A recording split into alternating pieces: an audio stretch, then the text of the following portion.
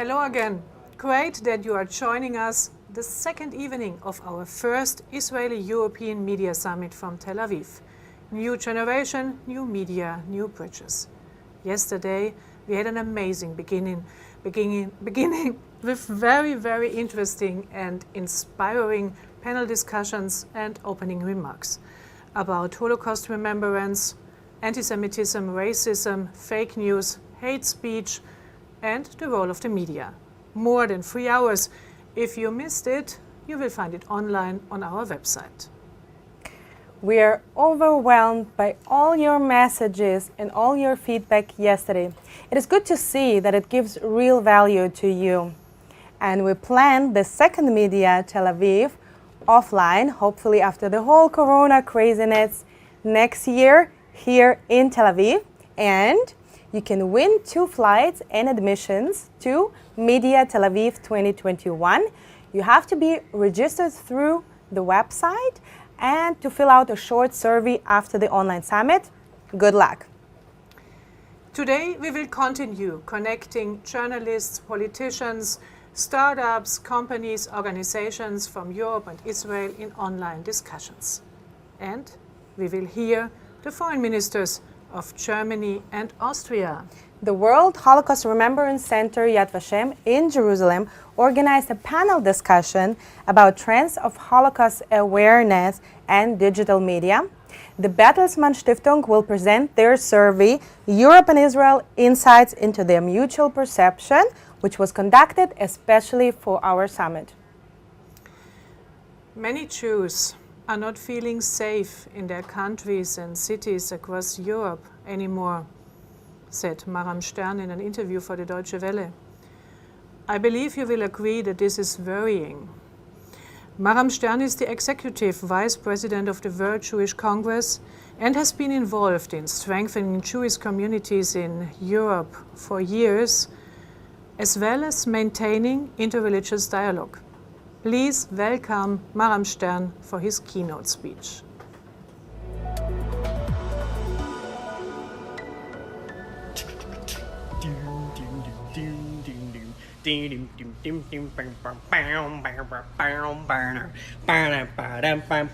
Hey! What? We're going on a trip to a place called Auschwitz. It is shower time, little.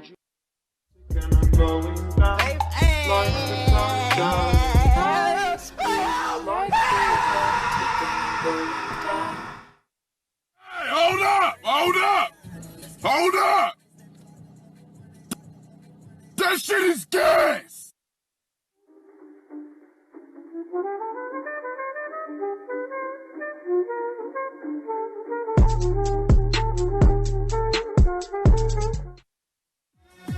الشعب السوري بالساعات للمجد بيرفع رايات عم يهتف ب3 كلمات الله وسوريا وبشار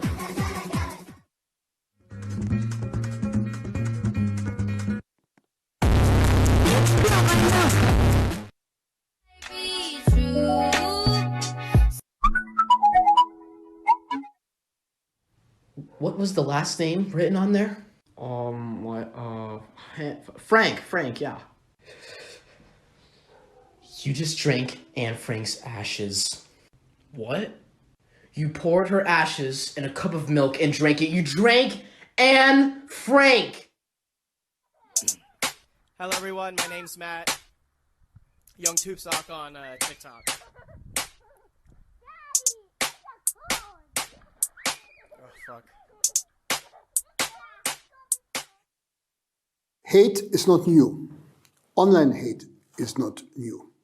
Throughout history, propagators of hate have used all possible means to spread their messages.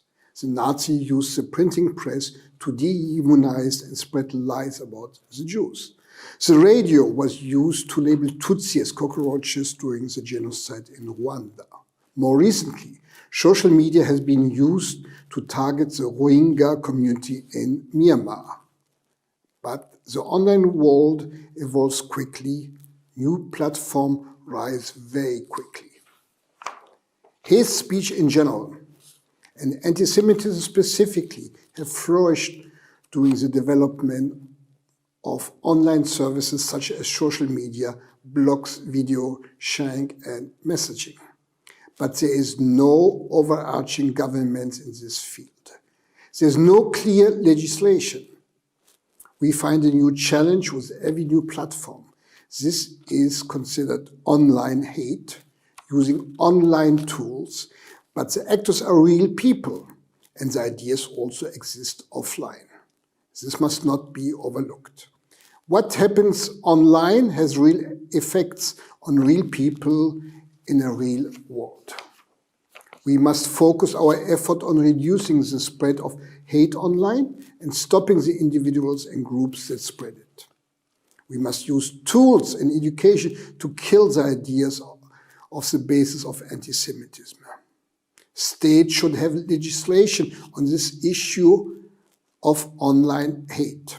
Companies should have effective policy on dealing with hate speeches.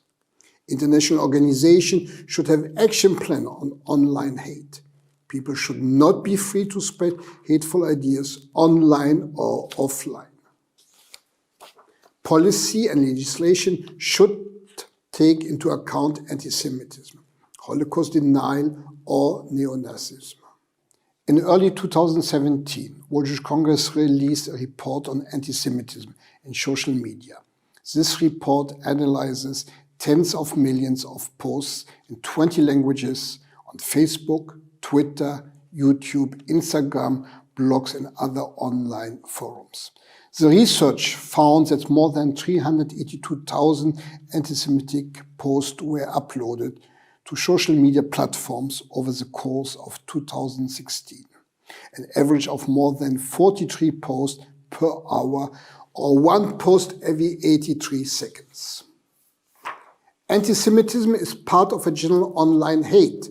There are unique aspects of anti-Semitism that must be taken into consideration, such as stereotypes about Jews controlling the world and other conspiracy myths, the connection to the Holocaust and Holocaust denial, and the connection to Israel and Zionism. Most countries have legislation against hate speech, and I would like to specifically recognize the efforts of Austria, France, and Germany in this regards. Many, not all companies have guidelines against hate speech, but hate speech continues to flourish. Today, defining hate speech is left to the companies to decide by themselves. We call on the leadership of the European Union and its member states to publicly denounce such incitement and take whatever steps possible through legal and regulatory means to end its dissemination. It is unacceptable that anti-Semitic content is freely accessible on social media platforms, and it's reaching the most impressionable and vulnerable segment of society, young people. Most EU countries do have clear laws against extremism and Holocaust-denying content with severe punishment. However, hate speech is still spread to social media platforms with no consequences. Government cannot leave it to social media platforms to decide what content is hate speech, what's anti-Semitic or otherwise, when and how to remove such content. The stakes are much too high. Government must protect their citizens. This is our duty to our young generation. Tuesday was the deadline for giving input to the EU for the Digital Service Act. World Jewish Congress joined with other Jewish organizations to give input in this process. This is an opportunity for the European Union to step in and ensure that the European Union member states properly deal with online hate, anti-Semitism, and racism. The EU must lead the way, and we hope to work together to do so. Governments with the legal power to do so must exercise their authority to limit the spread on such dangerous material by ensuring its prompt removal. Governments without such authority must publicly condemn such content for what it is, violent rhetoric that puts people in danger. The online and social media companies have a responsibility as well. They have a responsibility towards the user. Facebook has recently made major advances in its hate speech policy. In August, it announced changes that will not longer allow posts containing hate speech such as anti-Semitic stereotype or blackface. This was and is a major step forward. We greatly appreciate the progress Facebook has made towards identifying harmful anti-Semitic and racism content and removing it.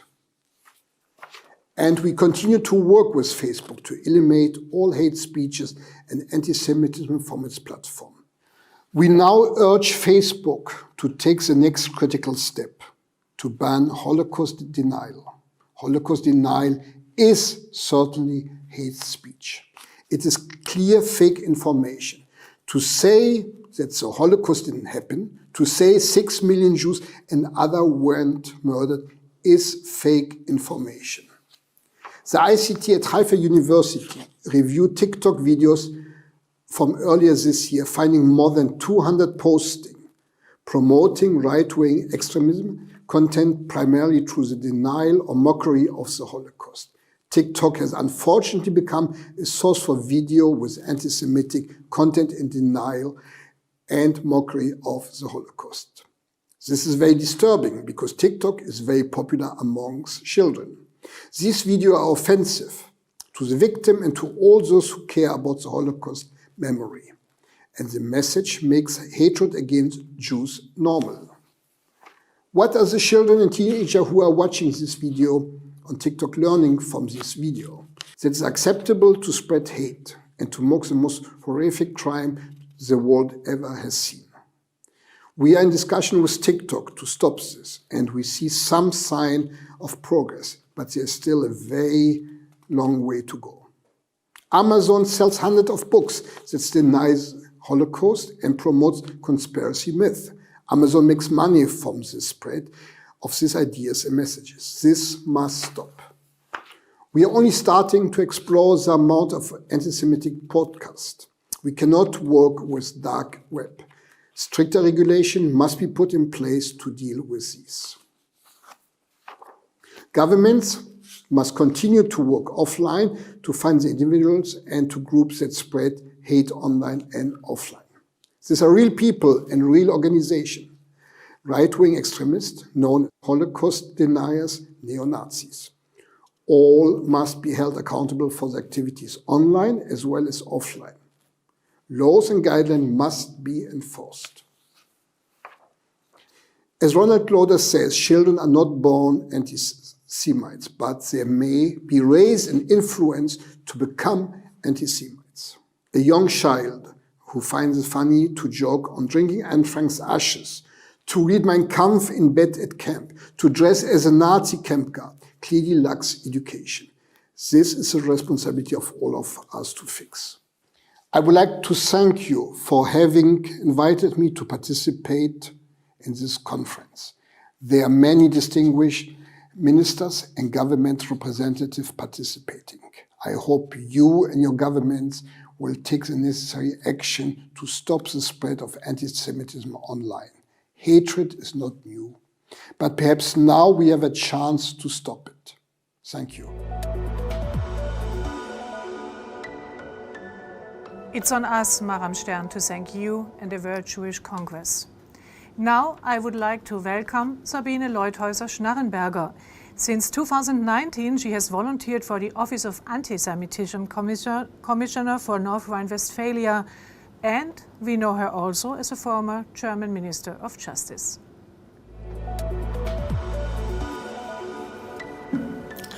Ladies and gentlemen, this ARD Media Summit is a very important and content-rich event with famous participants and experts from any areas of society who are committed against antisemitism and who make visible the great endangerment of this inhuman attitude. Antisemitism is visible and omnipresent in many ways in Germany in 2020. Antisemitism is present at work, in school, and in public spaces. These days, The public image is also shaped by the demonstration with anti-Semitic conspiracy myths under the guise of the corona pandemic.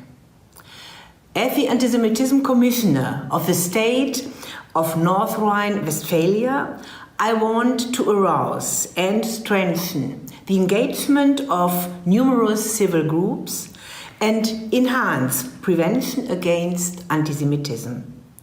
Knowledge of the racist and anti-Semitic ideologies is the basis for a clear stance against antisemitism. However, this is not enough. Young people have to deal with anti-Semitic stereotypes today. They have to learn how hurtful and defamatory anti-Semitic insults are for Jews. That concerns us all, because it is about the dignity of every human being, which we have to defend as the most important value in Germany. As Antisemitism Commissioner, I support school projects, host readings with celebrities, promote a reporting office for anti-Semitic incidents in order to reduce the number of unreported cases. Further, I want to provide trainings and education for teachers and the police. I wish you all good consultations and new ideas to fight against antisemitism. Furthermore, I would like to thank the ARD and Media Tel Aviv for organizing this unique virtual event during Corona times. Thank you.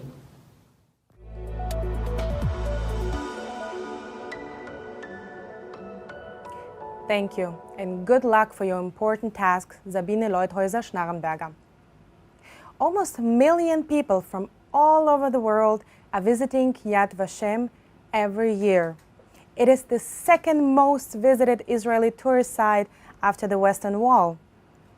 And this is a lot, but how can they reach those who cannot come to Jerusalem to see it? There's a lack of knowledge about Holocaust, especially in the young generation. And many projects are trying to reach this generation through social media. And now Yad Vashem will present us their strategy, how to reach people from all over the world through digital media. Moderated by Iris Rosenberg, Director of the Yad Vashem Communications Division.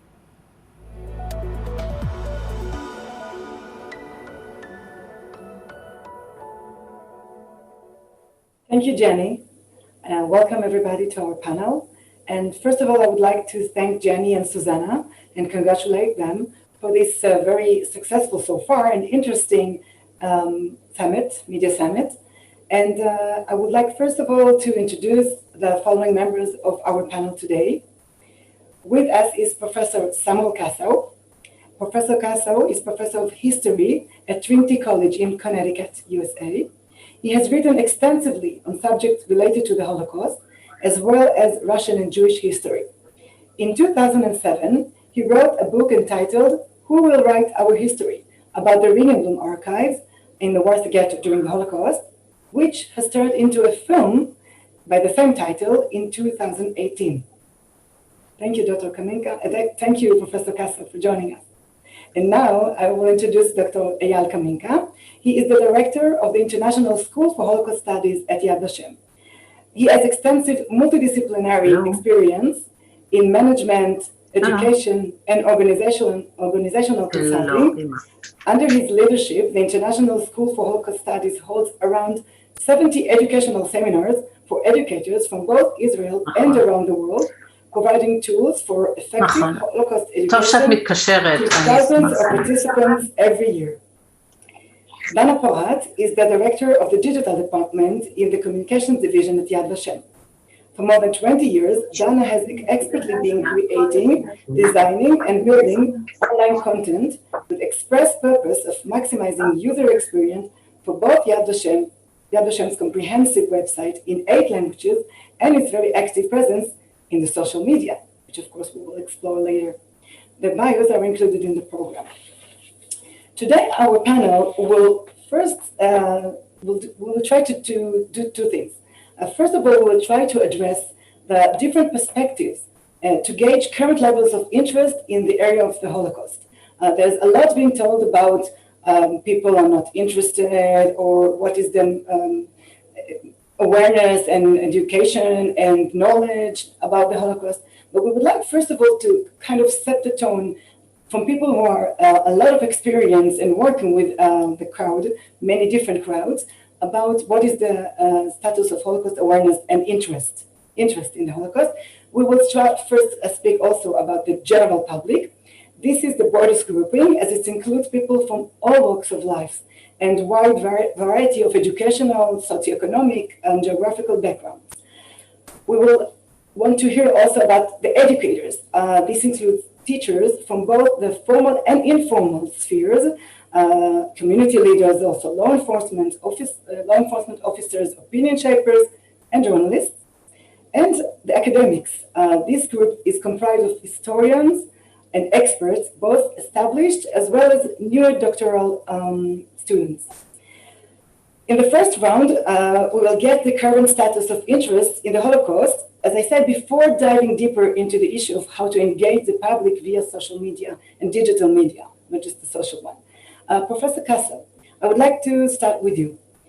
Can you please briefly share with us what you see as the current status of interest and engagement in the Holocaust amongst academics, both your students and your peers? Please, Professor Kassel. Well, among academics, of course, not only is there a great deal of rising interest in the Holocaust, but of course there's an exciting evolution of scholarly approaches.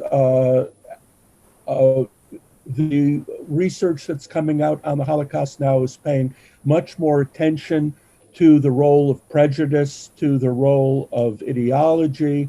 It's paying much more attention to the attitudes of bystanders towards the mass murder.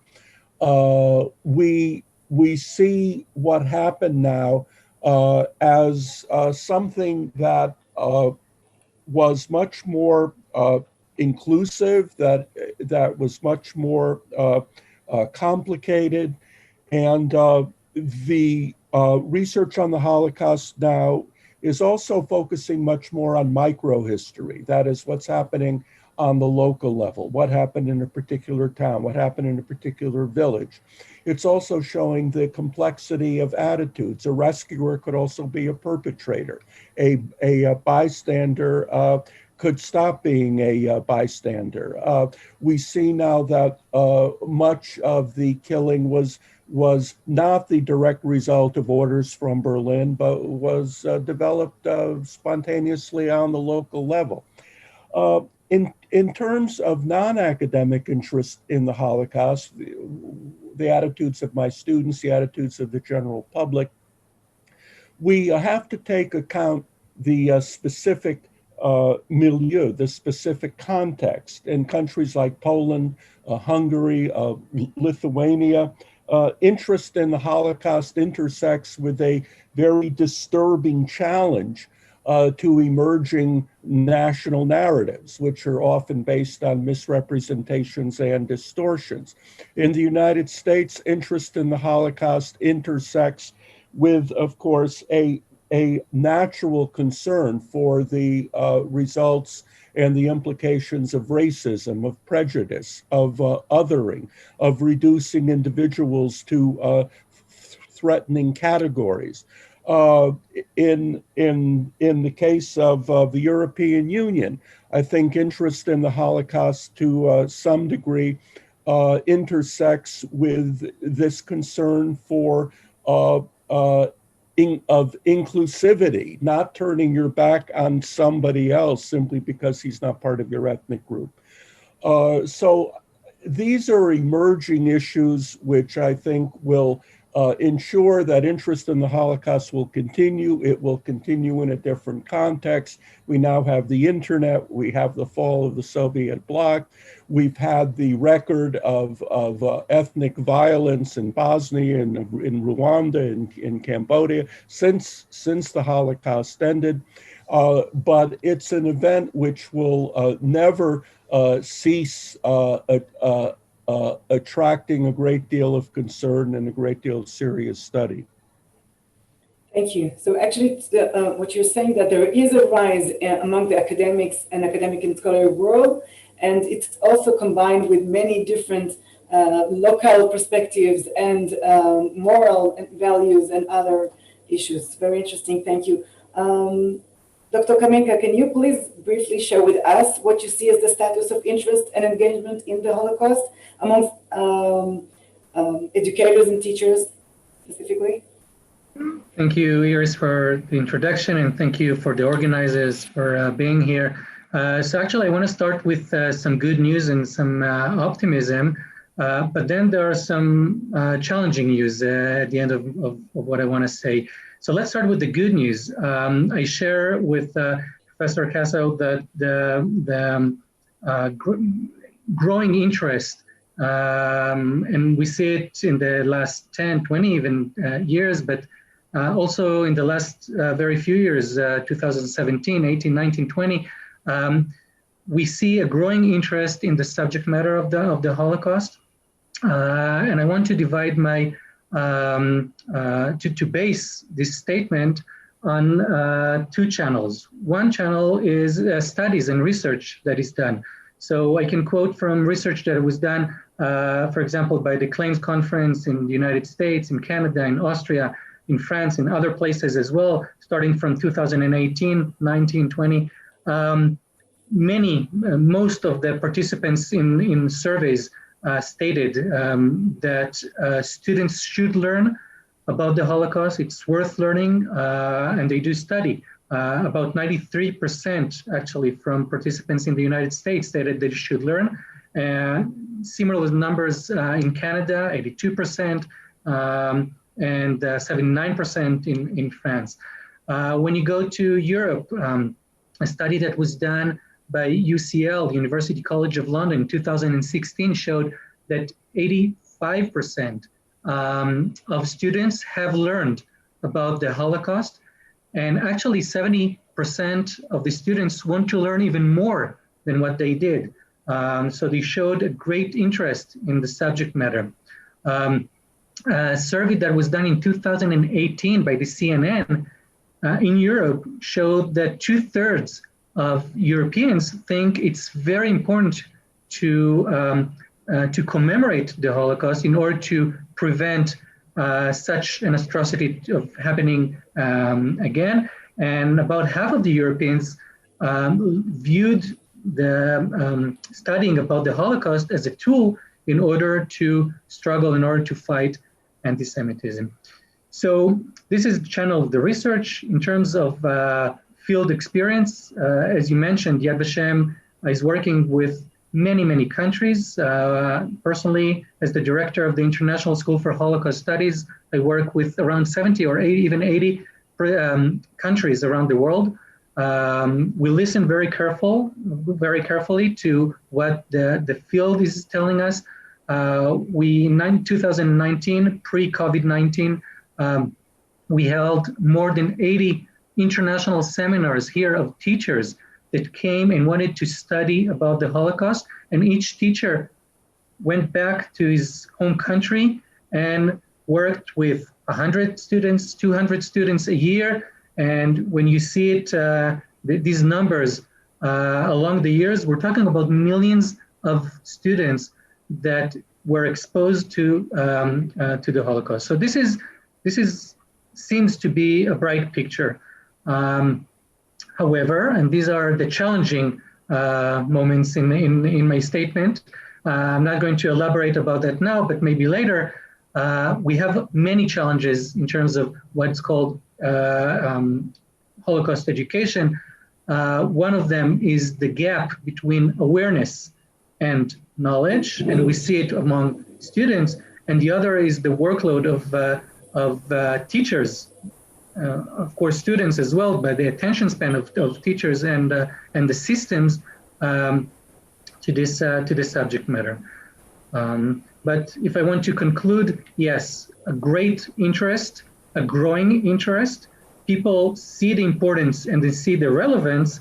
However, it is very challenging, and we will talk about the challenges later. We'll get to the challenges later. Thank you, Eyal. Very interesting and mind-opening for the rising interest. And of course, we will get to the challenges. Ms. Porat, can you please share with us what you see as the current status of interest in online content related to the Holocaust? So I would say that basically since we first launched our website in 1999, there has been a steady growth. I would say a pretty constant and steady growth of interest in website content. And then as social media began to develop and platforms were launched, and Yad Vashem we became very active in every platform, or most platforms in many languages. What we've seen along the way, and there are peaks, of course, different times, but for the most part, it's been very constant and steady growth until recently. In March, when the pandemic really reached all corners of the world, and of course, everybody has their trepidations, personal, still have trepidations. But of course, professional, our concern was really, what are we going to share now?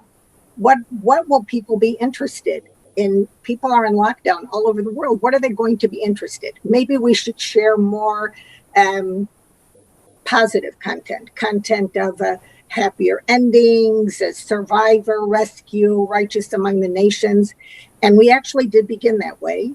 And we saw very quickly that people were interested in the content. They were interested in the authentic content. They weren't interested in a happy ending or story. And what we've seen, if you imagine a graph, kind of this steady sort of growth over all these years, in the last 5 or 6 months, we've seen a dramatic rise in engagement compared to, let's say, the same period a year ago. Now, we've also been posting much more and tweeting much more, and we've always been very active. But I have to say, it's not a quid pro quo situation. It's not like the more you post, the more engagement there is. Sometimes it works the opposite way if your content isn't interesting or relevant to people. So we saw that in Facebook, we had, over the same period of time as last year, over 50% growth of engagement. In Twitter, 25%, Instagram, 75%, YouTube, increase. YouTube, almost 90% of increase of people watching longer. And you may say, okay, well, that makes sense. People are home, they have more time. On the other hand, the content is not easy. And apparently that is what people are connecting to is the testimony of the survivor, the authentic content. Our experience, my experience over these many years is that is what, in the end, that is what people want. Maybe now even more so. And that's really our job. Our job is to figure out ways to share the content from the website. We have literally millions of digital assets on the website in various databases and online collections.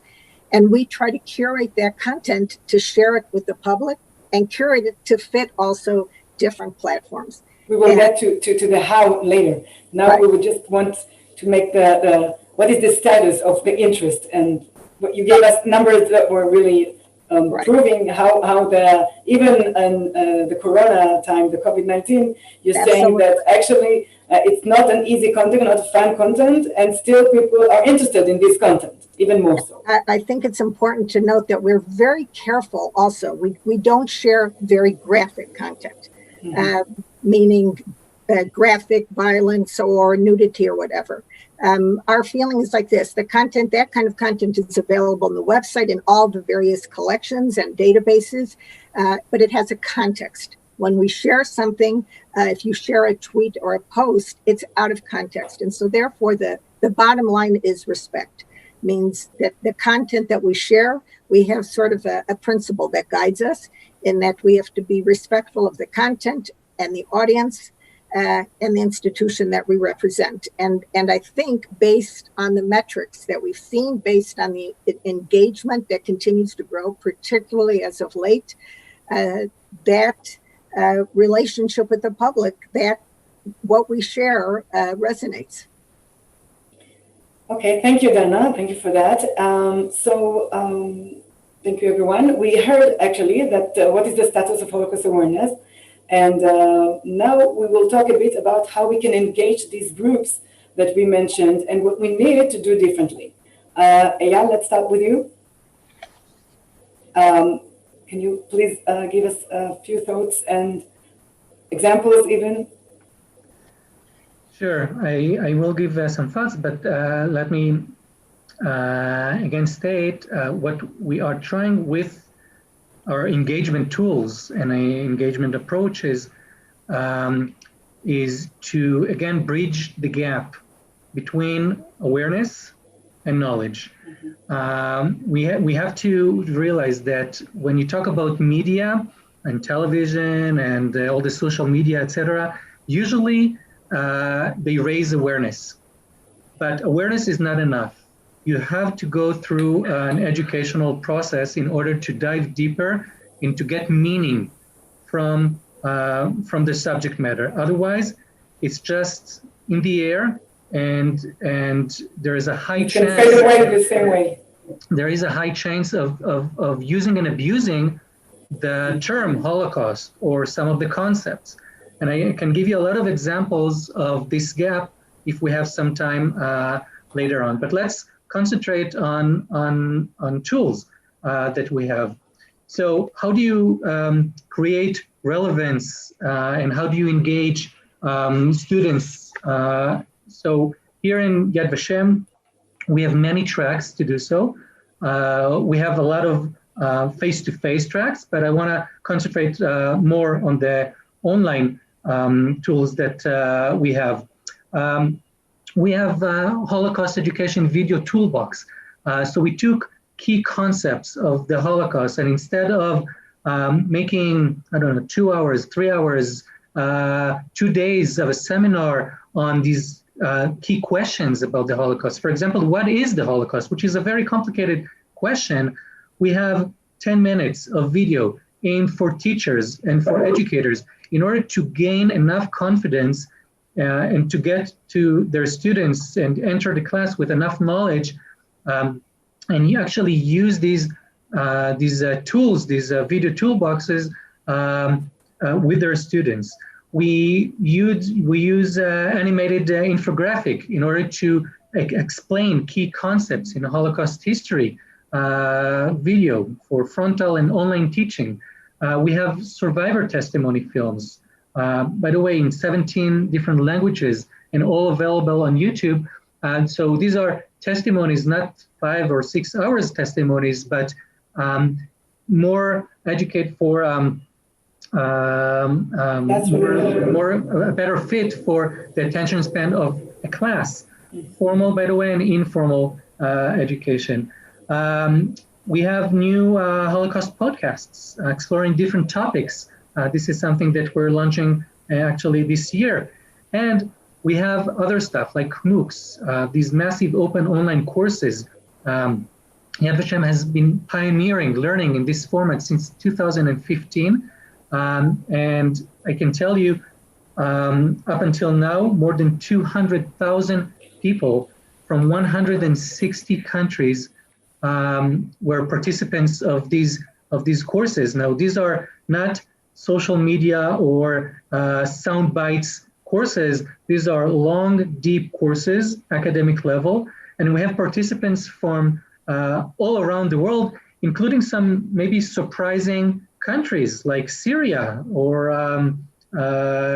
Sri Lanka or South Sudan or Qatar. Doesn't have connection to the Holocaust in their history. Don't have direct connections, of course, to the story. Of course, MOOCs in English, we have translations to Hebrew, of course, then also to French and Spanish. So we're very much spread around with the MOOCs. We have online accredited courses, and of course, we're very active in the social networks, as I'm sure Dana will explore later on.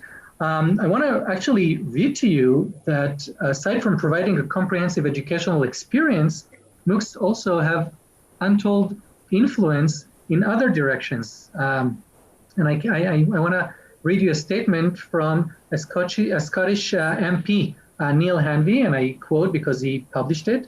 He took it upon himself to educate himself about anti-Semitism following some anti-Semitic posts.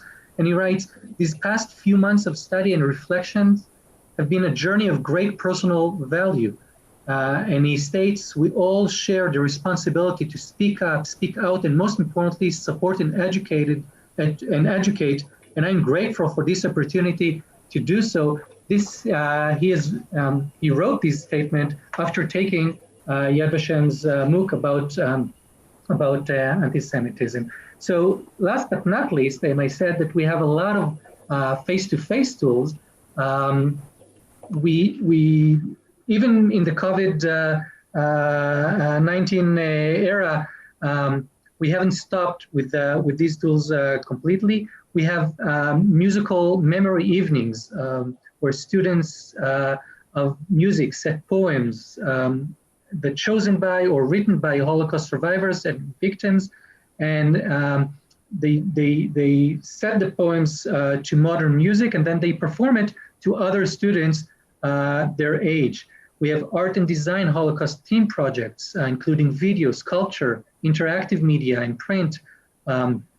Through the Lens Project, students of photography meet survivors, study about their stories, etc., etc. Some of these things we started to do online because of the pandemic, and some of them were still face-to-face, but these are all ideas, creative ideas in how to engage students using their own interests in order and opening a window in order to enter this subject matter. So actually, I can say that we had a question from our viewers. We've been asked by Tobias Ebert Hartmann from Israel. He said, "How can we motivate younger generations to engage with Holocaust memory?"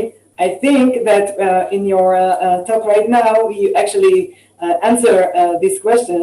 And with all the examples that you gave and the multidisciplinary approach, as far as I can understand the way that you present, the way we reach to the students through their teachers and directly to them, is one of the ways we can engage, and also using all these various tools, and each new tool that exists is something that we try and see how it can be modified and used in order to engage with them, if it's video, toolbooks of animation, art, various kinds of art, and others.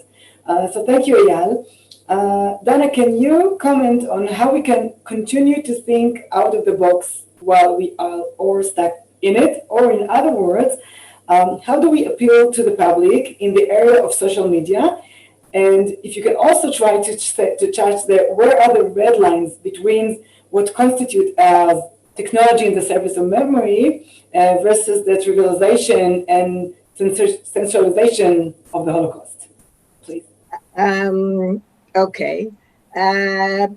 So I would say that, first of all, in terms of curating content, as I mentioned, we try to curate content for social media that is relevant to an event, relevant, for example, during Women's History Month, we share stories on social media platforms on women during the Holocaust all through the month. We've had Facebook Live, a female historian from the school, Dr. Schick, who spoke about the experience of women in Auschwitz. So in other words, we try to utilize and leverage what's happening in the world, what's happening, events, etc., and try to share what we have that's relevant. But I think if you want to talk about technology in the service of memory, I would relate to two projects that we did this year. Amongst the many, but these I think stand out because of the global response and interaction and engagement. And one of them was to mark International Holocaust Remembrance Day, where we launched the I Remember wall, which is a wall on our website in which by joining the wall, when a person comes to this virtual wall, he or she are automatically matched with a victim from our Shoah Victims Names Database, a victim of the Holocaust, and their names appear together on the wall with a photo. And people are encouraged also in the share button to share it in their social media. We partnered with this project with Facebook International, who was actually extraordinarily helpful to us to reach a really large global audience in 6 languages. And tens of thousands of people joined this wall. Tens of thousands of people joined the wall, shared their stories, creative stories, which is actually an effort because you have to download the photo and download the document and create this story. But they wanted to, what was clear to us is that people wanted to not just observe and not just listen, but to do something participatory, in which they were part of some kind of, as was said last night, culture of memory, some type of community, some type of online commemoration where they felt part of something. Now, so what you're saying, we're using the platform, the Facebook platform, with all the other problem that we are in this summit and others hear about, the problem of anti-Semitism, hate speech, Holocaust distortion, Holocaust denial, that these platforms allowed. You're saying we're using these platforms also to reach the public through these platforms, through what they offer, to engage with the people. And you're saying that people are participating more and more in that. Listen, social media is all about opportunity and responsibility. That's the bottom line. So we took what we learned from the I Remember wall to Holocaust Remembrance Day, which although it was 4 months later, it was like an eternity later because it took place about 6 weeks into the pandemic. And we realized that people who were basically in lockdown all over the world wouldn't be able to go to ceremonies. So we said, okay, we're going to create online ceremonies by asking the public to record themselves, video themselves, saying the name of Holocaust victims that we gave them access to on the website or perhaps from their family or whatever, to video themselves, to put the video on, to post that video on any social media platform with the hashtag Remembering From Home. Because of that hashtag, we were able to collate, we were able to aggregate all these videos into online ceremonies. And people participated from 50 countries, so you can imagine the... One of the people, the first people that participated, I can tell the crowd here, our viewers, one of the first persons were actually the person who's going to speak according to the program after this panel is the Foreign Ministry of Germany, Heiko Maas, who recorded himself reading names of Holocaust victims from Germany and took and uploaded to the social media channels that he's active in. And of course, he was also part of the ceremony that was aggregation of all these reading people, from little kids, from people who just read names even from the Stolperstein, if you know that, if the viewers know what that means. And also, of course, also from the Yad Vashem's website when we offered the names.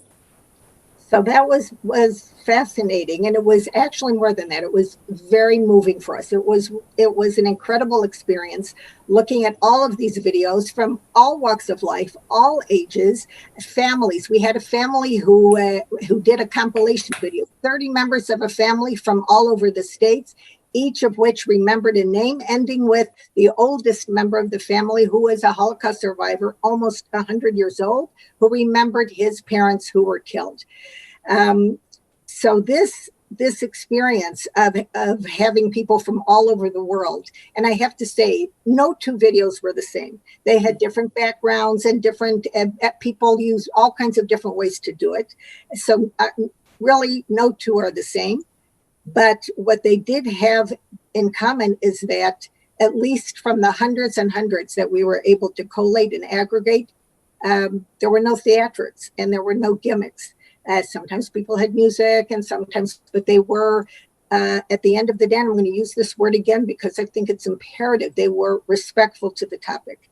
So I would say, if anything, that would be technology that was really in the ultimate service of memory from our point of view. Thank you, Dana. Professor Kassa, the last question is for you. As we have heard from other panelists, there is a challenge and urgency to share authentic and accurate information about the Holocaust and the events surrounding it. How could researchers leverage this kind of technology to ensure that their research and work reaches the widest audiences of scholars, students, and pretty much anyone who is interested in the history of the Holocaust? Well, I think of my own research on the Ringelblum archive in the Warsaw Ghetto, which has now been digitized by the Jewish Historical Institute in Warsaw, published in 36 volumes in Polish, and now 10 volumes in English will appear. And resources like this are important because they make available real-time testimonies of Jews who were in the middle of these events, who did not survive, who did not know what happened tomorrow, what would happen to them tomorrow. This is quite different from survivor testimony, but the interplay of real-time testimony and survivor memoirs is a very important teaching tool in understanding the Holocaust. Another project that I'm involved in is the digitization of testimony from the Fortunoff Video Archive at Yale, where selected testimonies are being made available to the public. And then there's a podcast, and I'm writing background to each example of testimony. And in the process, I kind of provide a certain degree of historical commentary. I knew personally some of these survivors who were testifying. I point out the differences between the story that they would like to tell years after the event and the real story that happened to them. A reminder that while there's pressure on survivors to put together a nice narrative and fashion a happy ending, in fact, the happy ending is usually or very often not as happy as they would like to have people think. In all of this, I personally am always aware of a challenge that I'm facing as a teacher and as a scholar.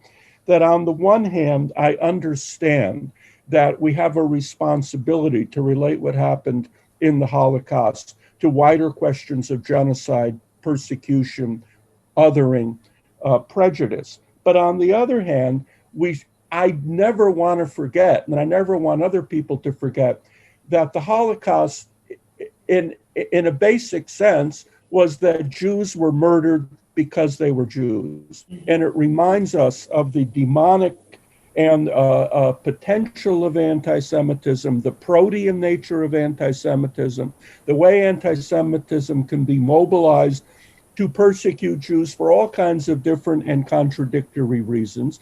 And it reminds us of the way anti-Semitism can constantly morph. As Rabbi Jonathan Sachs once said, they used to hate Jews because of their religion, then they hated Jews because of their race. Now Jews are often hated because of their state. And the lessons of the Holocaust can really not be divorced from the lessons of anti-Semitism, and they could not be divorced from the need to remind people that anti-Semitism has not disappeared. It's an ongoing problem. So I always find myself kind of torn between these two different issues, the universal and the Jewish. And actually, there is universal meaning and lessons that you can learn from the Holocaust. But you were saying that it needs to come out from understanding the particular component and character of the event that is the Holocaust. If I can sum up what your main thought is here, and that's making things more accessible and engagement can have the danger of stepping into the just universal aspect without remembering the context and what it was exactly. And you, as a scholar, specifically, and I guess also as educators, and all of us needs to keep this balance and not because it's easily you can draw into the easy part, let's say, of just talking about the universal aspect, which are important but cannot be disconnect from the particular. Thank you, Professor Kasov. It's really thought-provoking and interesting. So actually, in the few moments that we have, do you have some parting thoughts? Eyal, is there something you would like to add? So, thank you. I want to echo Tobias's question about engagement, and just add engagement. There are many ways of engaging people. My main point here was that engagement is not enough. The social media, the digital media usually raises awareness, but you must have you must take the other step and engage in a deeper understanding. And this deeper understanding, this deeper learning, you can draw people through pedagogical means, through authenticity, through personal stories. Like Professor Castle said, don't forget when you use personal stories, don't forget the victims, and don't forget that they weren't born in Auschwitz.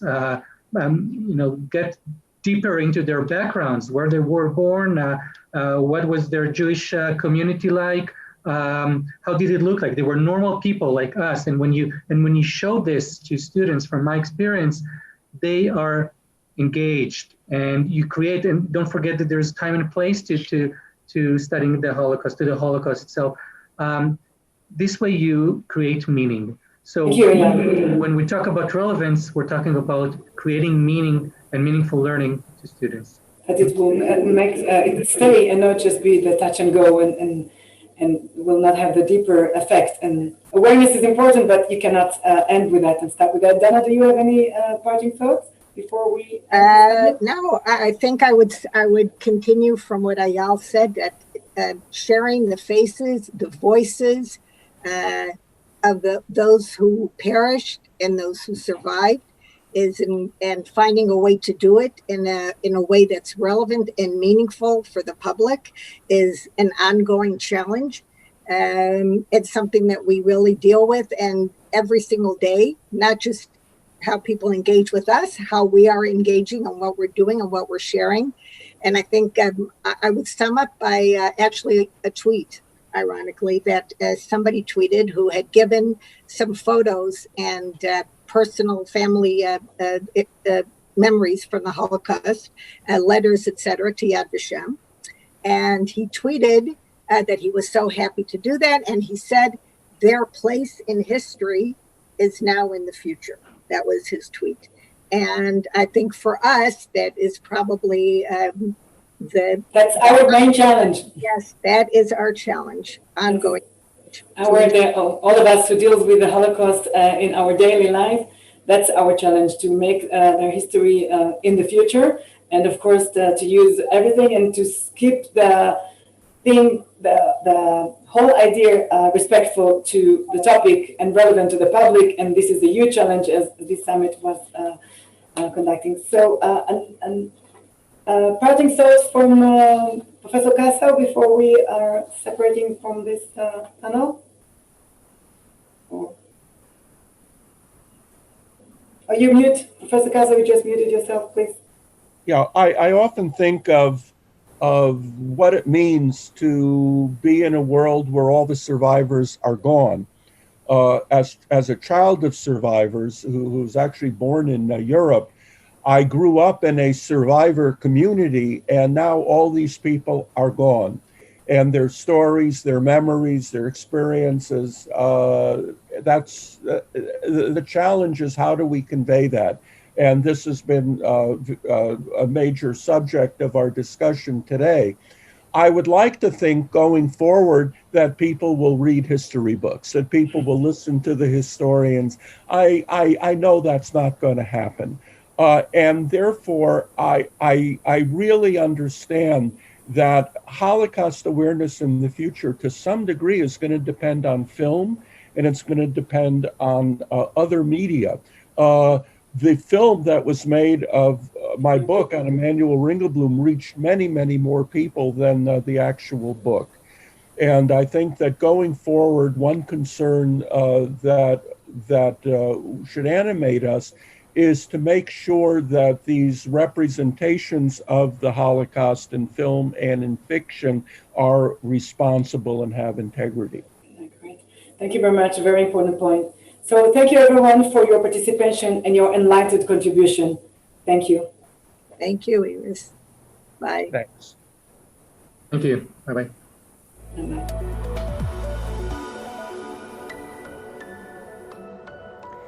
What a great discussion. Thank you very much, Iris Rosenberg in Yad Vashem and the panelists. And I also want to thank Simi Allen, who's responsible for the media in Yad Vashem, and he helped us organizing this panel, and he's always very helpful.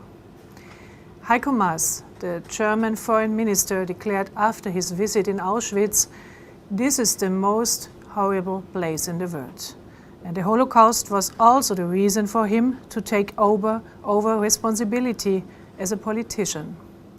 We are very happy that we have now the possibility to listen his thoughts about the topics of our summit.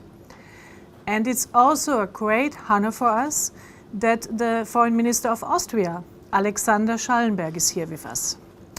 The Israeli Foreign Minister will be represented by the Israeli ambassador in Berlin, Jeremy Issacharoff, who was in former times also involved in the negotiations about a peace deal between Israel and the United Arab Emirates.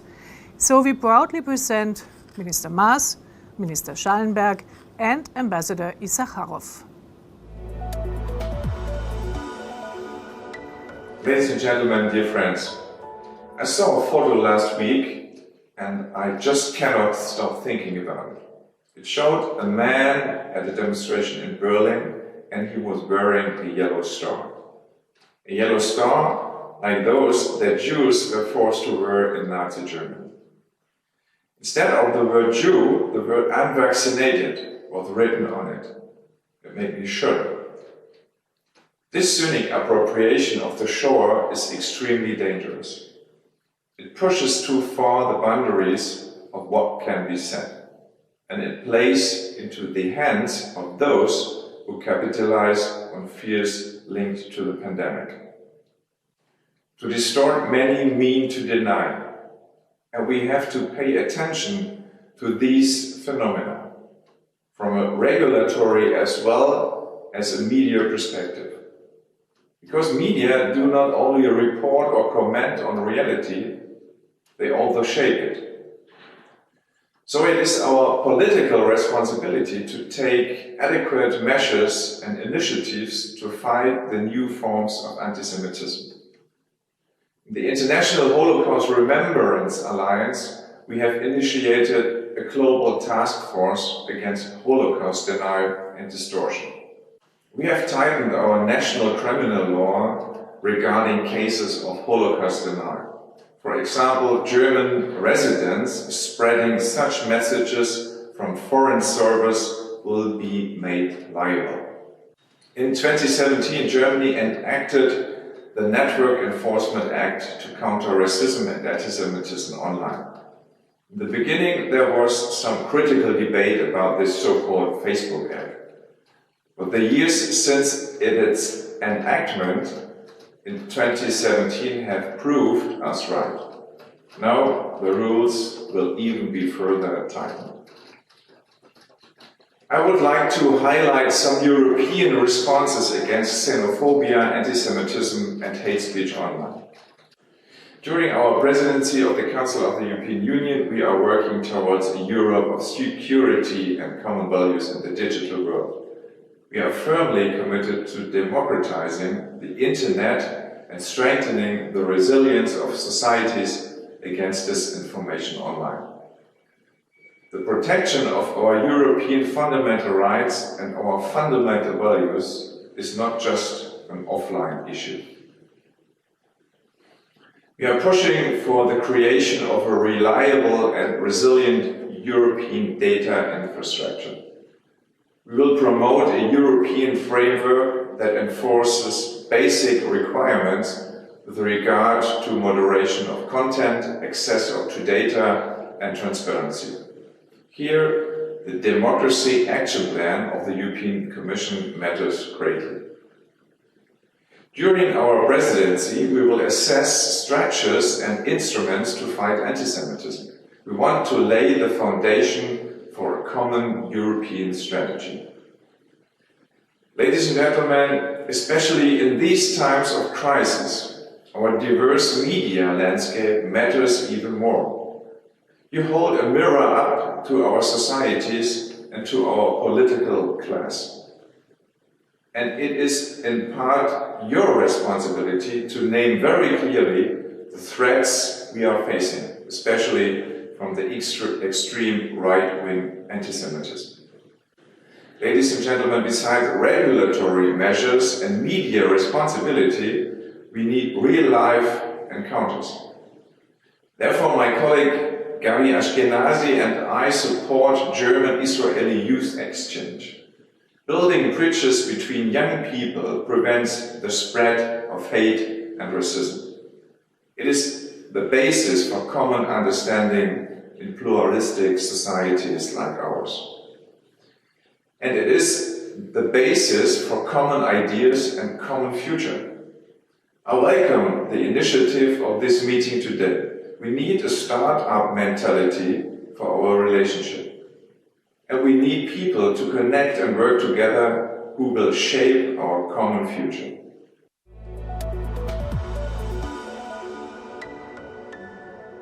Ladies and gentlemen, it is an honor and pleasure to speak to you on the occasion of the first European-Israeli Startup Media Summit.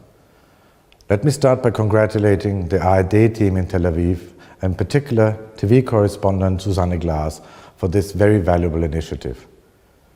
We are all aware that media in general, and social media in particular, play an ever more important part in our lives. They are vital for safeguarding our open and democratic societies. We all depend and rely on quick and trustworthy information for forming our views on international and national developments. But Alice, we all know that media can also be misused for disseminating xenophobic and anti-Semitic views, propaganda, and hate speech. No open society can tolerate this. As the Austrian philosopher Karl Popper once stated, and I quote, "If we extend unlimited tolerance even to those who are intolerant, if we are not prepared to defend a tolerant society against the onslaught of the intolerant, then the tolerant will be destroyed, and tolerance with them." End of quote. In this context, let me be very clear. Austria takes its historic responsibility in the fight against anti-Semitism extremely seriously. We are therefore very concerned about rising anti-Semitic attacks all over Europe. Sadly, even Austria is not spared from such shocking events. Most recently, we had to witness the attack of Eli Rosen, the president of the Jewish community in Graz, the second largest city in Austria. The authorities reacted decisively, and the perpetrator was identified very quickly. The Austrian government strongly condemns this attack. There simply cannot be any room for anti-Semitism in our society. We are equally concerned about social media fueling hate speech and anti-Semitic language. The Association of Austrian Internet Providers has set up a virtual contact point for all Internet users who come across neo-Nazi or racist content. Moreover, the Austrian government is currently preparing a set of legislative measures against hate speech online. All at the European and international level, Austria is closely working together with Katharina von Schnurbein, the European Commission's coordinator on combating anti-Semitism. We also cooperate closely with the OSCE personal representative on combating anti-Semitism, Rabbi Andrew Baker. And we welcome the designation of the High Representative of the Alliance of Civilizations, Miguel Moratinos, as United Nations focal point on anti-Semitism. During the Austrian EU presidency in 2018, the European Council for the first time approved a declaration on the fight against anti-Semitism and the development of a common security approach to better protect Jewish communities and institutions all across Europe. Austria is also an active member of the International Holocaust Remembrance Alliance and was among the first countries officially adopting its definition of anti-Semitism in 2017. Ladies and gentlemen, 75 years after the end of the Second World War and the liberation of the concentration and extermination camps, we all need to remember the atrocities committed against millions. We cannot falter and we cannot hesitate in our fight against anti-Semitism. In this context, education is key. Each year, around 40 Austrian teachers are sent to Israel for a seminar at Yad Vashem and at the Center of Humanistic Education at the Lochamei Hagateot Memorial. Back home, they're passing on the knowledge to the pupils. We have to be aware that we are among the last people who have the chance to listen and to learn from the stories of the survivors of the Shoah. They are a stark reminder of the horrific crimes to which anti-Semitism, other forms of racism and hate can lead. It is our task and responsibility to pass on the stories to future generations. One of those important voices was Gideon Eckhaus, who had to leave Austria in 1938. We mourn his passing away in June this year. He will be missed as an important voice, as witness, and as admonisher. He will be remembered as someone who always focused on the younger generation and will serve us as a model on how to ensure that remembrance of the Shoah stays alive. Against this background, let me tell you that just days ago, on September the 1st, a very far-reaching amendment to the Austrian Nationality Act entered into force, extending the Austrian citizenship to all descendants of victims of Nazi persecution. The past cannot be changed and it cannot be rewritten, but we see this opening of our citizenship as an expression of the Austrian ongoing endeavor for reconciliation and redemption. And I'm happy to say that last week, Ben-Zion Lapid, a Holocaust survivor from Vienna, was the very first person to receive this new Austrian citizenship under this new law. Ladies and gentlemen, Austria and Israel share a long and complex history. And I'm glad to say that today, the ties between our two nations and between our two people are as strong as never before. The Austrian government program contains an explicit commitment to Israel as a Jewish and democratic state and to its security. Our growing economic exchange, our wonderful collaboration in areas such as science and research, as well as our educational, cultural and social relations would merit an own long elaboration. And I'm therefore all the more pleased to be able to speak to you today as part of this very fruitful exchange. I wish you all a successful conference and I thank you for letting me participate. Thank you.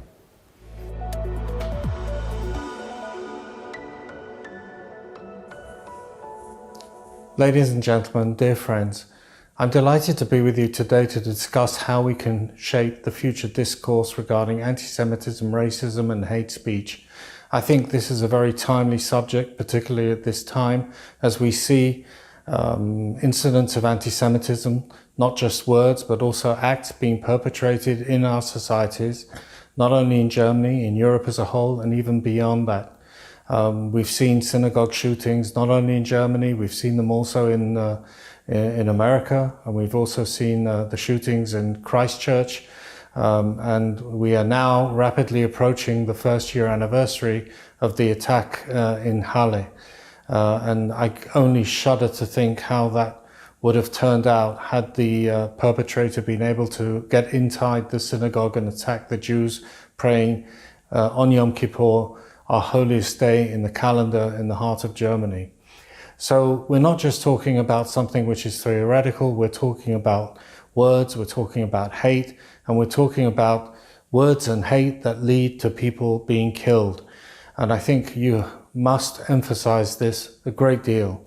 And I think that one of the things I choose to always emphasized before friends, audiences, and different gatherings that I attend is that today anti-Semitism and racism is not something which is just directed towards Jews. It is directed towards the Israeli community, but it's also, at the end of the day, directed to the heart of German democracy and tolerance. And I don't think that any country can survive with its moral identity intact without there being a very strident attempt to wipe out anti-Semitism in all of its forms. And its forms today have changed. Sometimes people don't want to be seen to be anti-Semitic, but they feel there is a certain legitimacy to being anti-Israeli. And therefore you see clear anti-Semitic attitudes coming out in Israeli tropes and various other slogans against the legitimacy of the Jewish country. And I feel that this is something we need to continue to fight. We need to fight anti-Semitism in all of its forms, particularly at a time of Corona, where we've seen the whole of the conspiracy theory industry and anti-Semitic conspiracies blossom and increase to an alarming extent.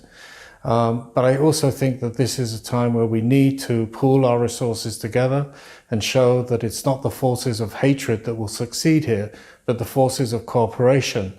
When we work together within Israel, within Germany, between our two countries, and also with the community, the Palestinian community in Israel, and also with other countries in the area to fight this disease, we need to work together, and we need to make sure that our brand of coexistence and cooperation is what defines us today, and not the diversity of hatred that is sown by some people in our society.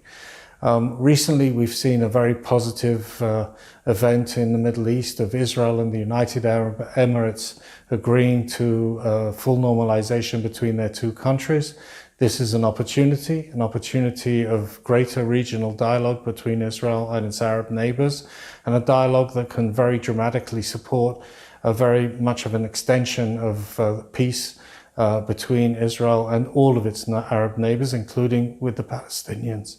So I hope that this is a glimmer of hope that will also impact the perception of Israel and how it impacts the fight against anti-Semitism, to show that the Israeli government, the Jewish communities are working together in order to reinforce their cooperation and their relations with Europe as a whole. I, in particular, am in Germany, and I see a relationship which has become very strong over the last years, even though there's been a very difficult burden of history to overcome. But we've seen many different events which show that you can rise above hatred, rise above hatred of the other, and begin to forge a different destiny for both of our peoples. So I would hope that this conference will be successful. And I hope that this will also lead to a broader and deeper discussion on this very important issue in a way that dramatically contributes to our welfare and our prosperity of our societies. Thank you very much.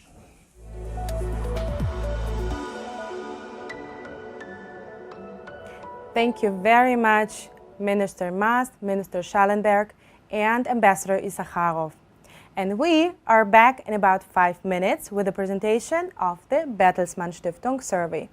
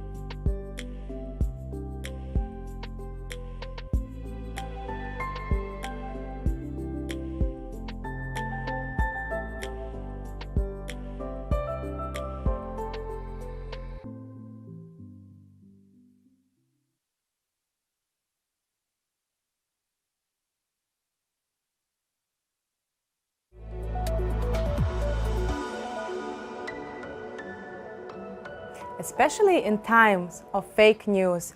We rely on those collecting facts and reliable numbers. This is why we are proud that the Bertelsmann Stiftung conducted a survey about the relations between Europe and Israel, especially for our summit, and will present the results now. We are also honored to have Dina Porat, who will present her recent research. Mike Lingenfelser, who is a German journalist and the correspondent of ARD, Israel and the Palestinian authorities, will be hosting this panel. Mike, you once said that you love the word Yalla in Hebrew and Arabic. So, Yalla, Mike, we're eager to listen to your panel. This panel. Mike, you once said that you love the word Yalla in Hebrew and Arabic. So, Yalla, Mike, we're eager to listen to your panel. Yalla, Mike. This panel.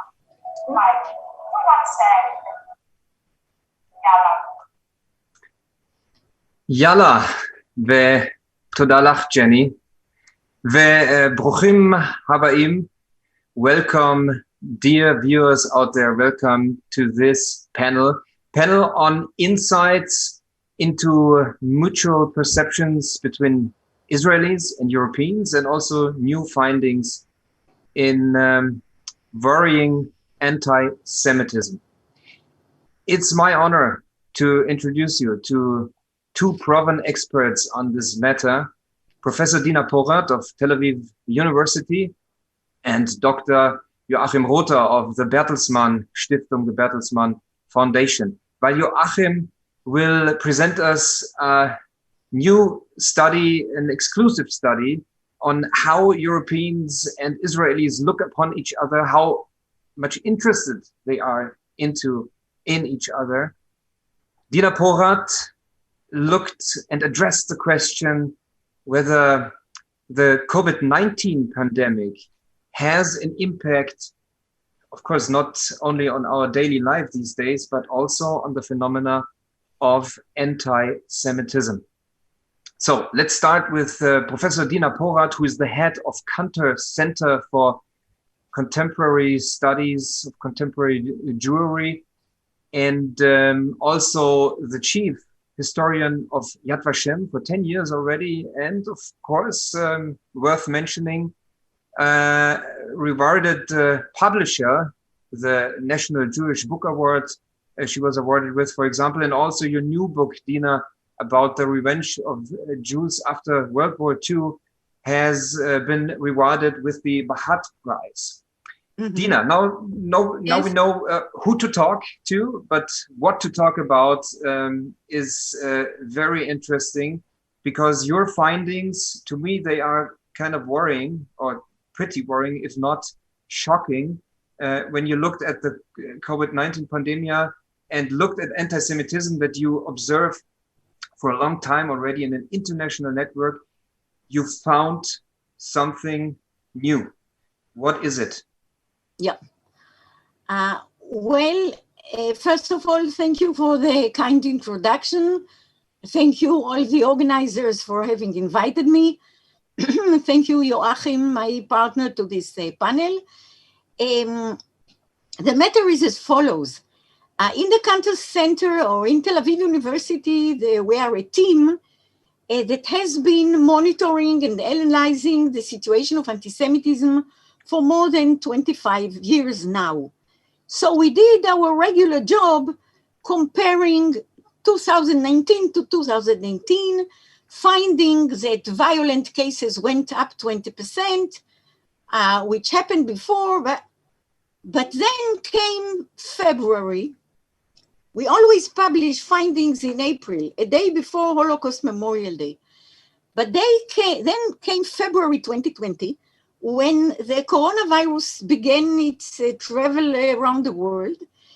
And we started seeing, along the month of March, in the beginning, that there is something a bit different than we've been monitoring regularly. And the difference was that along March, April, May, June, the materials that we have been getting from the world at large. We have a net of some 60 partners, dear friends and colleagues who keep sending us material, but from other sources, of course, as well. What we kept seeing is that an accusation that the Jews and the Israelis, as individuals and as communities, are basically responsible for inventing the virus, for orchestrating it, and for spreading it around. And this accusation also had its logic. Why should they do so? They should do so, or they are doing so, because they have what you call a Jewish cop, a Jewish head, or an Israeli head, we are 80% Jews, that will certainly find the vaccination or the medicine against the virus. And they will find it first. We will find it first. And so you infected the whole world. You found the vaccine and the vaccination and the medicine, and then you can sell it to the whole world, the whole sick world, at an enormous price, an enormous profit. Now, moreover, not only was this accusation catching up like this, at the beginning, it came from extreme fringes, such as white supremacists in the United States, ultra-conservative Christians, the countries that are always doing so, like Iran, Turkey, okay, that's natural. But then what we realized was that it is coming from segments of society that are not necessarily ideologically or class-wise identified. There is a survey by Oxford University, an excellent one, that says 20% of regular population believes that Jews are really responsible. So it was coming from all over. We got material from 35 countries. It was coming from segments and layers of society that you wouldn't expect, the general one. And it was intense, and it still is. It is intense, and it is, let's say, fierce in its ugliness. It is ugly. Can you show, please,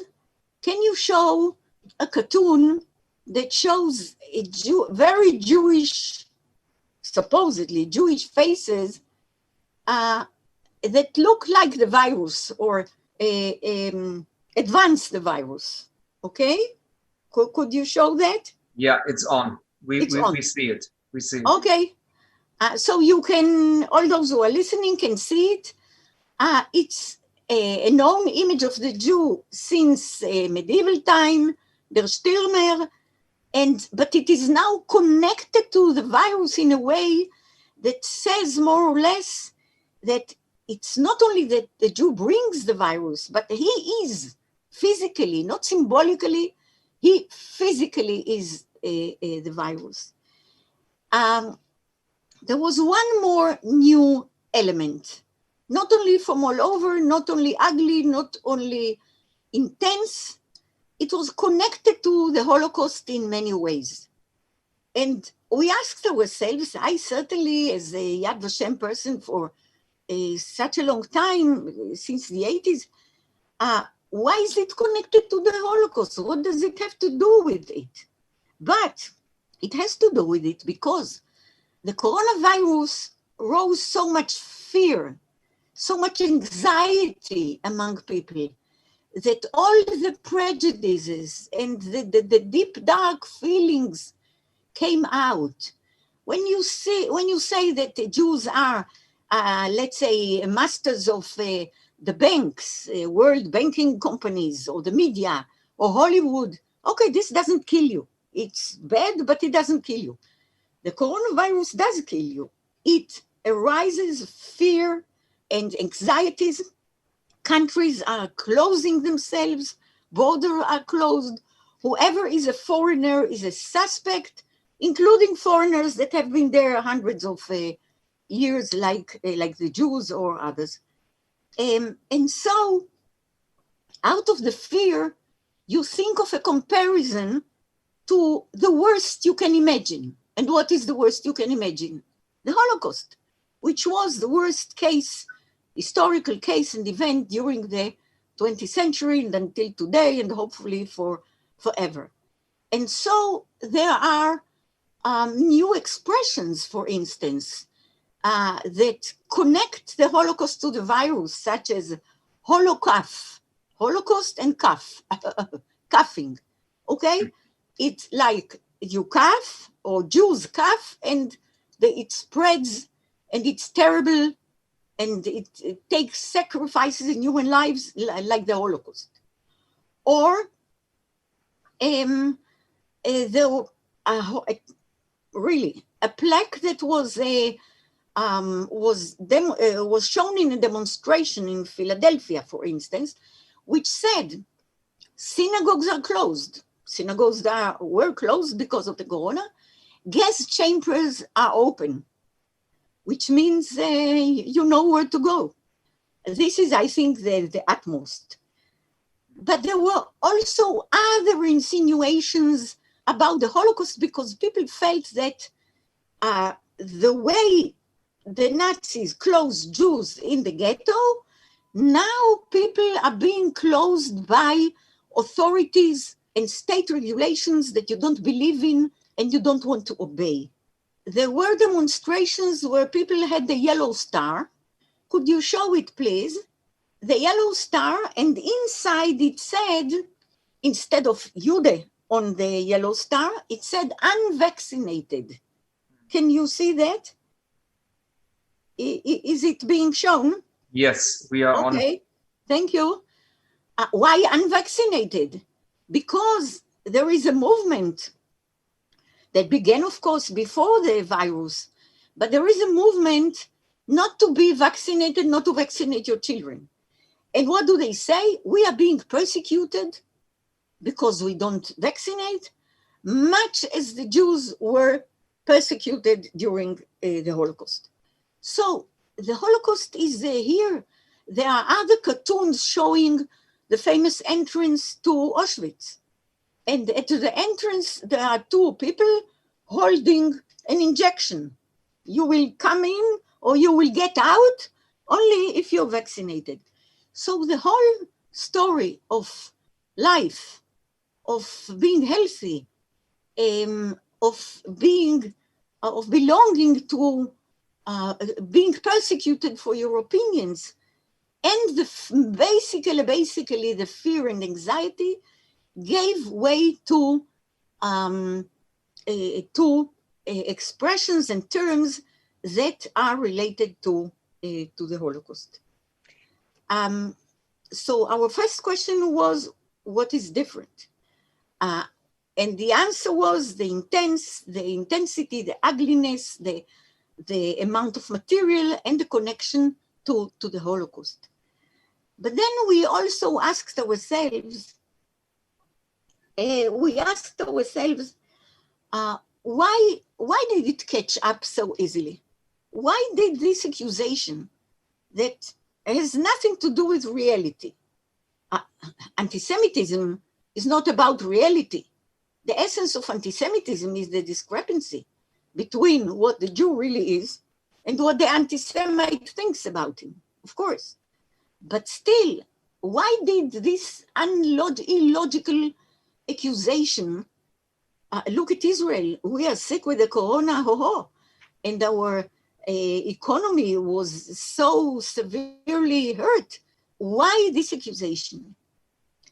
I think that it has to do, as a historian, I think that it has to do with some historical layers in history that created the image of the Jew as a malady spreader. It began in Egypt in the first century where a story contrary to our story of the Exodus out of Egypt was written, and it said that the Jews or the tribes of Israel were chased away from Egypt because they were lepers, because they spread leprosy, which was then a malady with no cure, no cure, until the penicillin came so much later. And then you had in the Middle Ages, you had the Black Plague in the middle of the Middle Ages, the Black Plague, during which the Jews were accused of poisoning the wells. And such an accusation came back. Could you please show us a cartoon showing a lady who used to be, she's not anymore, the French Minister of Health. She's a Jew, Agnes Guin, and look at her, she's happily dripping poison into a well, which brings back this Middle Ages accusation, play modern, but exactly as it was. Then So came old models that were out there for ages are being recycled? Yes, look at her. She's poisoning a well. She's not even poisoning, let's say, a water system, something modern. She's poisoning a well, like in the Middle Ages. Then came the Nazis, who were obsessed with fear from Jews who spread maladies, who are lice and mice and typhoid, etc., etc. They were obsessed with fear, and their propaganda tried to persuade all of the population in Europe under the boot that these are the Jews. The Jews are, again, not symbolically, but physically are the malady.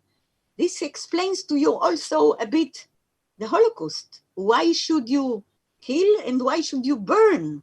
You burn so that you don't touch, because they spread maladies. And the doctor's famous trial during Stalin times. So a long history, layers of this image have accumulated and created an image of the Jew who spread maladies. Even if you have not read anything about Egypt in the first century writings, but the image is there. The image is there. And so it caught up like this. And I think this is the explanation to why it caught up so extensively and so widely. And where did you find those images? I mean, obviously, the Star of David was seen in public, for example, at a demonstration. I think your example is from Munich. That's right. But also our foreign minister, Heiko Maas, who spoke right before us, he also mentioned this example, but he saw it in Berlin in the latest demonstration of right-wingers and Nazis and freaks. Yes. So this was, if you will, it was out there in public, but of course you found so many examples and skyrocketing increase. Mm-hmm. What is the baseline? Did you check any online source you could get publicly? What's the baseline of your study that goes into dozens of countries? Yeah. You know, Mike, when our panel is over, when the conference is over and you have a bit of time, please Google up and write in Google cartoons related to Corona-inspired anti-Semitism. You will get a few hundreds, not one or two in demonstrations. Sorry, you will get them by the hundreds. And they are being spread mainly not in demonstrations, but online in the social media nets. The open ones like Facebook, Twitter, of course, we are asking them to take it off as much as you can. But there is also under the open media social nets, there is a dark net. The dark net that is much more difficult to follow and to monitor has sites in which extremist groups have their company, belong to each other, build their relationship, create a propaganda, and it is from there that much of this material is going out. You know, the problem is the quick manner in which whatever you put on the social media is in all the world, all over the world, and millions of people watch it. So when you have a decent newspaper reporting about this and showing a caricature, you give them a platform too.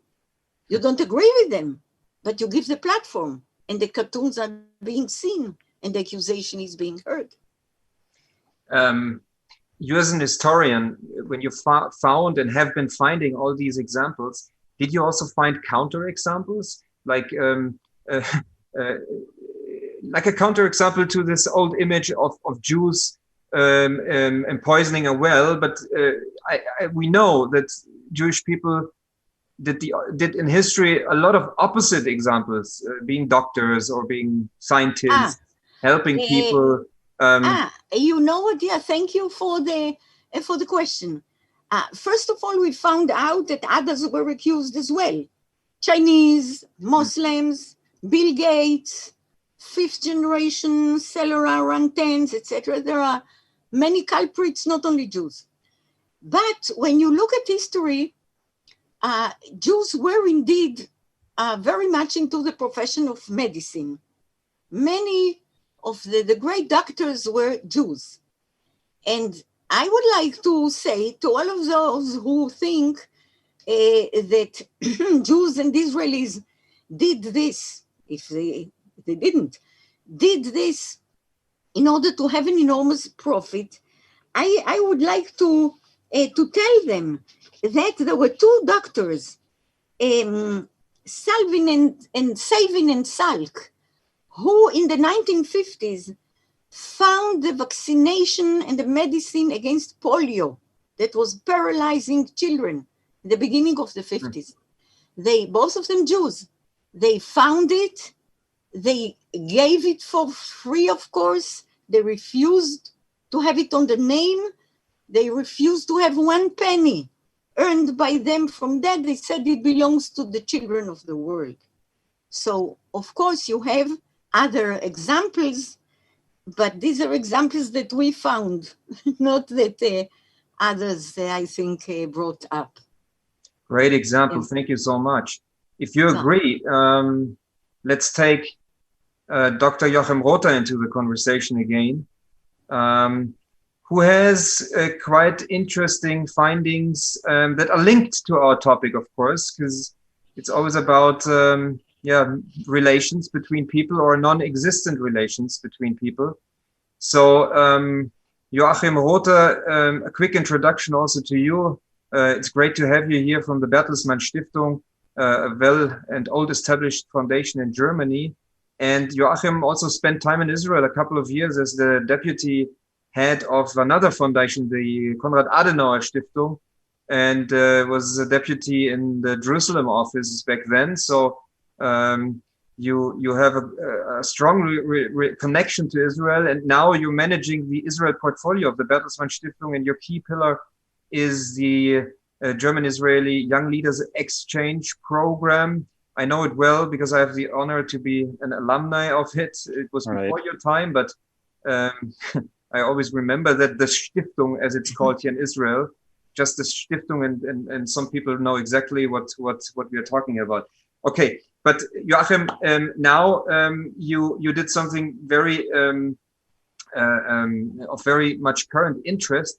You looked upon how do Europeans, including Germans, of course, look towards the Israelis and vice versa. What are our relations, at least what the interviews the interviewees of these 8 countries that you asked are saying or thinking and told you. So Joachim, please go ahead, tell us what's the news. Thank you so much, Mike. And thank you to Dina for this very interesting first half of the talk. And thank you obviously to the hosts as well for having us. Yeah, thank you so much. What we did is actually that we conducted a survey, as you said, Mike, among Europeans and Israelis. And the aim of our study was actually to shed light on how the participating citizens of Europe and Israel perceive each other. A little caveat, though, the study is not a complete analysis of our mutual relations, but is instead shedding light on selected singular aspects, and is therefore limited in its nature. It nonetheless offers valuable insights that I'm eager to present here today. The numbers I'm about to present are taken from a survey that was conducted online between November 2019 and January 2020. So that means that the study was conducted right before the COVID-19 pandemic hit. I think that's an important point to make here. Yes. Also important is that the data has not been published so far and will be made available also for you to note in the upcoming weeks in a very comprehensive form. The numbers I'm going to present here today, though, are also available on the website of our Bertelsmann Stiftung in German and actual English language. So irrespective of that, if you have any questions regarding the numbers I'm presenting here, of course, don't hesitate to get in touch with me. For the sake of our study, as outlined on my presentation here, we picked 8 European focus countries and reached a sample size of 10,122 respondents from Europe. And Israel samples a total sample size of 1,073 respondents. The participants were categorized as to their gender, their age, the education, as well as their urban or rural place of living. And they range from the ages 16 to 69. We started off by asking a rather basic questions. And that was, how would you describe your level of interest in information about present-day Israel or respectively Europe? And accumulate 28% of Europeans are interested in information about Israel. Every second Israeli respondent confirms his or her interest in information about Europe. So that means while 50% of Israeli respondents actually confirmed their interest, over 60% of Europeans have only a fairly weak or no interest in information about Israel at all. Now, this rather one-sided picture trends also in the second question about the opinion towards the other country or region. Here, 61% of Israelis hold a good or very good opinion about Europe, while only 22% of the European respondents have a positive attitude towards Israel. So as we can see here, it's not only a lack of interest in Israel from the Europeans' perspective, there is also a big gap when it comes to the respective opinion about each other. Mm-hmm. Is there a particular variation in countries? Of course, also in let's look on the Germans, where the Bertelsmann Stiftung is based. There is some variation. Interestingly enough, for the German respondents, they are more or less within the average range. Mm-hmm. So that means there is 2 or 3 percent points off, above or below. More interesting maybe is when we look at, for example, on the Polish side of respondents. So Poland was among the countries where we have over 1,000 responses. And when you look at their level of interest, for example, about Israel, they range at about 25%. And when you look at the opinion about Israel, it ranges at about 37%. So these are the lowest rates. Interest means opinion about Israel. They have fairly poor or very poor opinion about Israel at around 37%. So the peaks we can see on the Polish side. The rest of the numbers that will be published more comprehensively in the upcoming study is more or less within the average range. Interesting. I mean, it's a bit disappointing to hear that. I wonder if could it be relativizing that Europe is such a big place with many countries, and naturally is maybe of more interest for a little country like Israel than vice versa. Because for Europeans, if you will, Israel is a small country with a very special country and a special history and special relations, especially for Germans. But still, for Europe as a whole, that's a small country. So could that be, in perspective, a bit of a relativizing factor? I think that might be true for the Israeli part of the answers, because the Israelis are obviously looking at Europe as a whole, like in total. But that is obviously not true for the other side, because Polish respondents were, answering as Polish people. German people were answering as German people, and their view on Israel is, what it is. They are not per se, or that might be, a point of discussion, but they're not per se answering as Europeans. They were asked as Germans or Polish people or French people. So that is certainly a point, I think, to make, because Europe, is a region and Israel is a country, and a rather small one. So that has to be taken definitely into consideration for some of the answers. That is correct. Yeah. Thank you. You're welcome.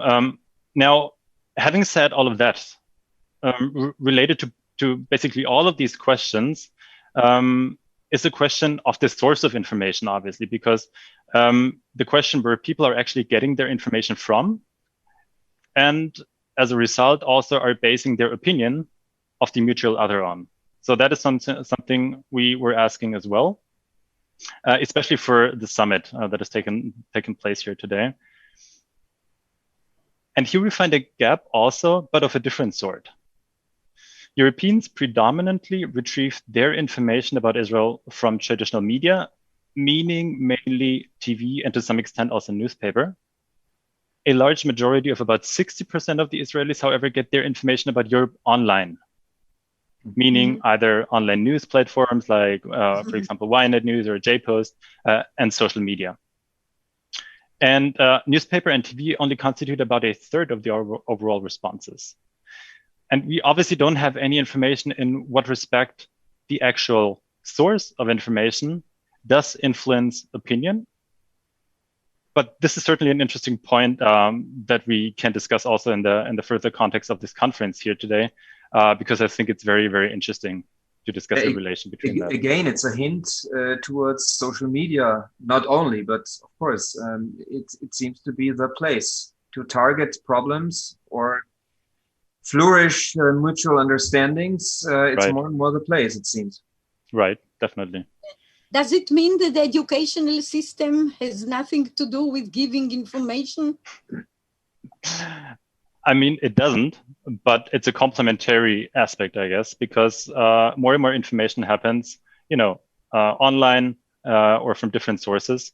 And I mean, that's a certain point to take into consideration, I think. Yeah. And Dina, this is we could discuss this forever, but I think it's also a hint towards the educational system to also move to other places. Definitely. Like social media or modern media tools. Yeah. And also, especially as historians, we can say, I mean, the reflection of actually the source where information comes from is key to, interpret what information is actually being consumed. So, that plays into the hands of the school responsibility as well, I think. Yeah.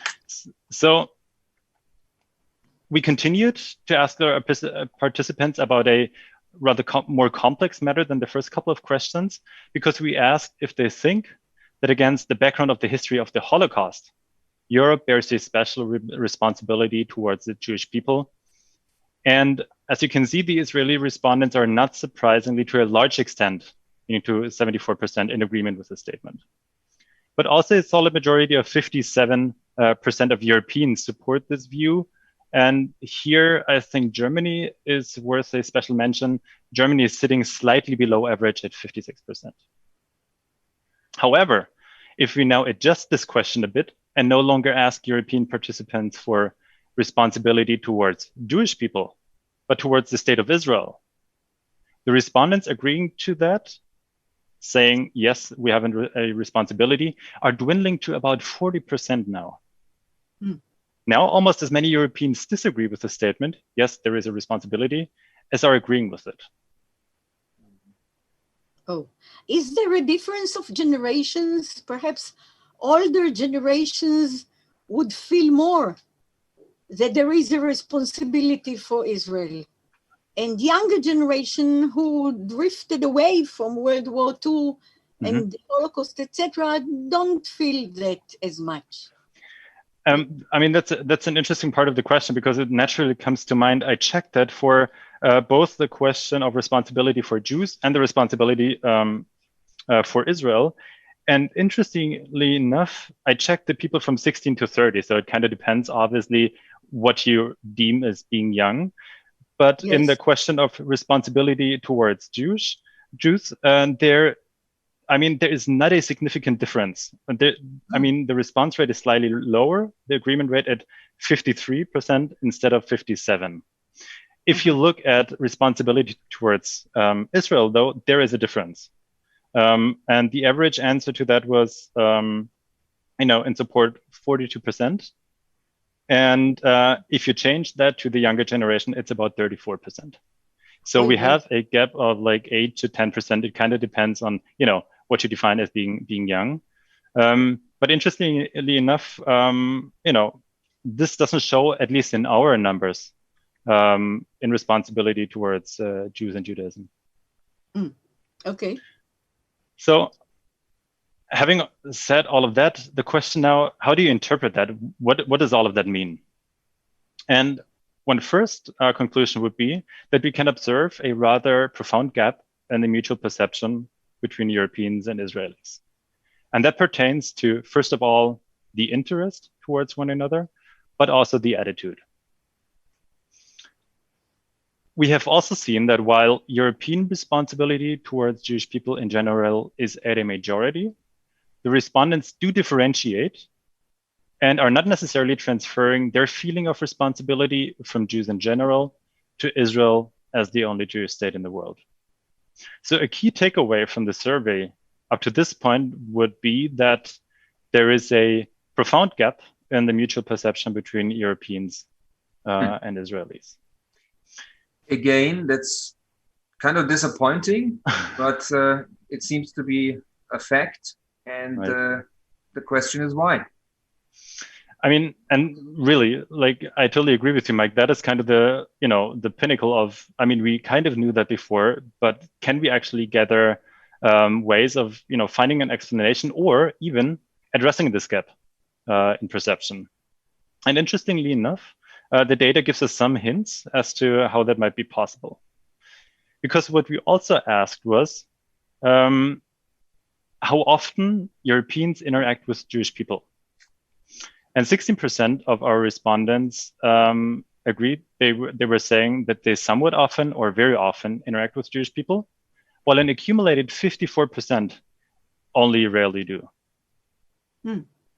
Now, if you correlate this question, now this is the interesting part, with the responses from the previous items we asked. So the item for interest in information or opinion about Israel, you get a really interesting pattern showing up. Because it shows that respondents that are in actual contact with Jews are more likely not only to feel more responsible for Jewish people overall, if you remember, that was the question number 3 we asked, but also for Israel as a state. That was question number 4. In addition, they also tend to be more interested in information about Israel and to have a more positive opinion about the state of Israel. So while the results of this survey are, certainly not shedding a very positive, or as Mike put it, a rather disappointing light on the current state of the perceptions between Europe and Israel, there are not only bad news, because the survey offers actual tangible advice of how to possibly attack this gap in mutual perceptions, right? So it's interaction that matters. That is one key takeaway from the numbers we were able to gather here. According to, that is what I just presented to you, is called the contact hypothesis, right? According to this, positive interaction is beneficial for more positive attitudes overall. And this is, according to our numbers, also true for the perception between Europeans and Israelis, and might play a crucial role also in combating some of the problems or aspect that Dina, you were just laying down in your presentation. Now, what sounds like a very obvious conclusion, positive contact leads to positive opinion, is in fact not that common to be really be showing or palpable in actual data. Now, in addition to that, the findings are relevant not only for us as a Bertelsmann Stiftung. As Mike said in the introduction, we are doing exchanges and caring for the relationship between Israel and Germany, but basically for any player who engages in the realm of European-Israeli relationships. Because what does it say? We need to continue to create common positive experiences. We need to continue building structured forms of exchange and direct interaction and platforms for debate, because they are, in the end, the best way to constructively shape the mutual perception of our countries. And this might be, difficult during times of Corona. That is for sure, but it's nonetheless, very important. So that's it from my part. And, thanks for the discussion and listening. Thank you so much, Joachim. May I add that again, first of all, you gave us some encouragement, some ray of hope for more interaction, more knowing about each other, because much of the source of this is ignorance. Right. Is ignorance among the youngsters and the grown-ups. The more they know what Judaism is, what is its contribution to the world, the more we know more about Christianity, then perhaps, and about Islam, there is rampant ignorance among these three components in Europe. The more we work on that, on making each other known to each other, habits, culture, holidays, meetings, perhaps there is some hope. I totally agree. I mean, and this is one key takeaway from the numbers I presented. Like, we shouldn't stop working, together on these aspects. I know it's gotten more difficult, and in the pre-discussion we were, discussing, Dina, that the numbers of Jews in Europe are actually, in tendency going down, and this will get more difficult in the future. But this is also, from my perspective, a plea not only for interaction between Jewish citizens of Europe and the other citizens, but this is also an important plea for more exchange between Europeans and Israelis, like representatives of the state of Israel. And that is what we have to work for, I think. You know that even you mentioned Poland, with a low opinion about Israel, etc. But there is a lot of high school exchanges. Right. The high school exchanges come back with a totally different view. Suddenly a new reality was opened, the positive one, interactional one. Yeah, definitely. And this obviously serves to show that, exchange is not the only aspect of this. It is about political climate. It is about, knowledge in schools. And it's just one piece of the puzzle, really. But that is really beneficial to, towards the common perception and mutual relations. I totally agree, because we know that, for example, German and Israeli relations in regards of exchange programs, in cultural exchange and cooperation is very flourishing. That's what we hear from diplomats, ambassadors, and commerce agencies, and whoever. So actually, it's there. It seems to be growing. That's what we hear, but it's obviously not enough. That is for sure. And the longer we go away from the memories of the Holocaust, I think the more important it actually gets to keep these aspects and memories alive, and to actually tell, our citizens and children what actually happened to to keep the memory awake, really, and to, in that regard, influence the mutual perception in a positive way.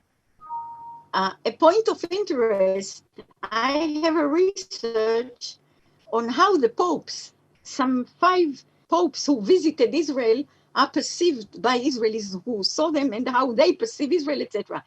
And the main point is that popes who had personal contacts with a Jew, a friend, a childhood friend, a lady in the underground, etc., had more positive attitudes toward Jews in general and Israel. So there you go. You're right. Thank you so much, Dina. It seems to be a natural rule that getting used to things make or improve acceptance and tolerance and things that can we share and have in common and make the world a better place. Guys, it was very enriching. The time is running. 10 seconds I see on my watch are left for us. Again, thank you really so much to have those prestigious studies for the summit and two proven scientific oriented people, Professor Dina Porat and Dr. Joachim Rother, Tel Aviv University, Bertelsmann Stiftung in Germany, Yad Vashem. And Yad Vashem, chief historian, of course, which is a big point also in the summit. Your colleagues also gave us really enriching facts and news and findings about their work already in the summit. So thanks again. Thank you. And stay with us. The summit will continue. Thanks very much, Mike. And back to our hosts, Susanne Glass and Jenny Havemann. Thank you.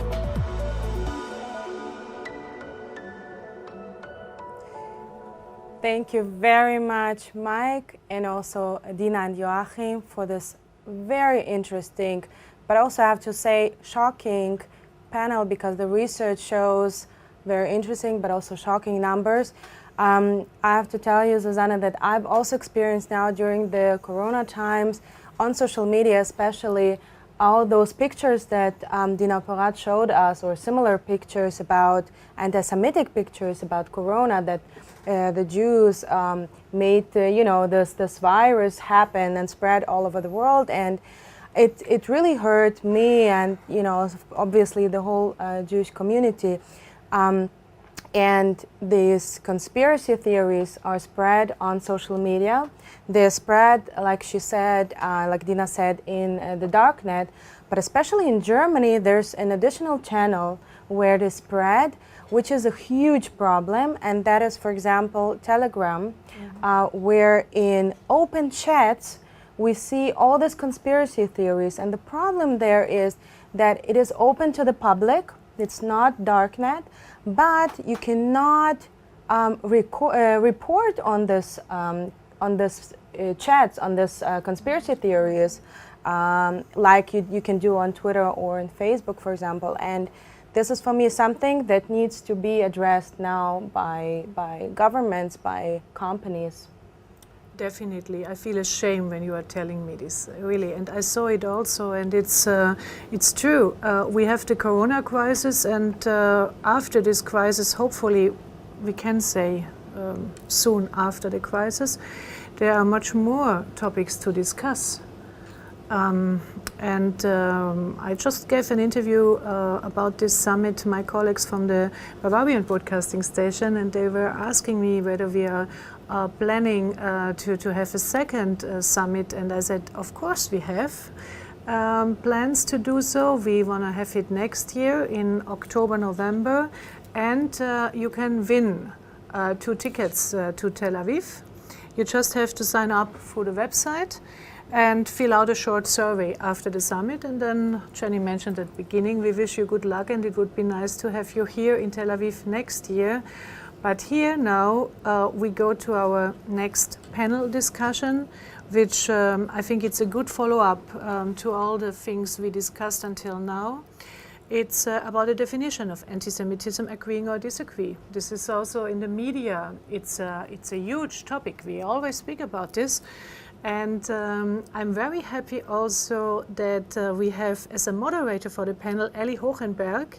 She's a diplomatic correspondent for I24 News in Israel. Ellie, we are very happy to have you here with your interesting panelists. So the panel, the podium is yours.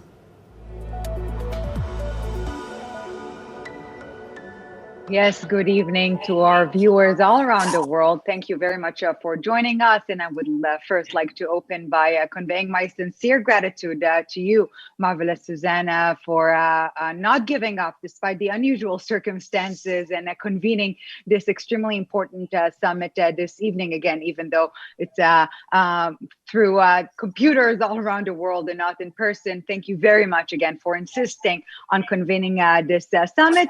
And indeed, we have a great challenge this evening to define anti-Semitism, if it's even a possible task. And I would like to first, of course, start by presenting our distinguished panelists this evening. Mr.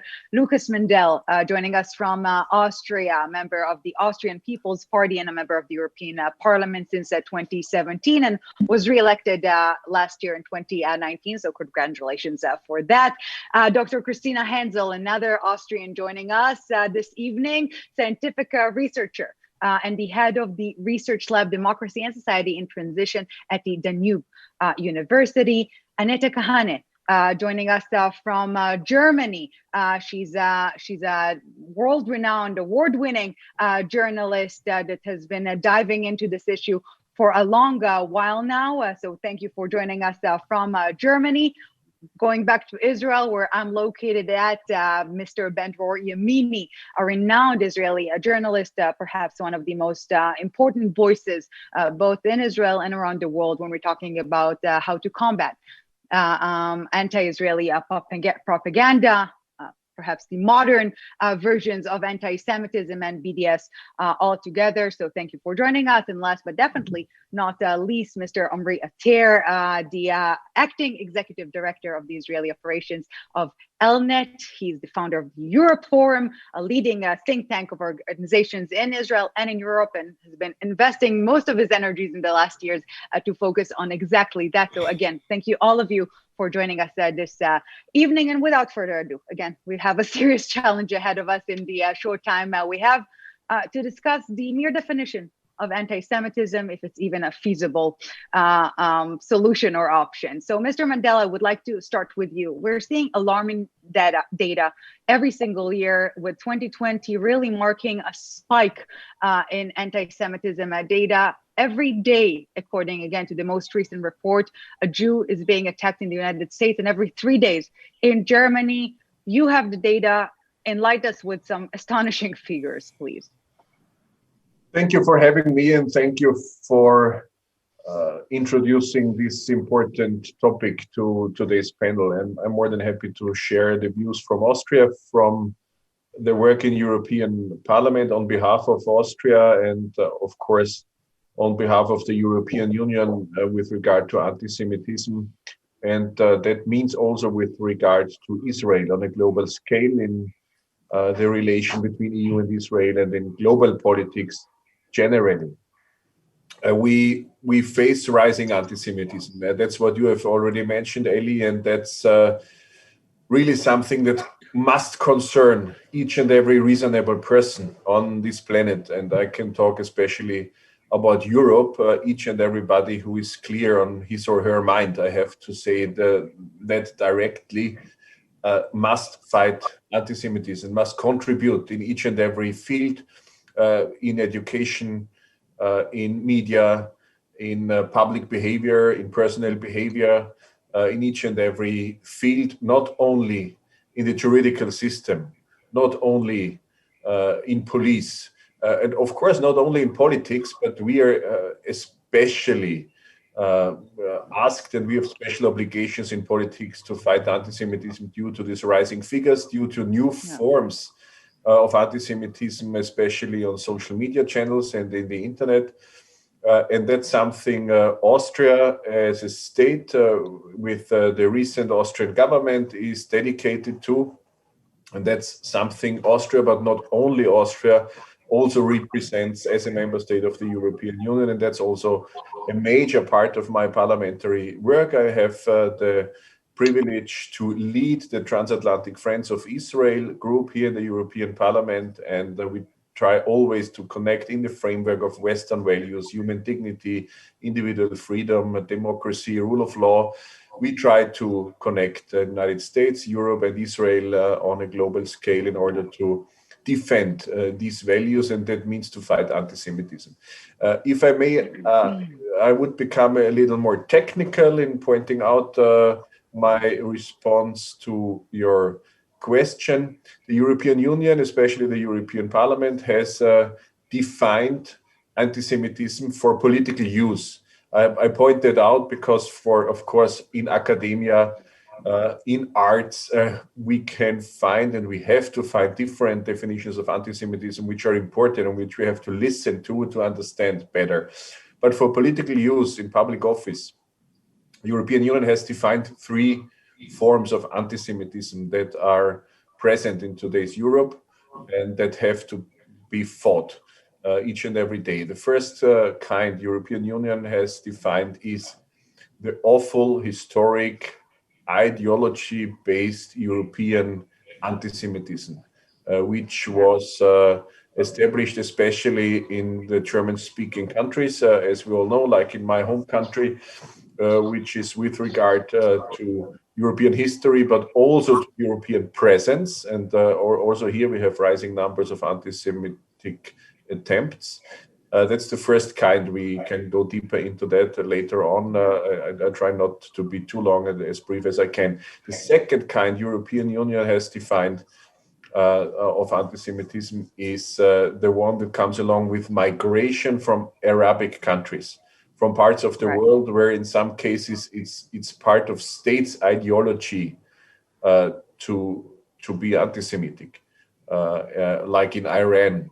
And it's also very present in other societies in the Arabic world, also in the education systems there when it comes to school books and other means and measures that are used in education systems. And of course, this is a rising issue as far as migration becomes more towards Europe. And the third kind of anti-Semitism European Union has defined in order to deal with it politically is anti-Zionism. So to deal with Israel differently than with other countries or the other parts of the world, it means to use double standards towards the state of Israel, to deny actually the right of existence for the state of Israel. And that's important because all kinds of anti-Semitism sometimes come along in a hidden form. Sometimes it's hidden, but what's behind some so-called position or opinion, but anti-Semitism is a crime, not a position or an opinion, but something that comes along seems for people who are not maybe well enough educated, seems proper or legitimate, but in fact it's anti-Semitic, it's a crime. And that happens especially in the political field, especially with regard to the state of Israel. And that's one of the reasons why we try each and every day to connect more with the state of Israel. Austria does it today. The Austrian Chancellor Sebastian Kurz has defined the positive relation and partnership, friendship with Israel as part of the so-called Staatsräson, of the raison d'être, of identification issue of today's Austria, understanding of our own country, to have this partnership. And we also try to establish this understanding on a European level. And this is not only with regard to fight anti-Semitism, that's of course important, it's also with regard to mutual interest, to win-win scenarios which are created if we work together with Israel in the field of science research, for example, in the field of economy, and in many different fields, of course, in the field of security, where we all benefit a lot from the Israeli security structure that's provided there. Absolutely, these are Mr. things- Mandel. I think you really pinpointed the main talking points for us this evening. Let it be on the governmental level or organizational level, which Mr. Atir will address later. The definition or tension rather between anti-Semitism and anti-Zionism, something Mr. Ben-Vor Yamini has been renowned for. And of course, there is the public sphere or educational level, which our female colleagues this evening can contribute in this respect. And I would like to move on to Dr. Hensel. You've been researching this exact issue and interviewing dozens of people on that specific matter. You know, we're seeing this alarming data of, again, daily attacks in the States, almost daily attacks in Europe, but behind every attack or a showcase of anti-Semitism, there is an individual. So what are your main impressions or inputs from the, again, multiple interviews you've been conveying in the last years? Well, actually, thank you very much for the invitation first. I would like to make 2 points. The one is to tell you a little bit about my background. I've been teaching civic education, emphasizing on anti-Semitism like for 10 years at Danube University, and we are mostly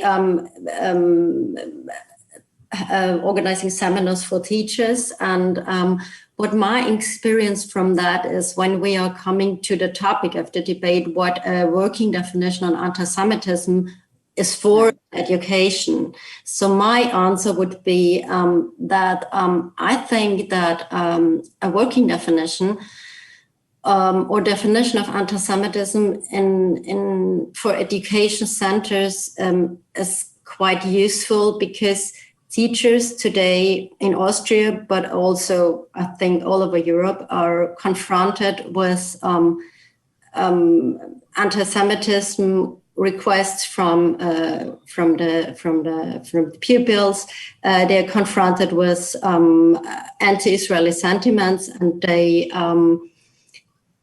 have problems to talk to the pupils about that, because it's a very emotional debate. It's debated all over, as you mentioned, in social media. They hear various forms, and it's very difficult for them to react. So I think the positive of a definition is that it gives you a tool along you can debate various examples on and forms of anti-Semitism. Of course, you have to make the point that you always have to see the motivation behind it, or you have to put in mind the context where it happens and how it is argued.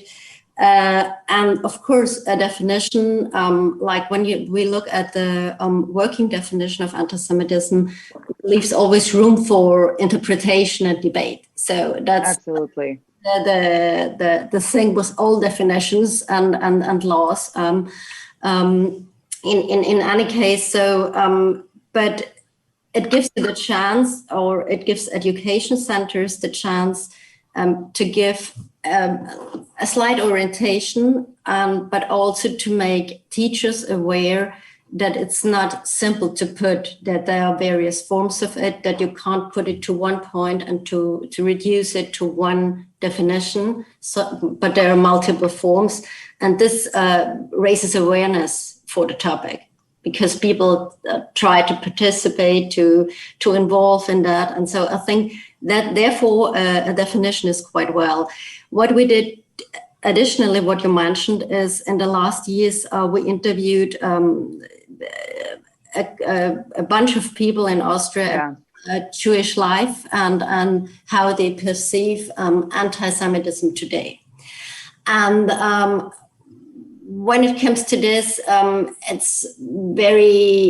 feelings are very mixed. It's very difficult to make it up for one point now, but there is, what comes very often is that people come to me and say, what are you doing in Israel? And they say to people who have maybe never been in Israel, or once or twice, which are even not religious, And so they feel offended by that, And the second thing is that there is a rise in I would call them classic symbols of anti-Semitism, like small connotations.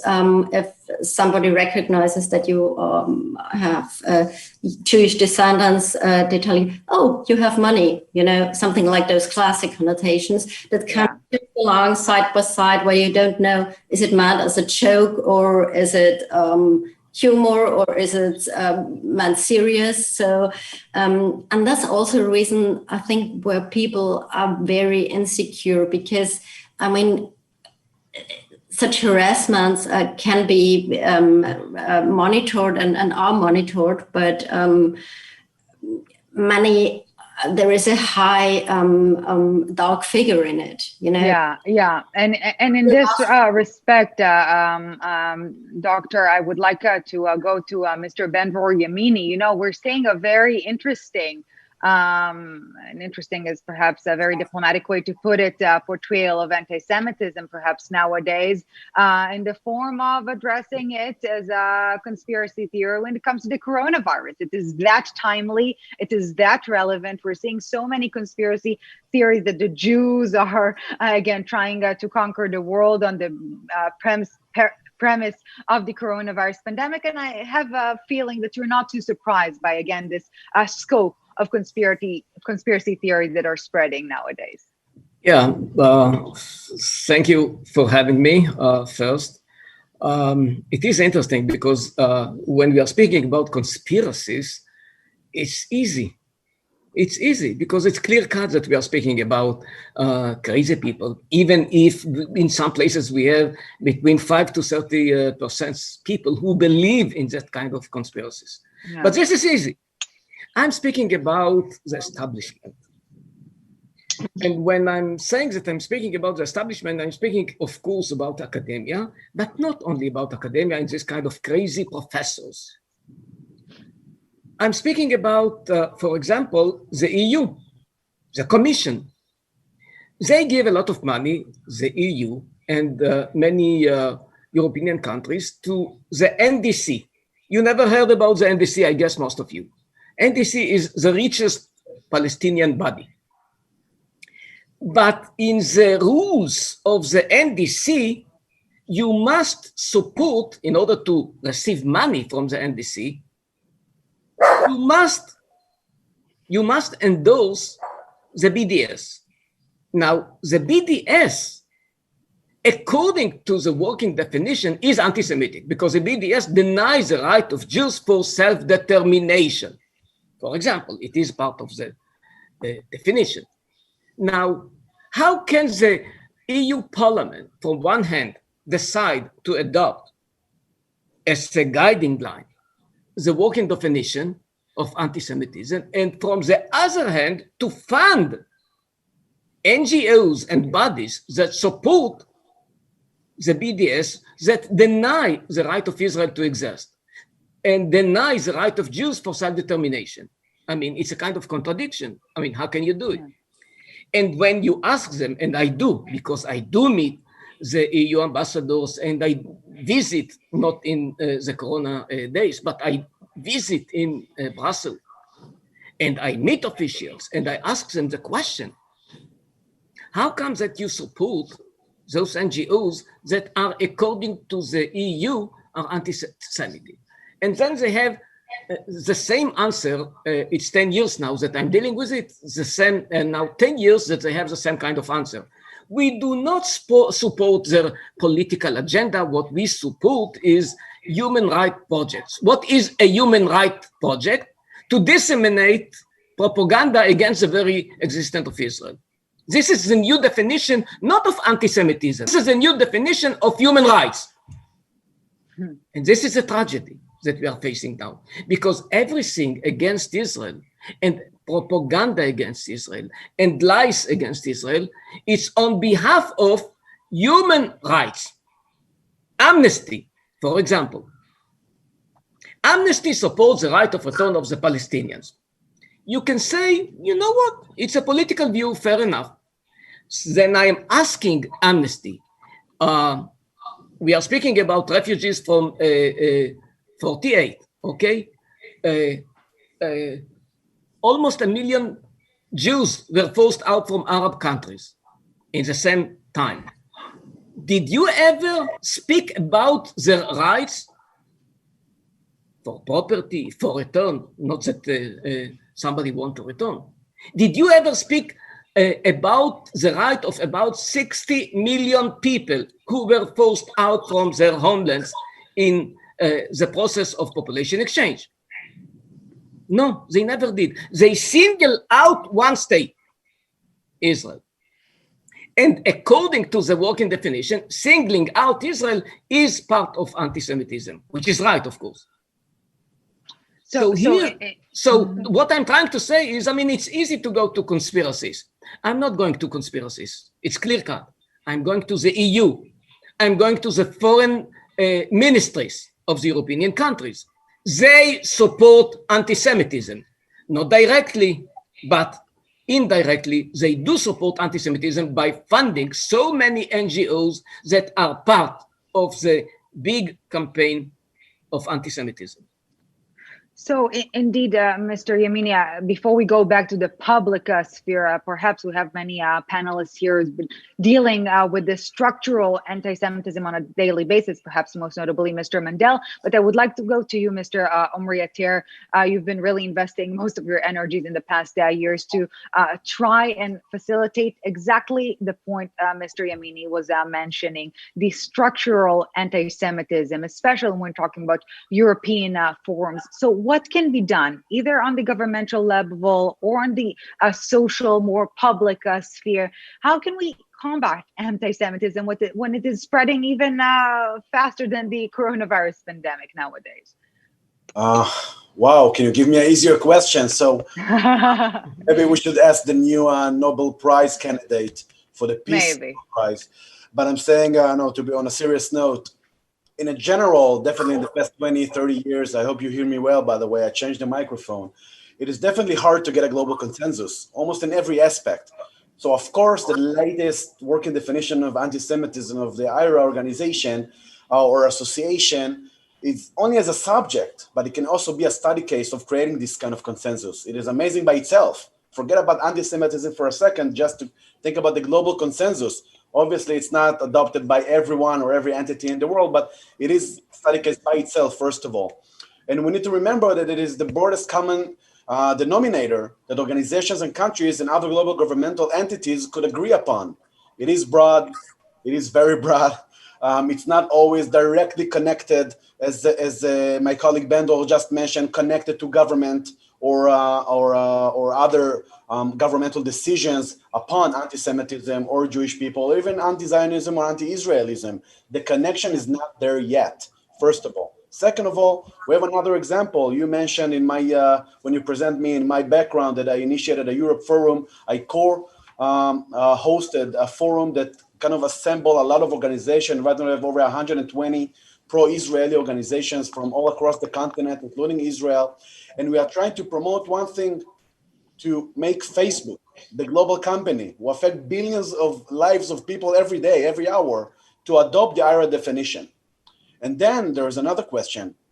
Are governments or governmental entities, as Bendor just mentioned, like the EU or other global entities, are relevant to our lives anymore?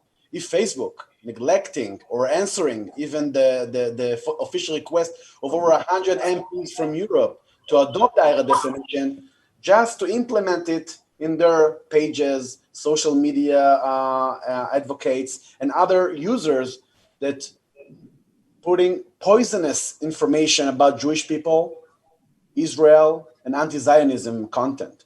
Is it possible at all? So I'm saying also, thinking about as a global coalition, to involve governments. Obviously it will not be easy. Every government is by itself. The EU is not the United States of Europe, obviously, as we know. And it will be extremely difficult. This is why local efforts and local teams and local organizations together with communities, there's a lot to achieve still. There's a lot of progress. We have been done definitely in the past year with all these adoptions.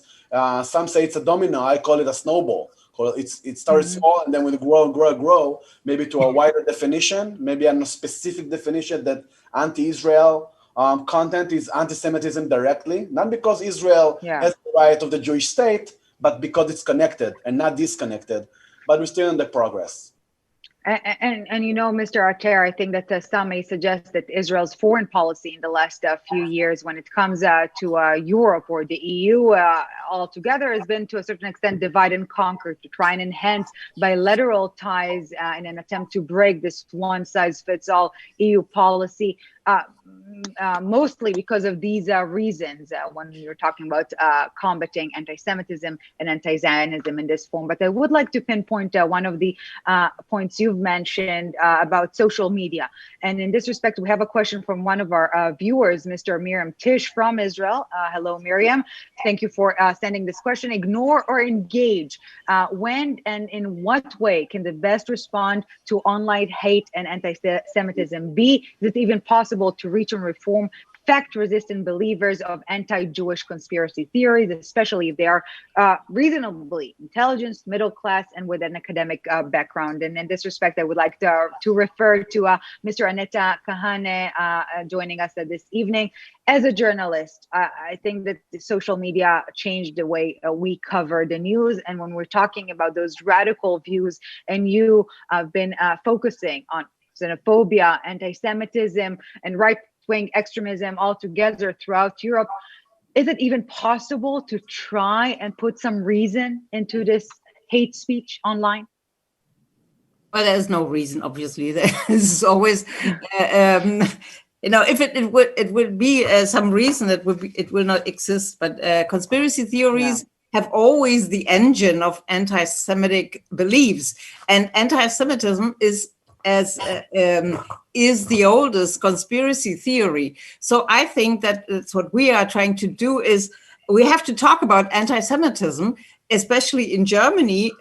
People always said, well, we were talking a lot about the Shoah, and so now we know everything about anti-Semitism, but it's not true. Nobody knows really what it is.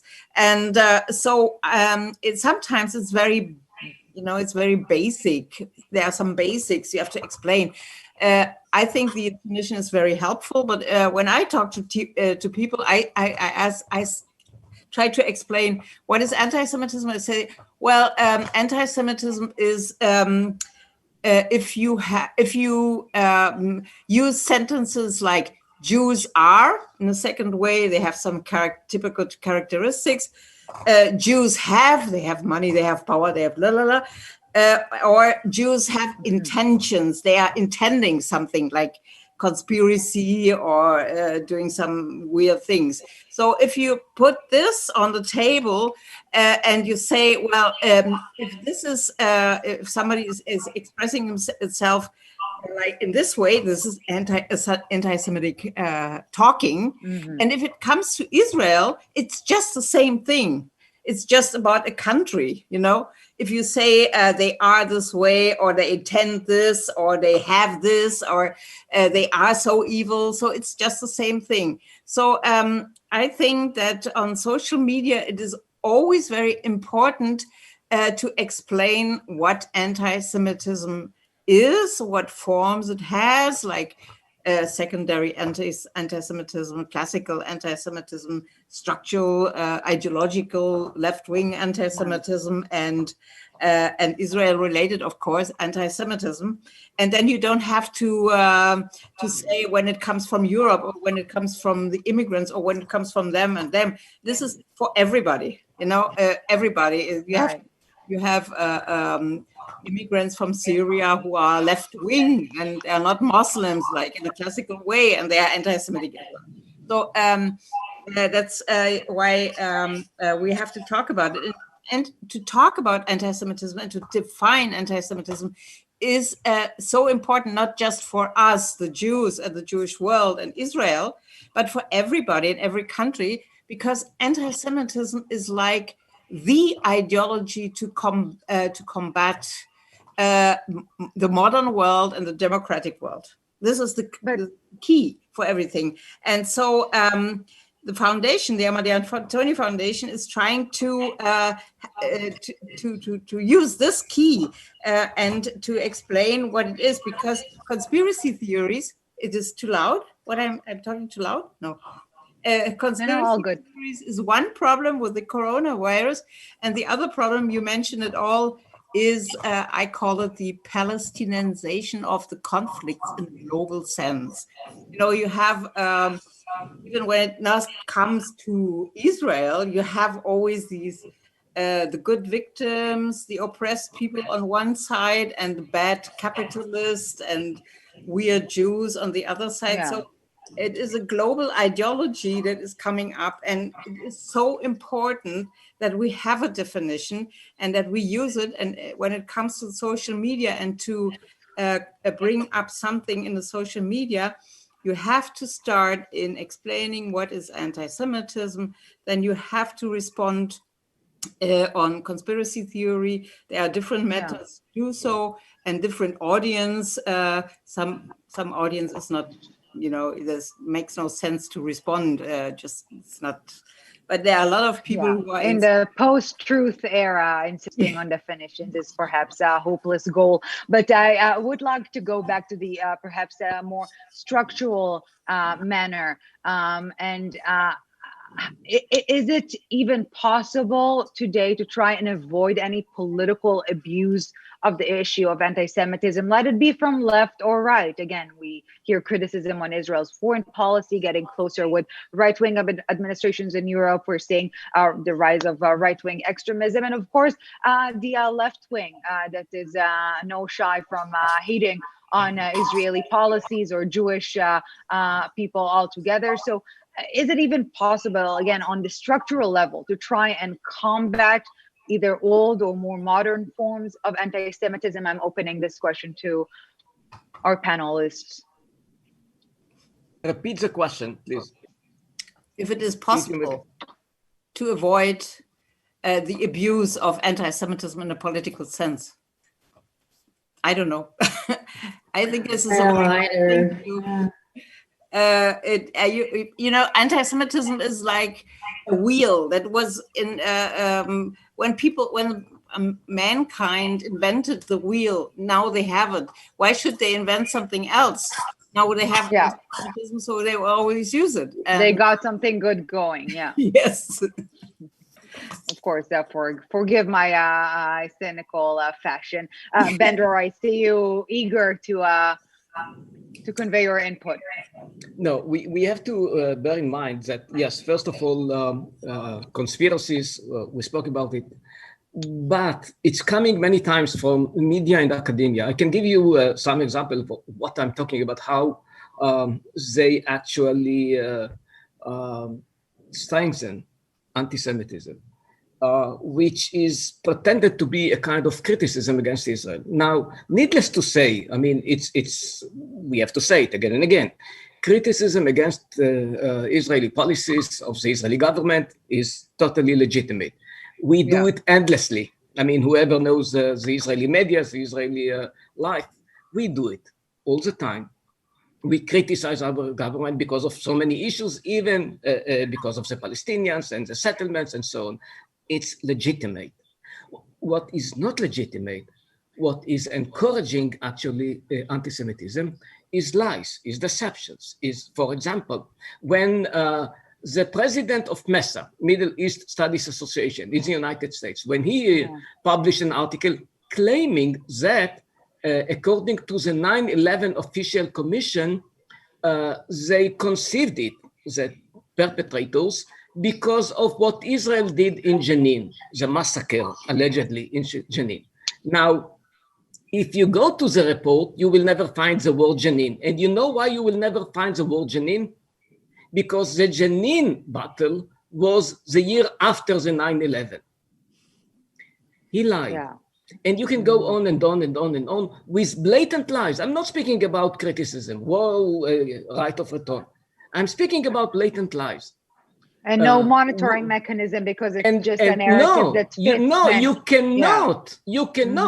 You cannot do anything, because actually it's freedom of expression. Freedom of expression includes lies. And actually the oldest fake news is anti-Semitism.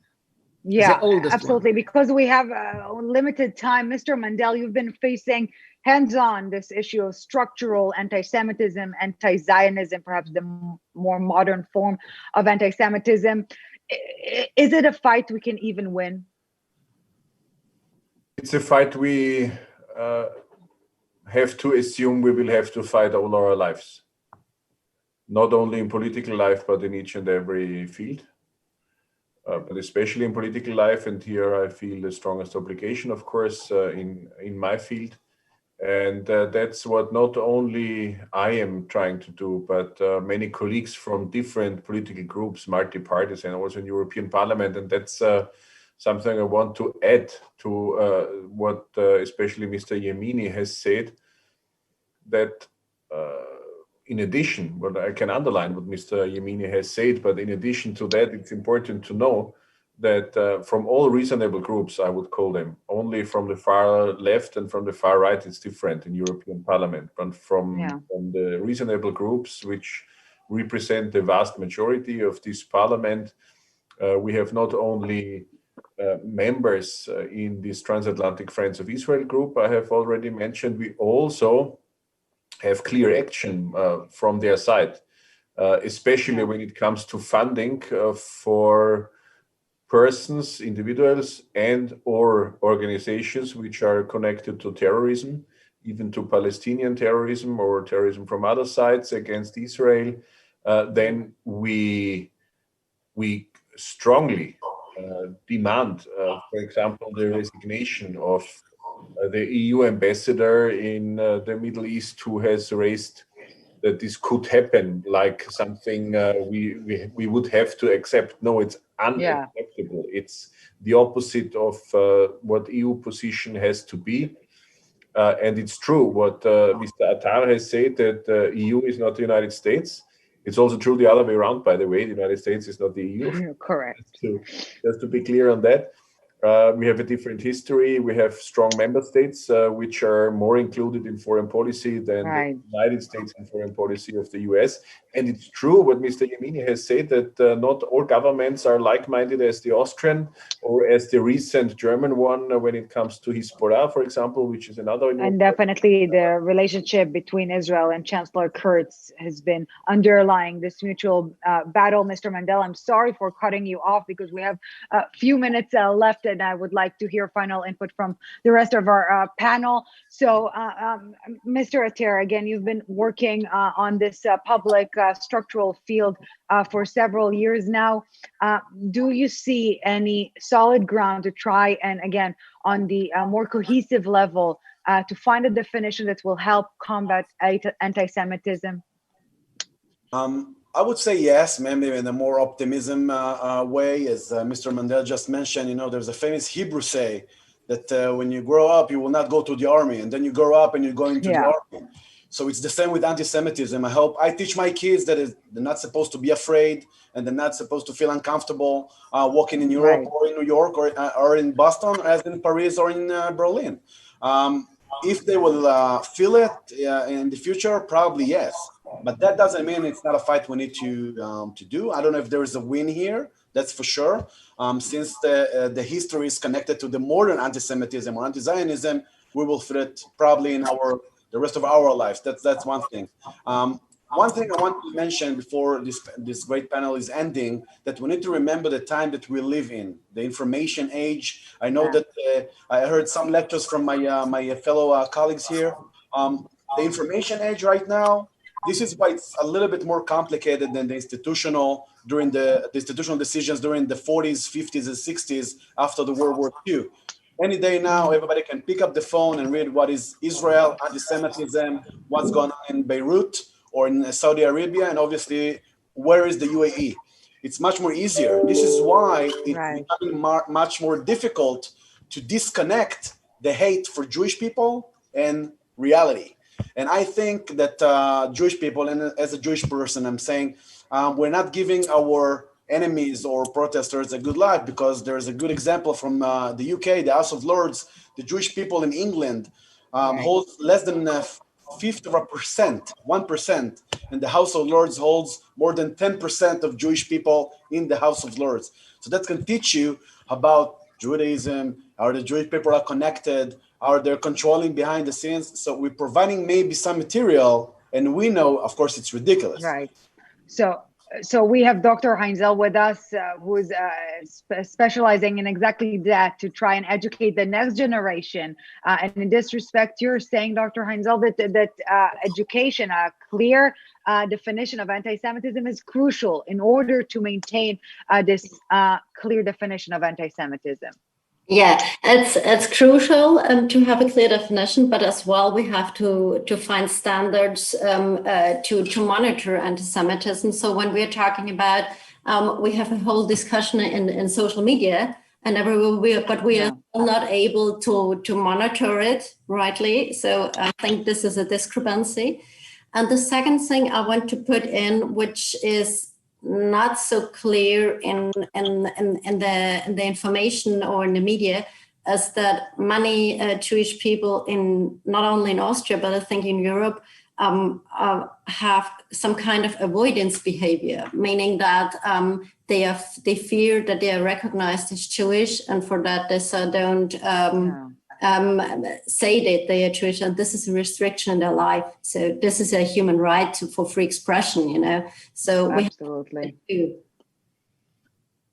Absolutely. Ms. Kahana, we have 30 seconds left. I'm terribly sorry for cutting you all off. Please, your final ending note input. Just a very, very short. I think it's good that we are discussing all this and that we are talking about anti-Semitism, because for many years since the war, nobody was discussing it. So this is an optimistic thing. You know, we cannot fight anti-Semitism if you don't talk about it. Absolutely. I'm very grateful to be here tonight. I couldn't agree further. And even though we could have continued this stimulating discussion for hours, I must say that as the granddaughter of no less than 4 Holocaust survivors from the European continent, I feel more reassured than ever knowing that people like yourselves are trying to better our situation worldwide. So dear panelists, again, thank you very much for your time this evening and for your overall effort in raising awareness to this important issue of defining and maintaining perhaps a definition of anti-Semitism. Thank you very much for fighting this ancient demon, and thank you to our viewers who've been watching. I hope you enjoyed our conversation, and once again, big thanks to the team of this media summit, Mela, Adrian, and most notably Jenny, and the marvelous Susanne, again, for not giving up and convening the summit through our mobile phones or computers. Well done. Thank you again, dear panelists, and I hope you enjoyed the discussion. To be continued, I guess, unfortunately, an everlasting debate. Thank you all very much for your time this evening. Thank you very much, Ellie, as well. Bye-bye. Thank you.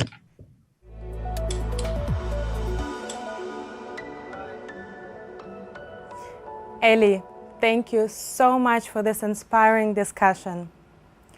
Wolf Biermann is not only one of the most important German poets, authors, and intellectuals, but he's also my father-in-law. So he could not say no when we invited him to speak at our summit. And my incredible co-founder of the summit, Susanne Glass, who is head of the ARD-Studio Tel Aviv and chief correspondent of ARD Israel and the Palestinian authorities, will now speak with Wolf Biermann about populism and extremism. Please, Susanne.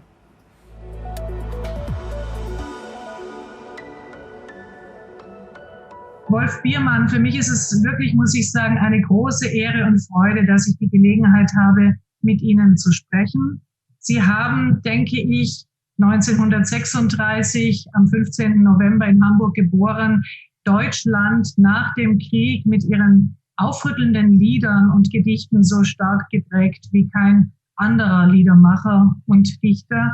Ihr Leben war immer bestimmt auch vom Kampf und vom Überleben in 2 Diktaturen, in der Nazi-Diktatur und in der DDR-Diktatur. Unser Thema, über das wir heute sprechen wollen, soll ja sein Umgang mit Extremismus und Populismus. Und das möchte ich jetzt gerne nicht nur abstrakt mit Ihnen erörtern, sondern anhand Ihrer ja wahnsinnig interessanten Biografie, wenn das für Sie in Ordnung ist. Ja, meine Biografie habe ich ja nun auf Druck meiner Frau Pamela geschrieben. ich schreibe eigentlich lieber Gedichte und Lieder, aber nun habe ich es gemacht und da habe ich doch einiges mitgeteilt und ich ahne schon dunkel, Sie haben in das Buch schon reingeguckt, oder? Ich habe da reingeschaut und ich habe mir auch sehr viele von Ihren Interviews schon durchgelesen. Da gibt es ja ganz, ganz tolle, spannende und auch polarisierende Aussagen. Ich würde aber gerne, weil es geht ja hier jetzt auch sehr stark um Israel und Europa, beginnen mit der traurigen Geschichte Ihres Vaters, Dagobert, ein Kommunist, Werftarbeiter, der 1943 in Auschwitz ermordet wurde, wie eigentlich seine ganze jüdische Familie dann auch in die Deportation und in den Tod geschickt wurde. Ihr Vater hat in der Werft Nazi-Kriegsschiffe sabotiert und wurde deshalb nach Auschwitz. Stimmt. Mein Vater ist im Grunde in Hamburg an der Front im Spanischen Bürgerkrieg gegen General Franco gefallen, könnte man sagen, als Soldat gegen die Faschisten in Spanien, denn er hat die Waffenschiffe sabotiert, mit denen Adolf Hitler seinem Kollegen General Franco die Legion Condor Waffen geschickt hat, die Flugzeuge und die Panzer, mit denen der General Franco sein eigenes Volk niedergeschlagen hat damals. Und statt seinen kleinen jüdischen Hintern zu retten, wofür er ja nun allen Grund hatte in der Nazi-Zeit, denn er hatte ja schon 2 Jahre gesessen, von 33 gleich Anfang bis 35. Dann kam er raus, was sehr gut war, weil dann hat er mich gezeugt. Aber statt nach England zu fliehen oder nach Palästina oder sonst irgendwo, nach Frankreich oder USA, was macht dieser Mensch gegen die Nazis und ohne Rücksicht auf seine privaten Nöte als Jude? Er war ja Kommunist. Der hatte fast vergessen, dass er nebenbei auch noch Jude ist. Darauf haben die Nazis ihn erst erinnert. Und so kam er dann, wie Sie ja wahrscheinlich gelesen haben in meinem Buch, nicht als Jude ins Gefängnis oder ins KZ, sondern als kommunistischer Widerstandskämpfer. Und weil man ihm nichts beweisen konnte damals, weil er schlau war, kriegte er nur 6 Jahre Gefängnis als Häftling im Zuchthaus in Bremen. Sie klingen sehr, sehr stolz auf Ihren Vater, aber Sie haben ihn ja kaum gekannt. Sie waren noch sehr, sehr klein, wenige Monate, wenn ich das noch richtig in Erinnerung habe. Also dann. Naja, ich bin ein 8-Monats-Kind. Ich habe mich etwas beeilt um 1 Monat, damit er mich noch etwas länger sehen kann. Aber als ich 3 Monate alt war, wurde er leider verhaftet. Mein Vater saß als politischer Häftling, als Widerstandskämpfer in Bremen, Oslepshausen im Gefängnis und musste, weil die brauchten Heizungsmittel im Moor, Torf stechen, Brennmaterial, und war in einem Außenlager bei Bremen in der Lüneburger Heide. Und da war alles ein bisschen durcheinander. Es war nicht der normale Betrieb in diesem Außenlager, wo die Häftlinge eben Torf stechen mussten. Und da gelang es meiner Mutter auf fantastische Weise, mich Kleinen mit reinzunehmen zum sogenannten Sprecher, heißt das, zum Besuch bei meinem Vater 1/2 Stunde. Und da habe ich ihn gesehen, als ich 5 Jahre alt war.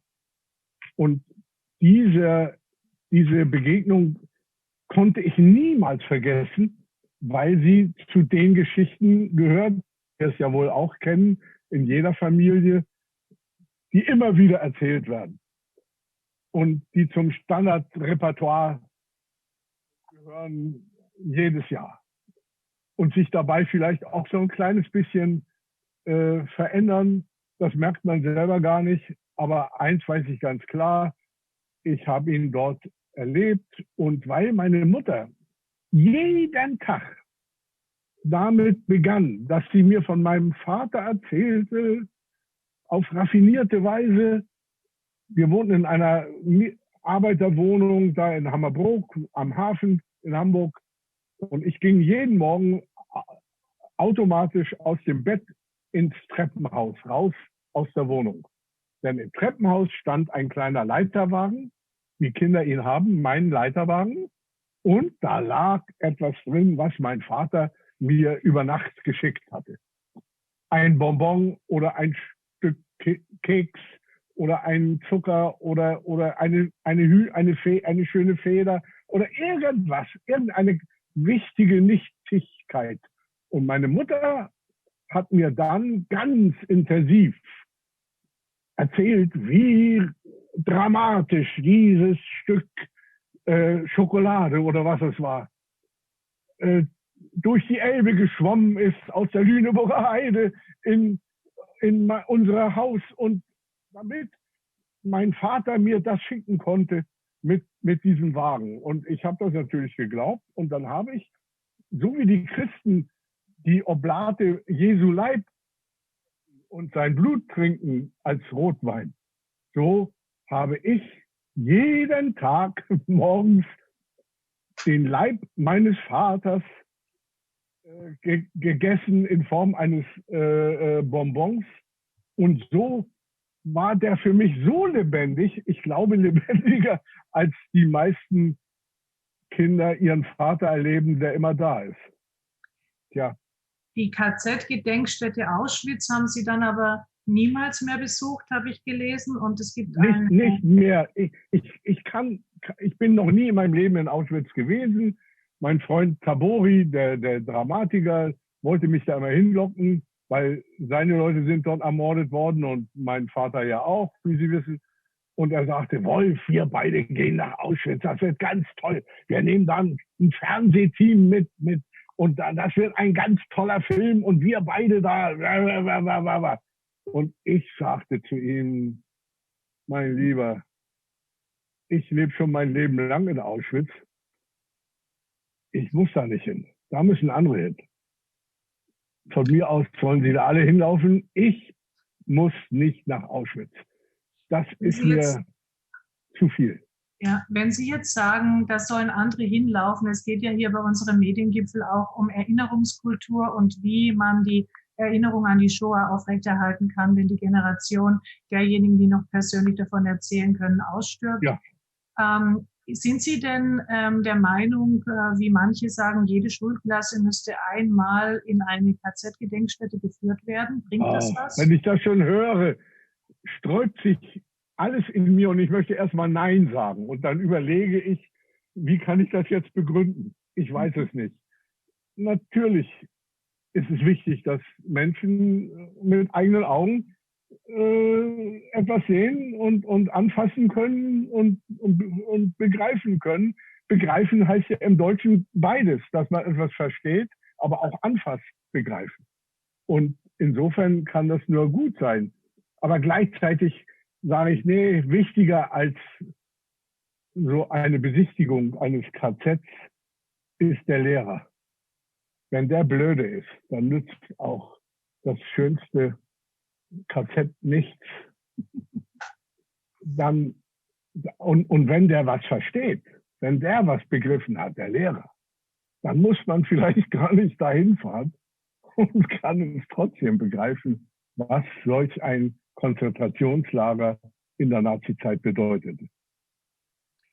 Da gibt es ein anderes sehr schönes Buch noch von Ihnen, Barbara, Liebesnovellen und andere Raubtiergeschichten. Ja, ja. Da deuten Sie an, dass Sie die Schwelle eines Bahnhofes, der Deportation des jüdischen Teils Ihrer Familie, zu einer Art Mahnmal funktioniert haben. Naja, Mahnmal ist ein großes Wort. Das war gerade in der Zeit, als die Deutschen darum stritten, ob das Mahnmal im Zentrum von Berlin-Mitte, diese Betonblöcke da, ob das nun richtig ist oder eine Schande oder so. Großer Streit, das weiß ja jeder. Und in dieser Zeit besuchte mich mein Freund Nathan Sach, der alte Dichter. In Tel Aviv lebt er. Ein Berliner Judenkind, der ist 6 Jahre älter als ich, mit seinen Eltern floh nach Israel, also nach Palästina. Israel gab es ja noch nicht. Das Land Israel gab es schon immer, aber den Staat Israel gab es nicht. Und da landete er nun, dieses Berliner Judenkind, und hieß dann nicht mehr Zeitelbach, sondern Zach, kurz gesagt, auf Hebräisch, und wurde ein hebräischer Dichter. Und der alte Kerl besuchte mich hier in Hamburg zum ersten Mal. Und wir waren natürlich ein Herz und ein Sparkassenbuch, das ist doch klar. Wir gehören ja zusammen. Wir sind ja Mischpacha, Mischpoche, sagen die Jiden. Und ich machte mit ihm eine Sightseeing-Tour durch mein Hamburg hier. Er muss ja auch mal was Schönes sehen im Leben. Und da wollte ich ihm unbedingt die Gleisanlagen zeigen, von denen aus meine ganze Familie und die Hamburger Juden alle nach Minsk deportiert wurden. Minsk. Wir reden jetzt in einem Moment, wo in Minsk haben, ja. der Weltgeist sich krümmt vor Schmerz und wo ich jetzt gerne hin möchte, um denen da ein Lied vorzusingen. Wissen Sie warum? Aber das muss unter uns bleiben. Weil ich darauf spekuliere, dass meine Leute aus dem Massengrab dann durch den Gesang gelockt werden und kommen aus den Gräbern wieder hoch und werden auferstehen im banalen Sinne, wie ich es meine, und freuen sich, dass das Volk sich wehrt gegen die Unterdrückung. Ich wollte Sie gerade fragen, was für einen Titel dieses Lied für die Demonstranten in Belarus haben könnte, aber das wäre dann so eine Art wie Ihr Lied Gräber? Ja, weiß ich nicht. Auf jeden Fall werde ich wahrscheinlich nicht dahin kommen.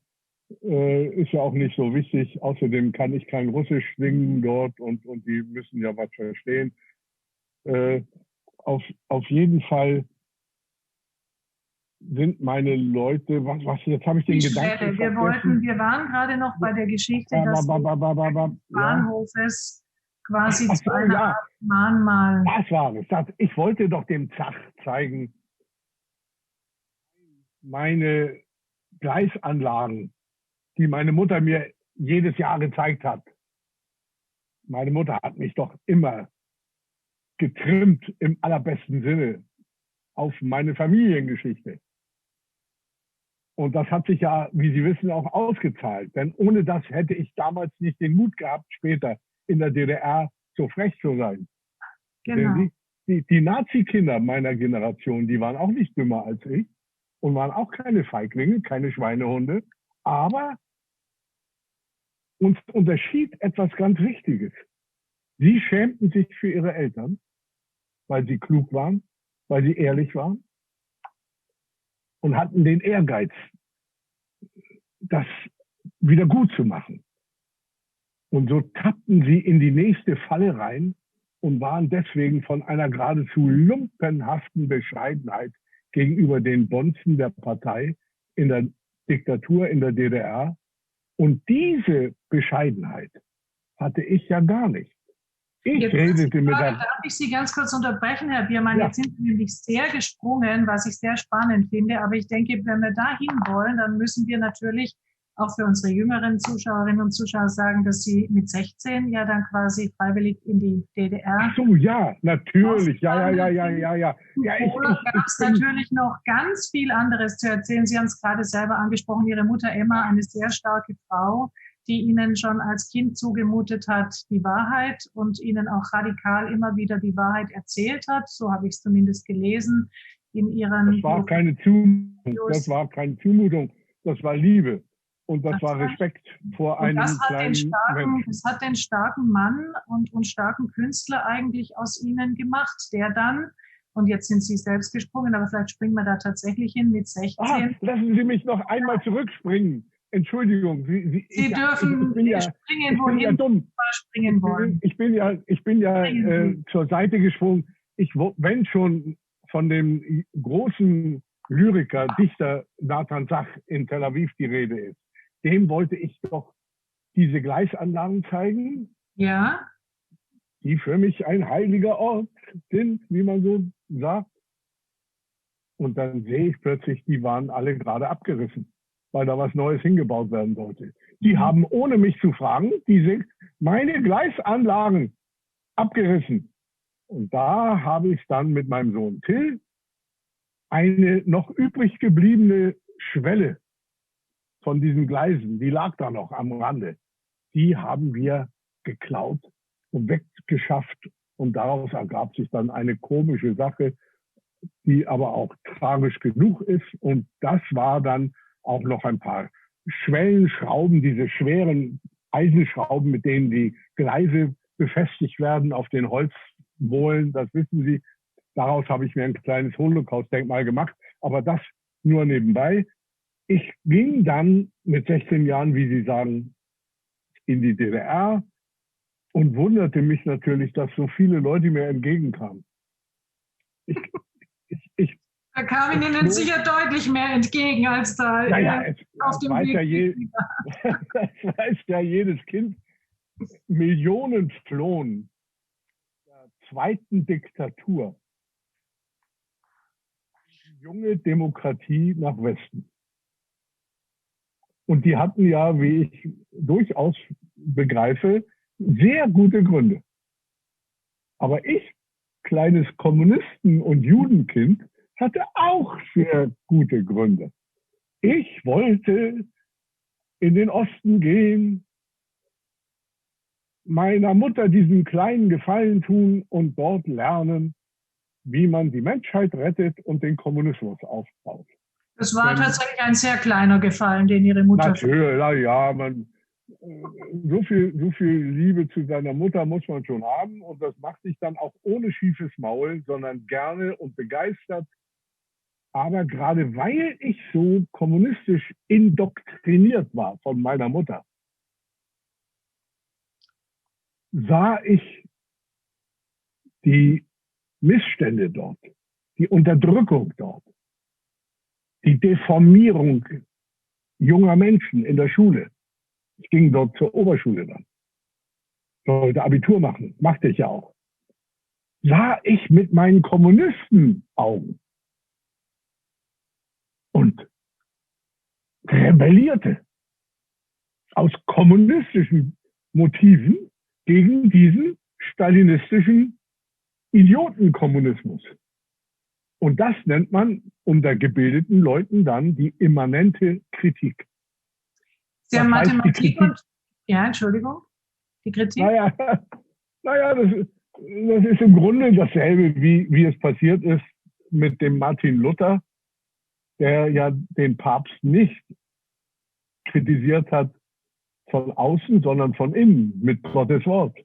Und das wiederholt sich immer in der Geschichte, dass man von innen her kritisiert. Sie haben Mathematik und Philosophie studiert, aber natürlich dann sofort auch die Kunst entdeckt. Ich denke, es war Ihre Rebellion, mit Liedern zu rebellieren, mit Gedichten zu rebellieren.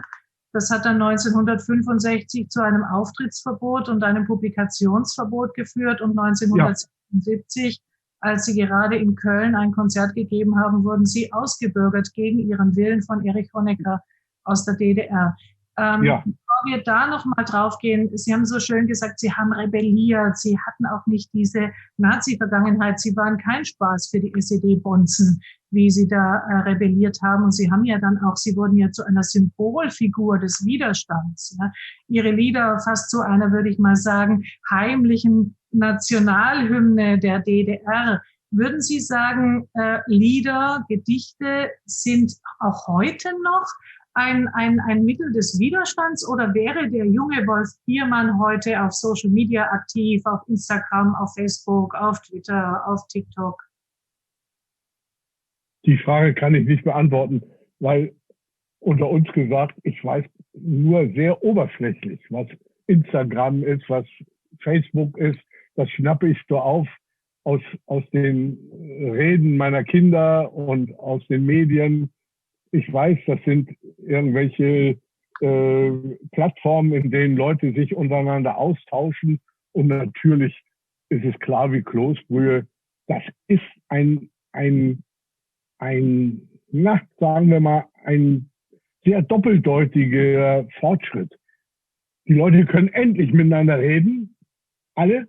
Es ist demokratisierend. Und gleichzeitig verwandeln sie sich in eine Ware in den Händen der Leute, die so ein Massenmedium betreiben. Denn die verkaufen dann die Daten, die dort sichtbar werden, an die Leute, die damit entweder kapitalistische Werbung machen und ihre Sachen besser verkaufen wollen, durch eine mathematische Leitung zu den interessanten Themen, die bei jedem Menschen anders sind. Also zielgerichtete Werbung. Aber auch für die Diktaturen ist das ein unglaubliches Machtmittel. Das sieht man ja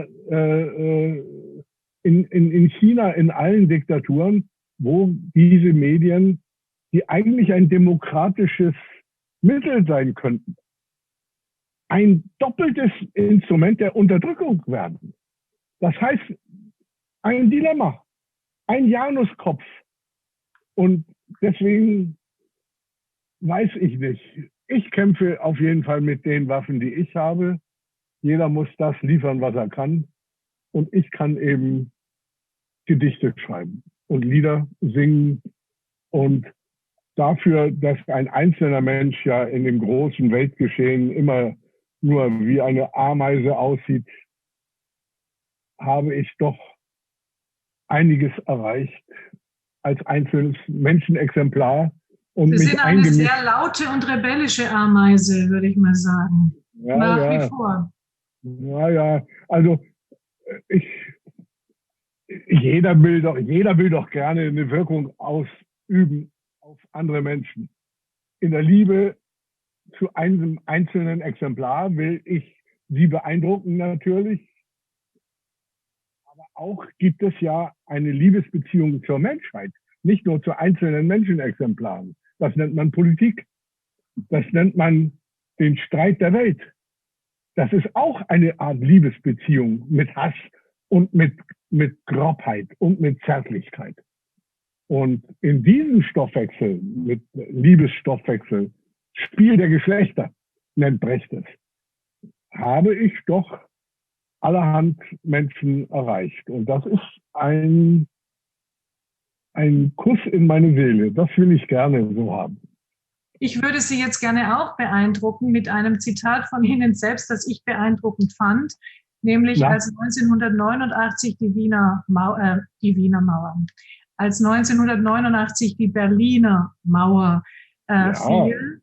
Da haben Sie sinngemäß gesagt, Sie hätten damit nie gerechnet. Sie sind davon ausgegangen, die würde ihr ganzes Leben lang noch stehen. Und dann gibt es dieses Zitat, wo Sie sagen, in meinem melancholischen Zweckpessimismus hat es mich überrascht, aber ich war schließlich überglücklich enttäuscht. Meine Frage, das ist ein sehr schönes Zitat, fand ich. Typisch meine Manier, meine Masche könnte man auch sagen, mein Vergnügen, den Widerspruch, der in den Dingen ist, zur Erscheinung zu bringen. Den dichte ich ja nicht rein in die Dinge, diese widersprechenden Gefühle. Man ist froh, dass eine Diktatur vorbei ist. Wer sich darüber nicht freut, der taugt ja nichts.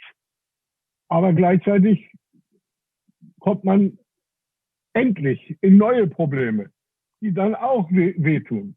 Und das erleben wir ja in Deutschland. Ja, das ist jetzt nämlich meine Frage. Widerspruch. Einerseits, die Leute wollten die Freiheit, gerade im Osten. Und dann hat man aber relativ unmittelbar danach gesehen, ja, dass der Rechtsextremismus extrem stark war. Auch heute noch in Ostdeutschland. Woher kommt denn das, dass die Menschen heute noch diesen Rechtsextremen, vor allem in Ostdeutschland, aber eben nicht nur hinterherlaufen?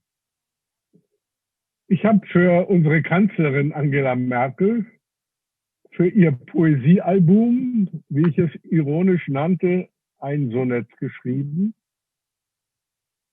Und darin ist am Ende die Zeile: gelernten Sklaven tut Freiheit halt weh.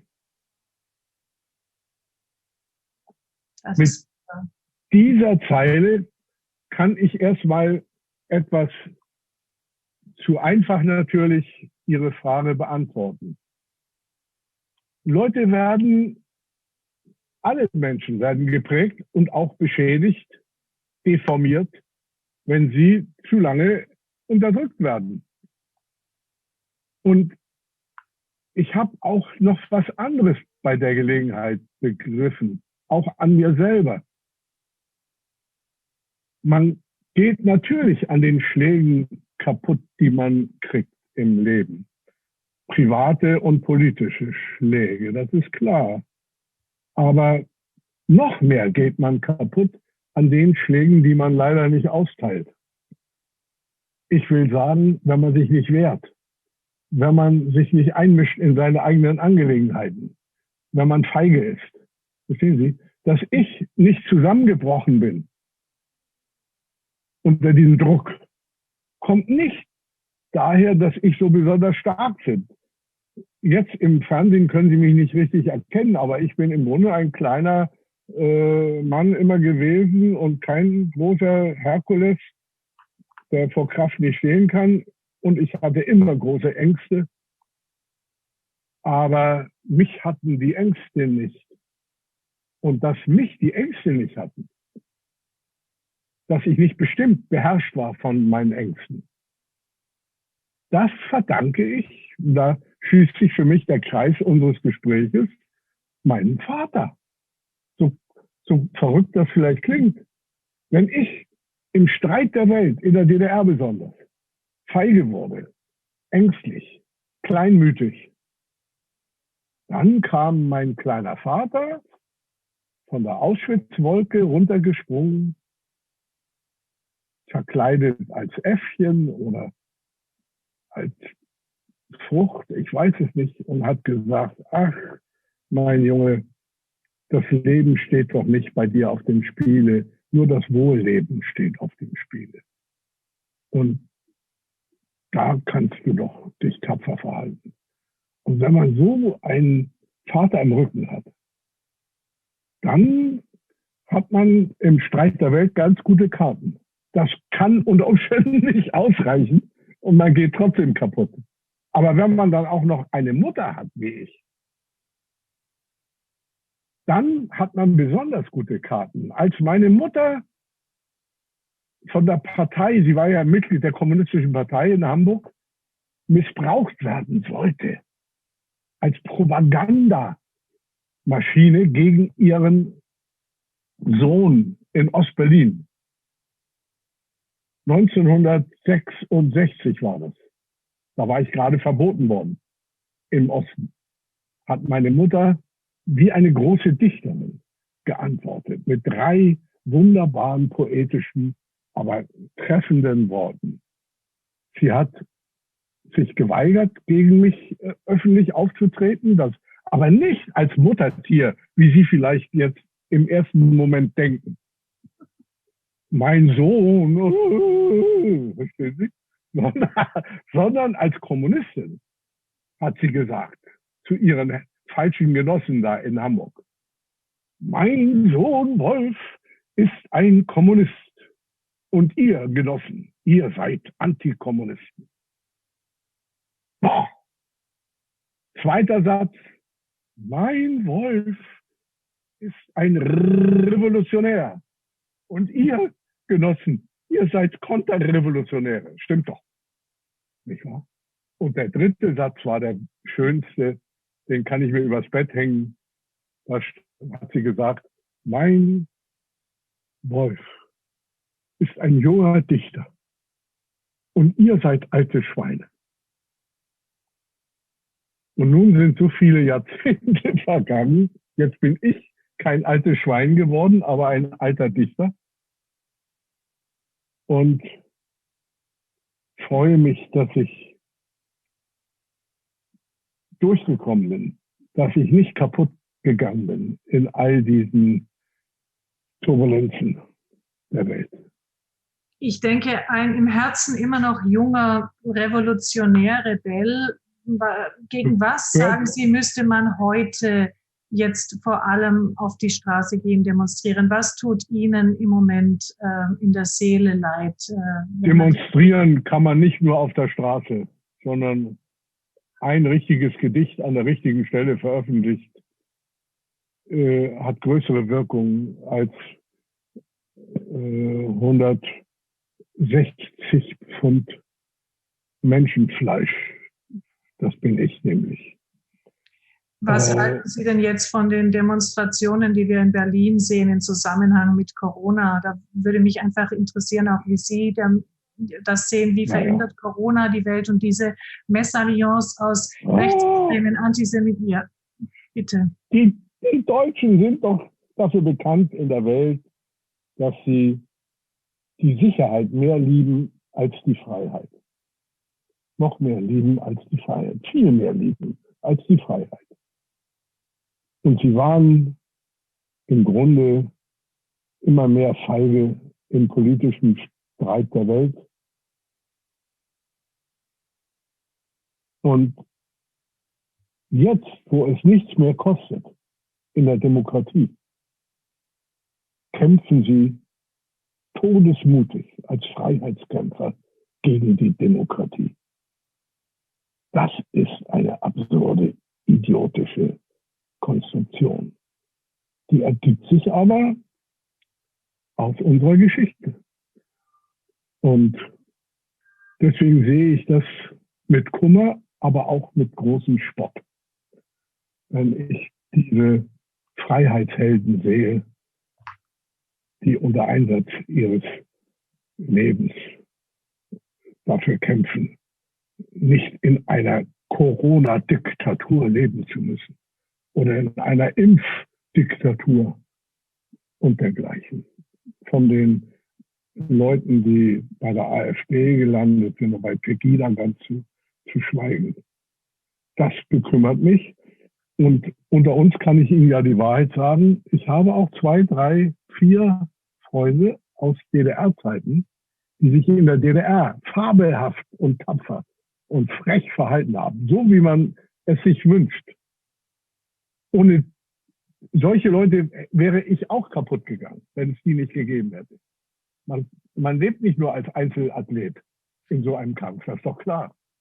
Aber solche Leute, wie zum Beispiel mein Freund Sigmar Faust, ein junger Schriftsteller damals, der schwer gefoltert wurde in Cottbus im Gefängnis und für den ich viel getan habe damals, um ihn rauszukriegen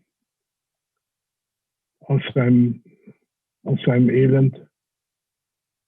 Die sind jetzt bei der AfD. Und jetzt komme ich in die schwierige Lage, kann ich den jetzt aus meiner Menschheit ausschließen? Und können Sie? Nein, Sie haben ja die AfD selbst, Sie haben ja die AfD, da gibt es auch ein nettes Zitat von Ihnen, einen stinkenden Resthaufen der Nazizeit genannt. Ja, natürlich. Ja. Aber Sie schließen Ihren Freund trotzdem nicht aus. Nein, er kann nicht mein Freund sein. Das ist ein bisschen zu viel verlangt. Das hat er verspielt.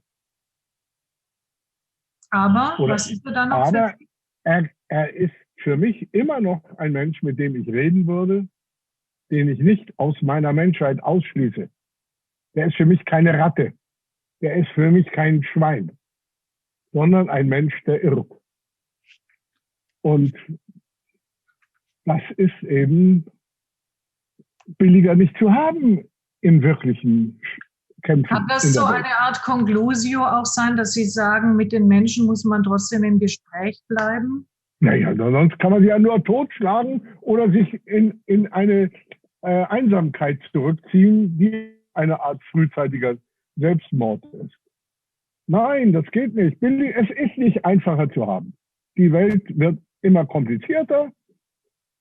Die Globalisierung führt ja dazu, dass die Welt immer komplizierter wird. Das heißt, sie war immer kompliziert. Das ist nichts Neues. Aber es kommt uns zum Bewusstsein. Das wussten wir früher nicht. Morgens trinke ich mein Tässchen Blut, wenn ich die Deutschlandfunk-Nachrichten höre, jeden Morgen, da trinke ich das warme, frische Blut von irgendwelchen Menschen in China oder in Australien oder Neuseeland, da dieses Attentat, oder in Paris oder sonst wo in Amerika. Früher sind solche brutalen Verbrechen auch passiert, aber man hat sie nicht morgens zum Frühstück frisch wie eine Tasse Kaffee. Oder der Anschlag am letzten Yom Kippur auf die Synagoge. Ja, natürlich. Ja. So, und nun ist es ist gar nicht komplizierter geworden, glaube ich, sondern die Kompliziertheit ist uns schärfer im Kopf, in den Bildern, im Fernsehen, in der Zeitung, im Radio. Verstehen Sie? Wir sind nicht mehr so schön geschützt vor solchen Informationen. Also wird die Welt gar nicht komplizierter, sondern die Kompliziertheit der Welt wird uns schärfer, schmerzhafter bewusst. Und dann hat man wahrscheinlich automatisch den Wunsch nach einfachen Lösungen. Dann sehnt man sich nach irgendeinem Idioten, der einem die Welt schön einfach erklärt und mit seinen Phrasen schön zudeckt. Und auf sowas falle ich nicht rein, und das verdanke ich wiederum meiner Mutter, weil ich von klein auf von ihr immer versorgt wurde mit der Wahrheit. Ich muss sagen, Herr Biermann, natürlich gefällt mir auch prinzipiell sehr gut Ihr Plädoyer für starke Frauen.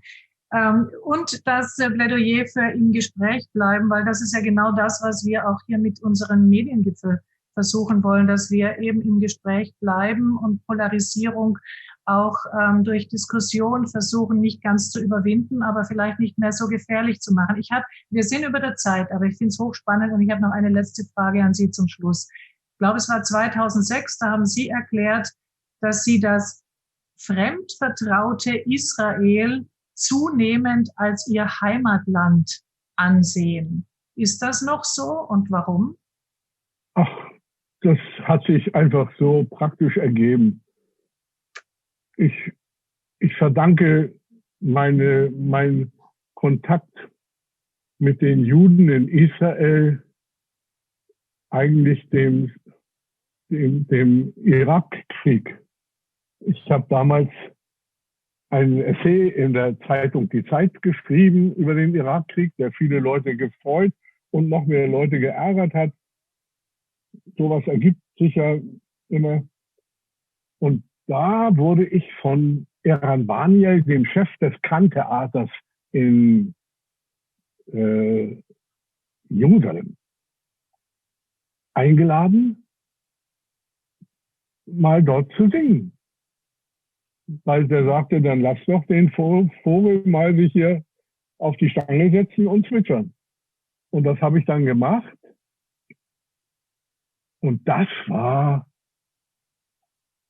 eine neue Welt, die ich dadurch entdeckt habe. Ich kam dann nicht nur zu Konzerten nach Tel Aviv und Haifa, wo man dann eben öffentlich singt, sondern auch in den Kibbutz Shvahim und vor allen Dingen erst in den Kibbutz Hazorea im Jezreeltal, wo die Deutschen Jecken in ihrem Kibbutz hatten natürlich. Und plötzlich wimmelte es von Leuten, die ich in Deutschland alle gar nicht kennen kann, denn die sind alle tot oder weggelaufen oder vertrieben. Und da sind die plötzlich alle. Das sind meine Leute. Und das war für mich, als wenn ich in der Stunde nach Hause komme. so verrückt ist das.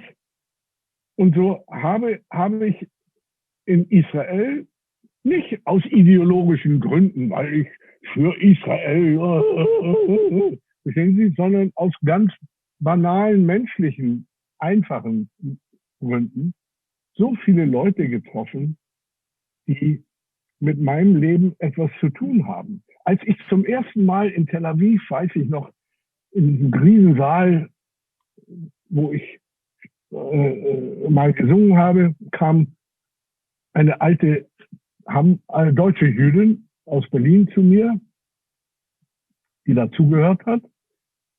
Ganz klar, die war da hingeflüchtet als junge Frau, hatte sich mit irgendeinem Mann da eingelassen und eine Familie und lebte nun in Israel. Und die sprach mich an nach dem Konzert und sagte, dieses Lied, was du da gesungen hast, ich möchte am liebsten weg sein und bleibe am liebsten hier. Ne? Das hat mir gefallen. Hast du das extra für uns hier, für uns deutschen Juden in Israel geschrieben? Naja, das war natürlich sehr komisch, denn das schrieb ich noch in der DDR, wo wir auch immer darüber gestritten haben, ob wir da bleiben oder weggehen. Wie die Juden auch in Polen, die Dorbleibigen und die Weggeher. Mit Yitzhak Katzenelson, dessen Poem ich ja ins Deutsche gebracht habe. Und da schrieb ich dann für mich dieses Lied. Und als sie sagte, hast du das für uns geschrieben? Ich möchte am liebsten weg sein, bleibe am liebsten hier, beides am liebsten. Habe ich gesagt, nee, das habe ich für uns selber geschrieben. Sagt sie, verstehe. Was aber der Beweis, was? Was der Beweis dafür ist, was Sie ja auch vorher schon gesagt haben, dass Lieder, Gedichte die Menschen bewegen können und immer aktuell bleiben. Egal, wenn sie schon etwas älter sind oder aus einem anderen Zeitraum herausstammen. Also, das sind meine Leute und deren Schicksal interessiert mich natürlich ganz besonders. Das brauche ich als ein Stück Seelenbrot für mich selber. Herr Biermann, schöner kann man es zum Schluss nicht sagen. Ich danke Ihnen sehr, sehr herzlich für dieses, für mich auch, muss ich sagen, sehr interessante und aufwühlende Gespräch. Ich danke Ihnen auch für Ihren wichtigen Beitrag zur deutschen und ja auch Weltgeschichte. Bleiben Sie munter, bleiben Sie ehrlich und kommen Sie bald mal, naja, wer 2 Diktaturen erlebt und überlebt hat, der hat schon so einiges zu sagen. Und kommen Sie doch bald mal nach Israel, wenn es wieder geht. Das würde uns alles mir ist jeder Vorwand recht. Ich danke. Liebe Grüße nach Hamburg. Danke.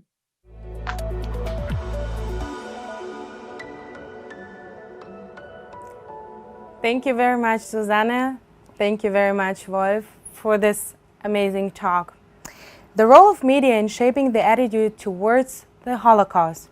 This is the topic of our next panel discussion. And I'm very curious to hear the thoughts of the speakers of this panel. And it is great that the host of this panel is the Austrian journalist Alexandra Fördl-Schmidt. And she is the deputy editor-in-chief of the Süddeutsche Zeitung in Germany.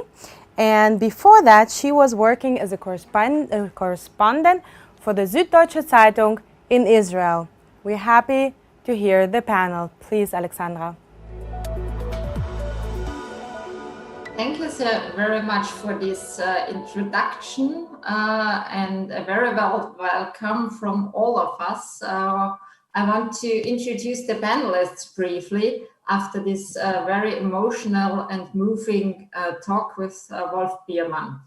I'm really glad to introduce now the panelists, and I want to start with Iris Rosenberg. She has been working in the field of media relations for more than 26 years, and 24 of them at Yad Vashem. And she's the director of the communication division, and she's responsible for all the aspects of Yad Vashem's public relations in Israel and abroad. And this means including all the activities in the field of marketing, online communication, and social media activities. A very warm welcome, Iris. Thank you. Hello. And then Lital Henning is joining us. She is a PhD candidate at the Department of Communication in the Hebrew University of Jerusalem. And she holds a master's degree in communication and journalism. And she also has a bachelor's degree And she's now working on her dissertation dealing with the Holocaust witnessing. And she's also working in a research project with the concentration on visual history of the Holocaust. So a very welcome to you. Hi, good evening. And Lawrence Weinbaum is joining us. He's the Director General of the Israel branch of the World Jewish Congress and of the Israel Council on Foreign Relations. And he's also the founding editor-in-chief of the Israel Journal of Foreign Affairs. He has studied at the Georgetown University, and he has a PhD in history from the Warsaw University. Welcome, Lawrence, to this panel. Thank you. And last but not least, Oren Nahari. He has over 23 years experience working in public broadcasting. He has been working for several important foreign news programs in Israel, like Seeing the World, Globus, Global Coverage, and the International Hour. And he has also written several books. One is the Historical Atlas of the World. Welcome, Oren. Thank you very much. So, Iris, I would like to start with you. You have a very big expertise working for Yad Vashem for more than 20 years. And Yad Vashem is offering special programs for journalists. So what are your thoughts on the role of media? Thank you, and good evening to the viewers and to the panelists here. I would like to first put a point regarding Yad Vashem, and that's to explain how do I see the role of the media. So first of all, as Yad Vashem, we are a content-driven organization. We're a content producer organization. We're a content oriented organization. And in this era of loaded information, especially for journalists and media, that they are loaded with information from various platforms and channels, we see ourselves as the expert, as you said, but not only in the subject matter of the Holocaust, of the history of the Holocaust, but also at Yad Vashem we have the expertise of education and the Holocaust and experience in that, and museology and exhibits in the Holocaust, and archiving and collecting and gathering documents and testimonies from the Holocaust, and also of course, research in the Holocaust, and also using technology in the service of the memory of the Holocaust and using the digital platforms. And from this perspective, the first that we see ourselves is giving, so the communications division, the service to the journalists in this subject matter of the Holocaust. And not just, as I said, in the history of the Holocaust, but also in all these other subject matters. And another point that in everything that we do, but especially in communications, the work with the communication, what we are actually doing is telling a story. Yad Vashem is telling mainly a human story, which is what humans did to other humans, what German Nazis and their collaborators did to the Jewish people. Of course, a human story inside a context, within a context, which is very important. And you cannot disconnect the content from the story, from the context, but the angle is through the personal story. So we first help and give service to the media outlets to tell their story in accurate and based way. We also trying to influence the members of the media to report and to publish stories about the Holocaust that will be both interesting and emotional, appealing to the general public, but also in the same time based on facts and accurate information and the right context, which is very important. And not just the ongoing work of Yad Vashem's communications division with the media, there is also what you mentioned. And before I go to what you mentioned, I would also like to emphasize the intensive work that we do in all this summit is talking about the digital media in the digital sphere, with uploading materials accurate from various aspects and various ways of to online platforms for 8 languages website, very comprehensive website, and of course, very, very active in social media in various languages, if it's Twitter and Instagram and YouTube, of course, and Pinterest and Facebook and more. And what we are conducting twice a year already, which you mentioned, is a special seminars for journalists. This is twice a year we are doing it. Journalists that for a few days come to Yad Vashem and spend here a few days in getting behind the scenes look at Yad Vashem's work, of the memory work, archives and collections, and getting special tours in our exhibitions, listening to these experts that I mentioned before, and also meeting a Holocaust survivor. And this is meant to give them a background and basis that in the future, when they'll come to write about the subject matter of the Holocaust, if they want or they need or they're requested to, they will have, it will be laid on the experience that they had here and in the information that they gathered here, and they are getting, when they're here in these seminars, tools for their personal and professional work, and that help them later on. And we are getting ambassadors, well educated in knowledge, ambassadors of the memory of the Holocaust.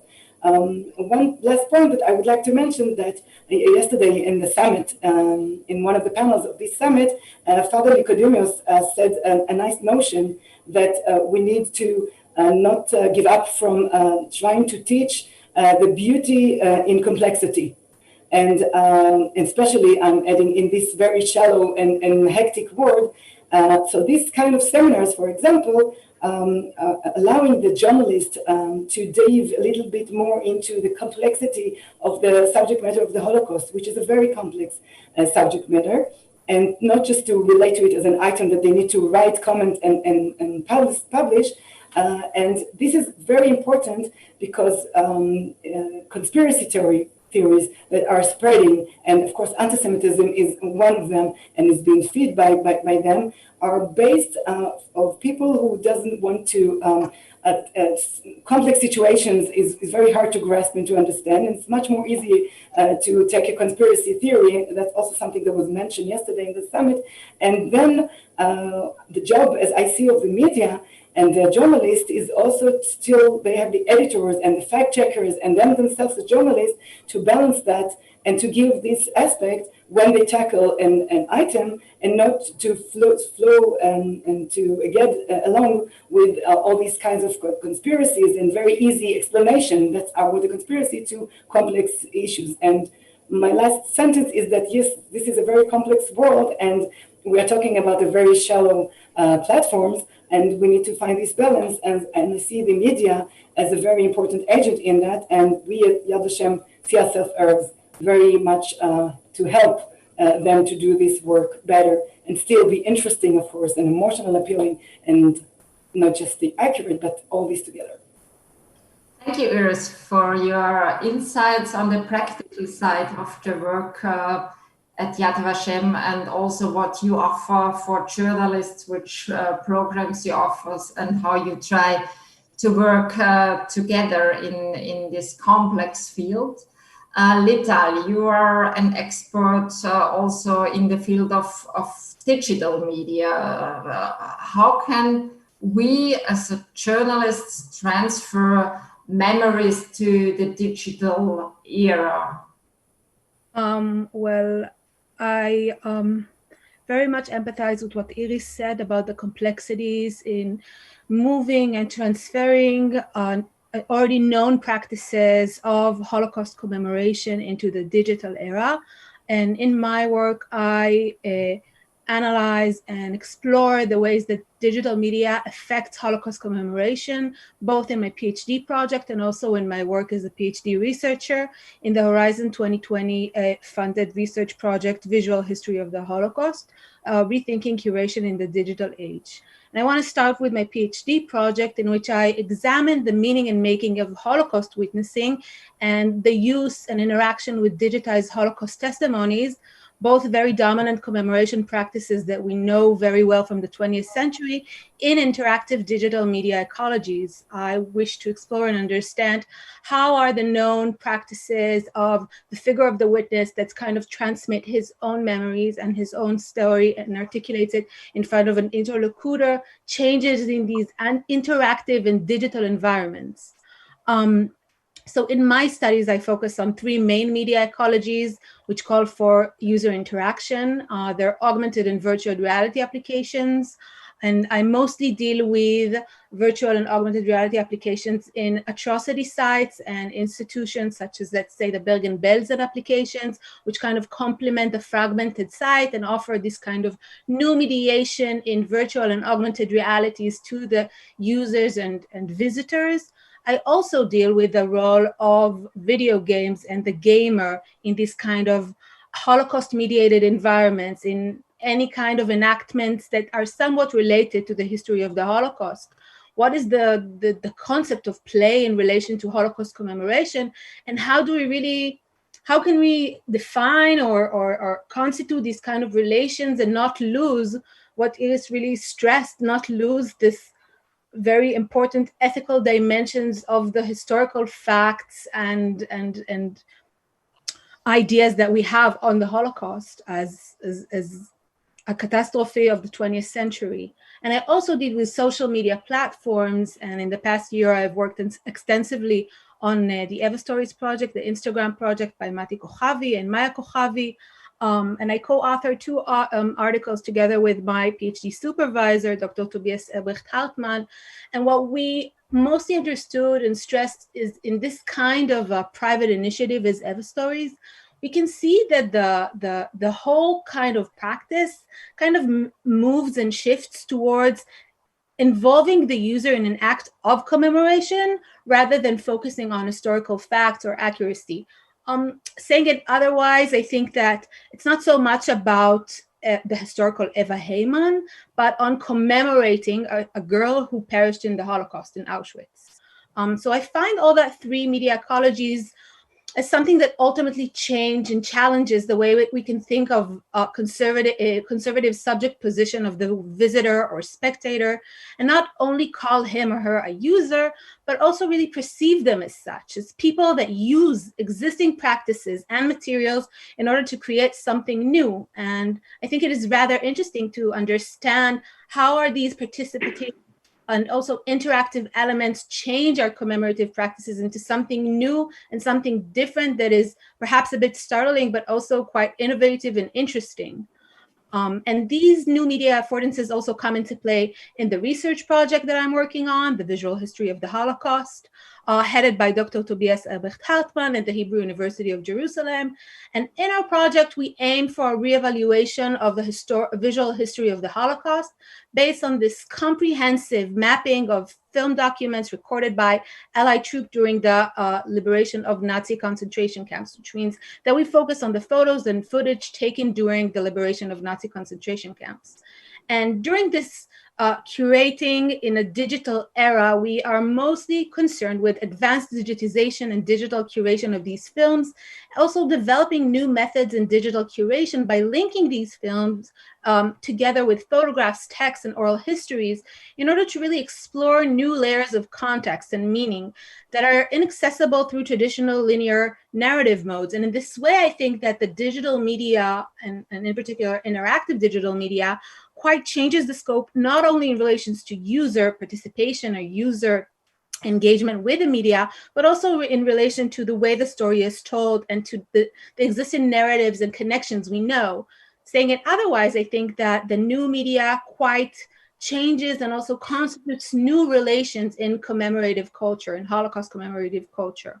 And by doing so, we also developed this new participatory form of user interaction, enabling users' engagement and co-creation. And to conclude, I think that nowadays, many institutionalized Holocaust commemoration projects, as well as private initiatives, they focus on the user as a crucial part of the mediated experience in the way that he or she co-create an experience and not just consume it or participate in it. It is essential to take part in the experience in order for the experience to fully exist. And the users are quite they're in quite a strange status in which they might be criticized for doing so, allegedly maybe desecrating the memory of the Holocaust.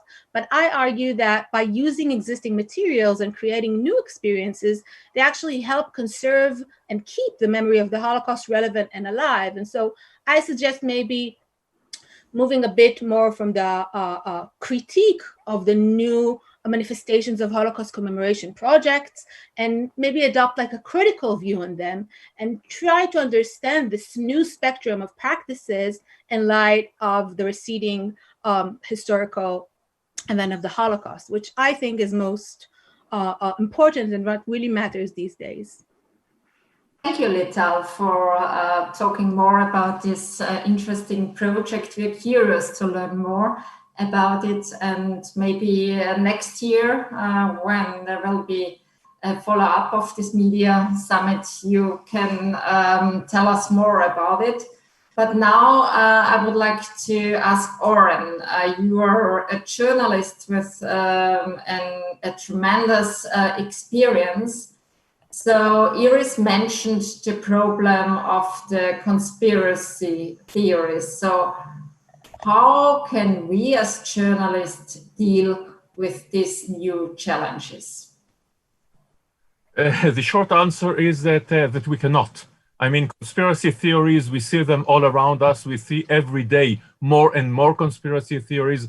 I would not have thought that I would see the day when Germany, one of the best countries dealing with COVID-19, will have tens of thousands of people trying to storm the Bundestag, claiming from the extreme right, extreme left, etc., etc. So we are in the era of conspiracy theories, from QAnon to the Holocaust. We know that. I want to focus on a few things, a few remarks. The name of the panel is the role of the media in shaping the attitude towards the Holocaust. I'd like to say first and foremost that I think that there is not an attitude, there are attitudes. Even putting aside the conspiracy theories, even putting aside all those who deny the Holocaust, there are attitudes on different countries, on different generations. We know that. Second, if I'm talking about media and I'm coming from news, news, of course, is coming from the word new. And the Holocaust happened 80 years ago. So these days, the news, we are sometimes go through the motions, and sometimes we do it fine. I mean, last year I interviewed Iris's boss, shall I say it, Avner Shalev. It was a tremendous interview. It was a solemn interview. It brought headlines on the Holocaust Remembrance Day. We go through the motions. We tick the things that we have to do. But media, especially news, we are not in the Department of Education. We cannot educate people. We cannot tell them. We try to tell them, but it doesn't work. Don't listen to these conspiracy theories. Does it work? No, it does not work. What we can do, and Lital and Iris mentioned it, we try sometimes to circumvent the problem. I think that more than it's important to do the digital projects, to bring journalists, etc. But let's say that one good series in Netflix, like The Plot Against America, which does not deal directly with the Holocaust, or Men in the High Castle, both of them are alternative history, or one that deals with people and shows them, again, it does the work better than all the right stuff that all of us do, and we should continue to do it. We should continue to do it, but we must remember our limitations. We are not educators. We cannot force opinions of people. We can try and bring them the truth. We can try to bring them the news as best as we can. We can try to argue with, let's say, the president or prime minister of Poland concerning the Polish law. We can try to bring all sides of the problem, but then again, that's our limitation, no more than that. Lawrence, do you agree what Oren said? Because you are representing an international organization, but you are a journalist as well, and you are also the author of a book on the revolt of the Warsaw Ghetto. Do you agree? For the most part, I do agree with what Oren has said. I think there are limitations to what the media can do. I'm not entirely sure that the media doesn't have perhaps more power, but I would argue that we are living in a world in which the role of traditional education is not what it once was. And what people today, certainly the younger generation, will learn, or what they won't learn about the Holocaust, will be derived above all from what they read online. And therefore, yes, there's a huge volume of information, some of it misinformation, which is available, some of it which is in terms of reputable information, which appears thanks to reputable news outlets, but a lot of disinformation. And therefore, one has to be very careful, and we have to identify the sources of misinformation. At least in my own experience, I've found that today, the greatest shaper of opinion, strange as this may sound, or the greatest source of information is none other than Wikipedia. And my sense is that if you want to have an idea of what people understand about any given topic, the first place to which you should turn is Wikipedia. And I think, though we may not always admit it, we are all guilty of that to some extent, insofar as if we encounter a term with which we're not familiar and we plug it into Google, for the most part, the first site that will appear will be Wikipedia, and that will be the first source of information. And for many, certainly for younger people, it will be the last source of information. And so therefore, if we will count Wikipedia as being perhaps a non-conventional media tool, its power is extraordinary. And therefore, I would say that at least our effort should be focused to a great degree on ensuring that information that appears on Wikipedia is accurate. And this is no mean feat. It's quite a difficult turn insofar as this is not a conventional encyclopedia which is edited by a traditional group. It's something that almost anybody can effect. And I would also draw to your attention that if you look at entries in Wikipedia in different languages, there's also very often a vast gap between the information. So if you look for a particular topic, and I can speak in particular about the field of my own expertise, which is narrow, things that pertain to the history of the Shoah in Poland. If we look at what we see in English and what we see in Polish and what we see in German and French, there's often a tremendous gap. So therefore, I think that the media has a huge role to play, but I think it's the non-conventional media today that has the stronger role. And I think we have to face facts that traditional sources of information, and here I don't want to sound like I'm Lawrence the Luddite, but when I was young, and we're not talking about 100 years ago, when I was curious about something and I exhausted whatever sources of information I had at my disposal, that's to say the books that were on my own shelf, I had to trot off to a library to find out more. And today that isn't the model. And I would also argue something else. When I was young, the role of teachers who were effective and who were committed and who were also moral authorities was very great. I'm not quite sure that the role of the teacher today is what it was then, simply because there are so many competing sources of information on the internet. So again, this is something, I think what we are discussing here is we are really only touching the subject. We are only beginning to, so this requires not a conversation of an hour, but this requires very thorough research, and very thorough research is being done. I'd like to say a word, if I may. Yes. I still remember my youth, more or less Lawrence generation, and I remember going to the library, etc. I'm not very nostalgic. I think that today, if you are interested, if you are really interested, you have enormously more information, good information in your hands. Consider what was written about the Holocaust in the last 30 years since the archives in the Soviet Union and were opened up. Today, we have a huge amount of books in Hebrew, in English, in Russian, in whatever language. We can arrive at encyclopedias. And you said, Lawrence, and I totally agree with you, to Wikipedia and other sources, good sources, the problem is the bad sources, that you can arrive there.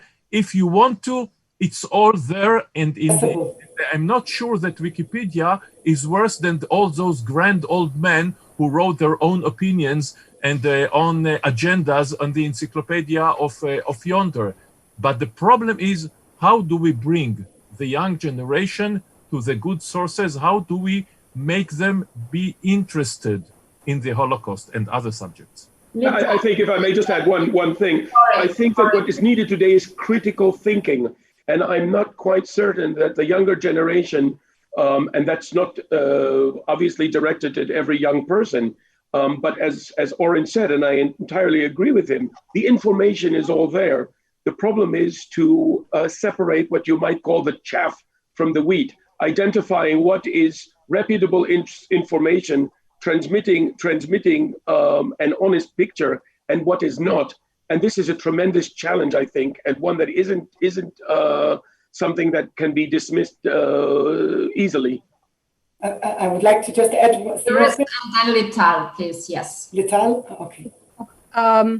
I just think that as another generation, as a younger generation, I also went to libraries and found out about all of the amazing things. But I have to say that growing up in the millennium, as a teenager, I was mind blown by all of the information that I got to have in my hands in a second, and it really helped me. And nowadays, I'm a media scholar who deals with the Holocaust. But I must say that even if we need to find, like, I think, understand and accept that this media is unlimited in a way that one picture can travel to so many sources and lose its context in a way that there is something about a person's achievement and passion for knowledge in order to connect the dots. And in this way, while we lose the library, and nowadays we just physically can't go to the library, we need to enable to have these kind of connections. And I think that this is the role of maybe didactic institutions and teachers to connect those dots and to bring it over to the students, because I think it is absolutely great that they can create their own content and to relate to things themselves and act all of these, what we know from visitations in the concentration camps of teenagers enacting all of these scenarios that they read in novels and such. These are their point of entries to the Holocaust, to remembering the Holocaust. The thing is that we need to root them.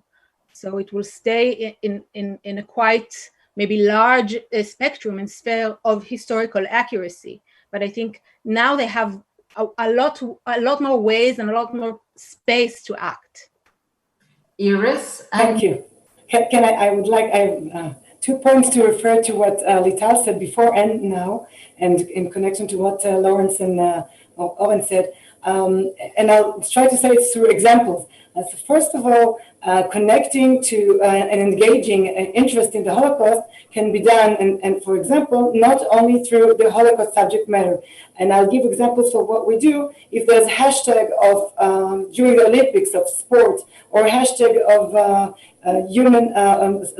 Women's Day, or about art. There's a lot of kind of hashtags and days of and interest in that.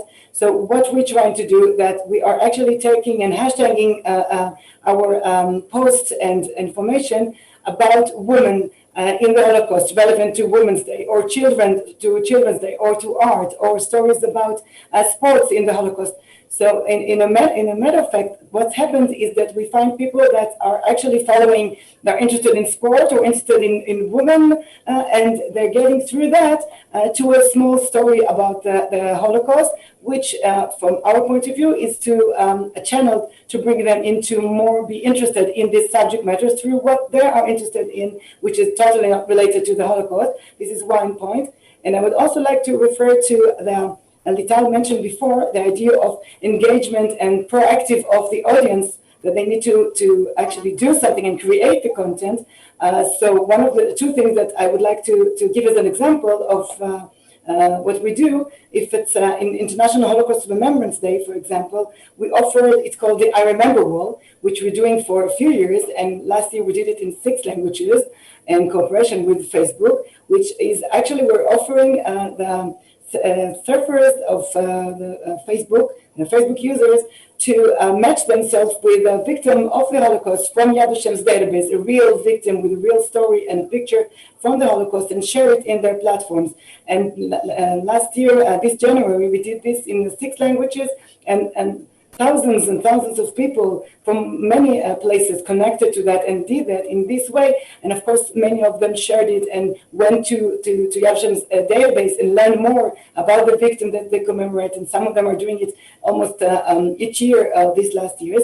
And in Israeli Holocaust Remembrance Day, which was just a few months after January, and looks like ages after, because we were in the middle of the Corona lockdown. And for example, usually at Holocaust Remembrance Day, people are going to ceremonies and reading the names and commemorating names of Holocaust victims. So we understood that we cannot, this year, we cannot do this nowhere in the world, and of course not at Yad Vashem. So we actually offered to people around the world to, again, use the names and the personal stories, use the names of Holocaust victims from Yad Vashem database. We offered it in a more accessible way, or even if they want to read names of their family loved ones, and to read it out loud and to film themselves reading it. It's very short, 18 minutes video, and to share it in whichever platform they are active in, if it's Twitter, Facebook, of course. And at the end of the day, we did a virtual online commemoration ceremony from the people reading these names. And we had people like German foreign minister, who was one of the first people to do it, and people from many places in the world who just filmed themselves reading names of their loved ones, or people they never knew. They just read the name on the Schupperstein, you know, the stones usually in Germany, or of course from Yad Vashem website, and commemorate them and reading them and making their own content and sharing it. And of course, we also shared it on our website. So in this way, of course, educational institutions, Yad Vashem sees itself all the time thinking of not just using and of course working and not neglecting the teachers and the classroom, and the formal and informal education sphere, and also developing methods there that will be more relevant and connected, and helping teachers how to meet the competition of their students from other things that distract them and to be connected to the stories, but also do this in other platforms and in the shadow platform of the social media, for example. So you stressed again the educational approach. Do you think this is the task of the journalists to educate people? Because Oren disagrees. I know. It doesn't. We agree actually, because I don't think it's their task and it's not their job, and that's not what they are for. But they're actually doing it in a way. They just need to acknowledge that what they do affect people in a way, sometimes more than in an educational way. It's not that their job is to educate, but they need to bear in mind that what they do has responsibility, and that's exactly what we are. That's the point that I'm trying to say. It's not that you're educators. No, they are not, and they're not supposed to, and it's not their job. And they need to do their job well as journalists. From the journalist perspective and criteria, but they need also to bear in mind that they have influence, and I think they know it, that they have influence on people's mind, on various countries, people, trends. Journalists. You agree with me on it? Okay, 3 remarks. First of all, I totally agree with Iris. It's not our job to educate, Alexander, you and I, as journalists and others perhaps. It sounds a little bit too much like propaganda. You know, you are there to educate the masses. No, but if I do my job correctly, then reading my articles, seeing my pieces will be educated. I'd like to think that perhaps it's too presumptuous. Second, I'd like to remark, the Holocaust is interesting. it sells, if I'm being very blunt. The Holocaust and World War II, when I was a kid in Haifa in the 1960s, I used to look at all the people, you know, with the numbers on their hands, and I said, okay, when they go away, when they die, who will be interested in the Holocaust? And today, the Holocaust is much more in the news, in the media than ever before, starting from the 70s, I mean, in Europe, with the Lanzmann and the Klaresfeld and others. It's much, much more present today than it was in the 1950s or 1960s, as far as I can judge. And one last remark, again, journalists, so I'll be a little bit cynical. There is the famous saying that million dead babies are statistics, one dead baby is a tragedy, and we know it. We all remember the boy with a red T-shirt floating on the waves in Turkey, where was it, in the Balkans, and the stories of the people. They can be the evil people. There are, hundreds of biographies of Adolf Hitler and Goebbels and Heydrich, etc., etc. We see movies about the Wannsee conference, and of course, The White Rose, and Irena Sendler and Oskar Schindler and Anna Frank and Eva, from the story of Eva that Lital mentioned, and Janusz Korczak and others. We go to the people, we go to the, even to the buildings, to the history of the buildings, what was there in Berlin, in Munich, and all the other places. The point, the story sells. The story is interesting. And when people read the story, they will be educated. Lawrence, do you agree that there is enough Holocaust coverage in the media? I didn't say. I think that that's a very. I think that that's a very subjective question, and it very much depends on who you ask. I completely agree with what Oren said, that certainly in the last, I would say, 30 or 40 years, the volume of coverage on Holocaust-related stories is immense relative to what existed years ago.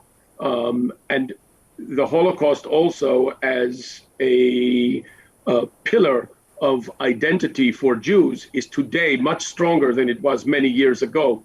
And that idea is borne by research, in which today almost every Jew you ask what is a pillar of your Jewish identity, almost all of them will introduce the Holocaust as being one of the strongest aspects. Something to do with a common memory and so forth. So is it enough?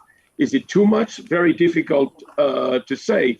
What is the saturation point?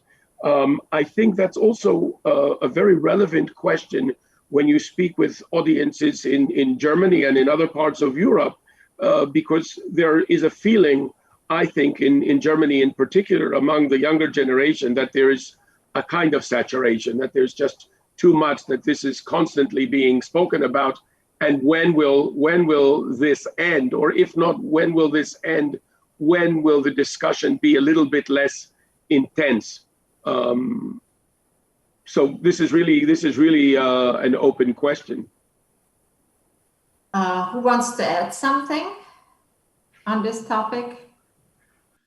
I just want to add that I think that the job of the journalist is to evoke interest in subjects related to the Holocaust. And I can think of like the Israeli arena with figures like Oren Ahari and Ofer Aderet, just adding new information, new subjects, new topics for the readers to find out more about. And it's not their job to educate or to give the reader the full historical knowledge of the Holocaust, but just to evoke. And I think that this is the thing about most of Holocaust-related materials and commemoration culture artifacts, that whether we're talking about the Philip Roth mini-series of the Plot Against America, or Ever Stories, or whatever, they evoke interest. They make you Google the event, Google the material, and then further your investigation deepen it into something else to see what is behind this article, this project, this Facebook initiative by Yad Vashem. So this is, I think you give them the lead, and then if they want, they will take it. And if it's not relevant for them, then it's not relevant. But you can only give leads. Alexandra, could I add one point? Yes. And that is this. Look, there are lots of historians who are working on very interesting research. The average person, the average citizen, is not going to read the books that they produce. And when we speak about what is the job of the journalist, in many cases, a journalist will cover a new project, a new piece of research that has been released.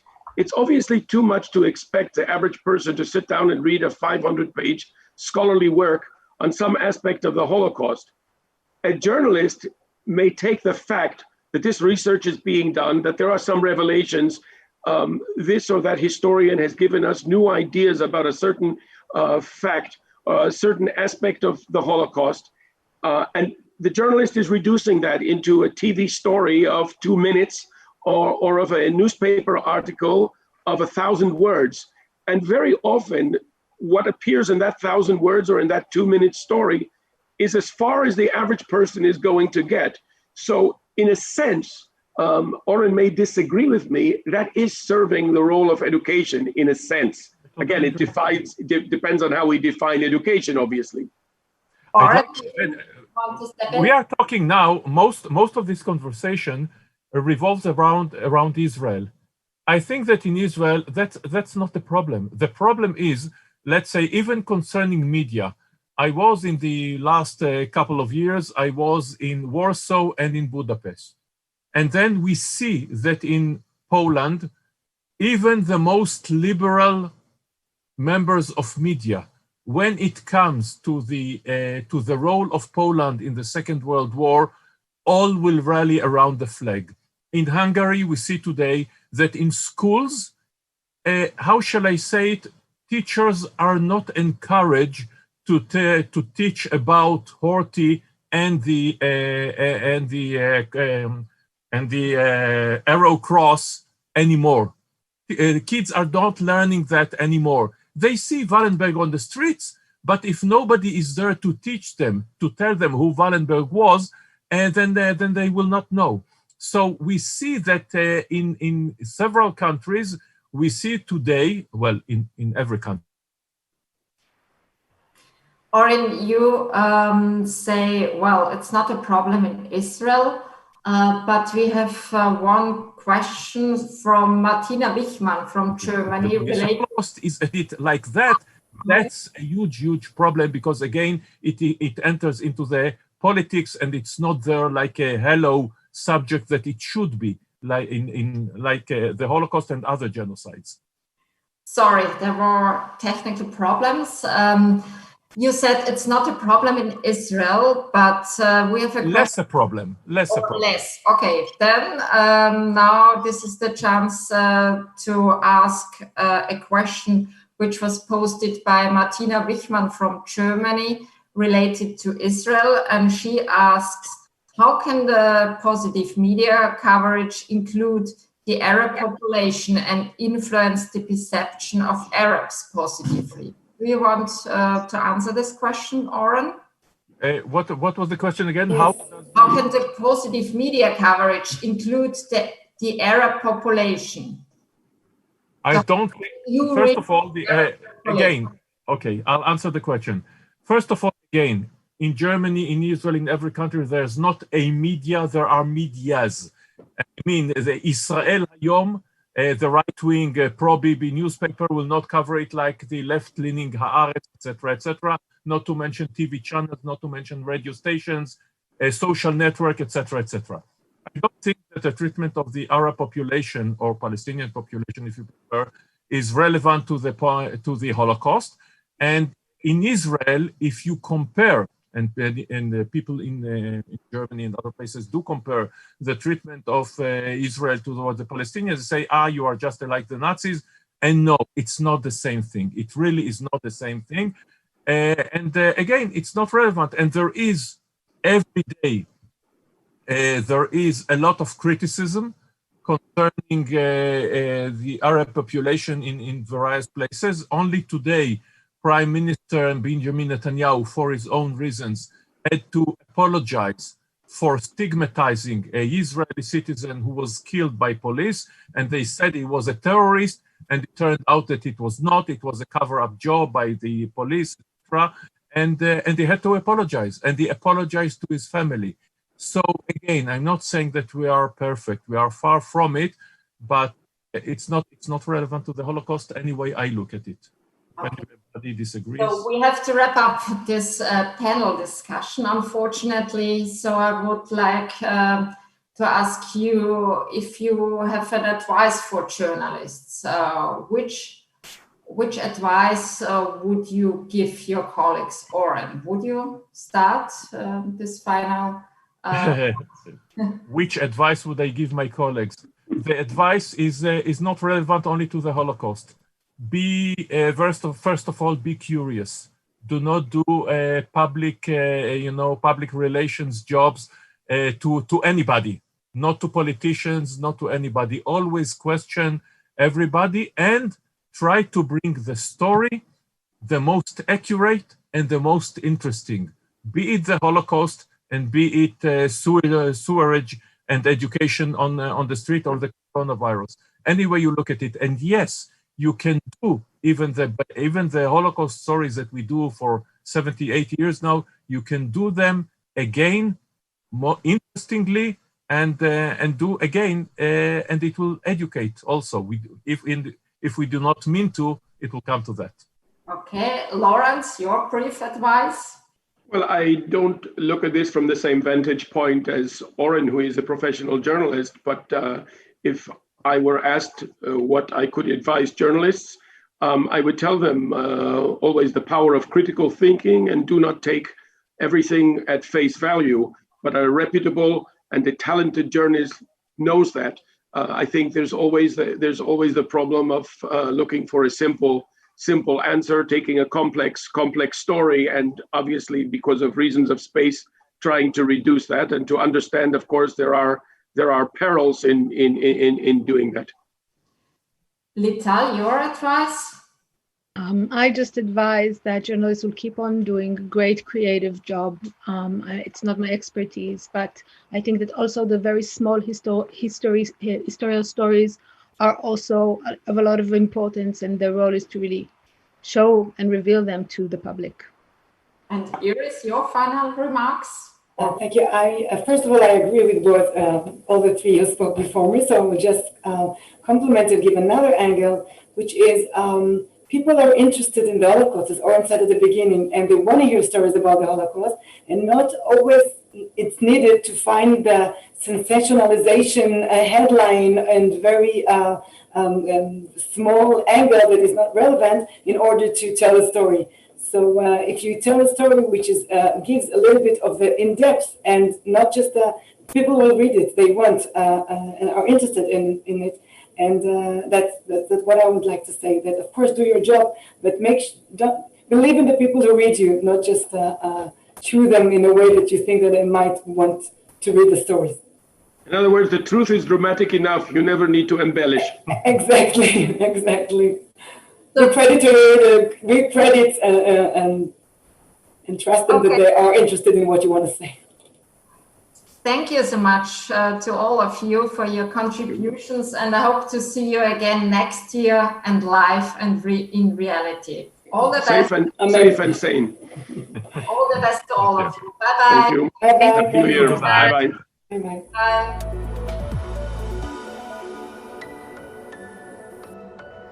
Thank you so much, Alexandra. And I personally also hope to see you here next year again, because you were my neighbor here in Tel Aviv.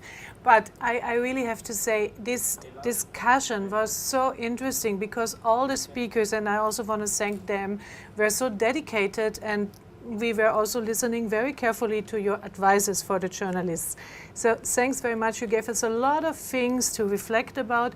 I also want to thank all of you at home or wherever you were joining us today, and for sure we hope that we will see, or you are seeing us tomorrow again for our last evening of the summit.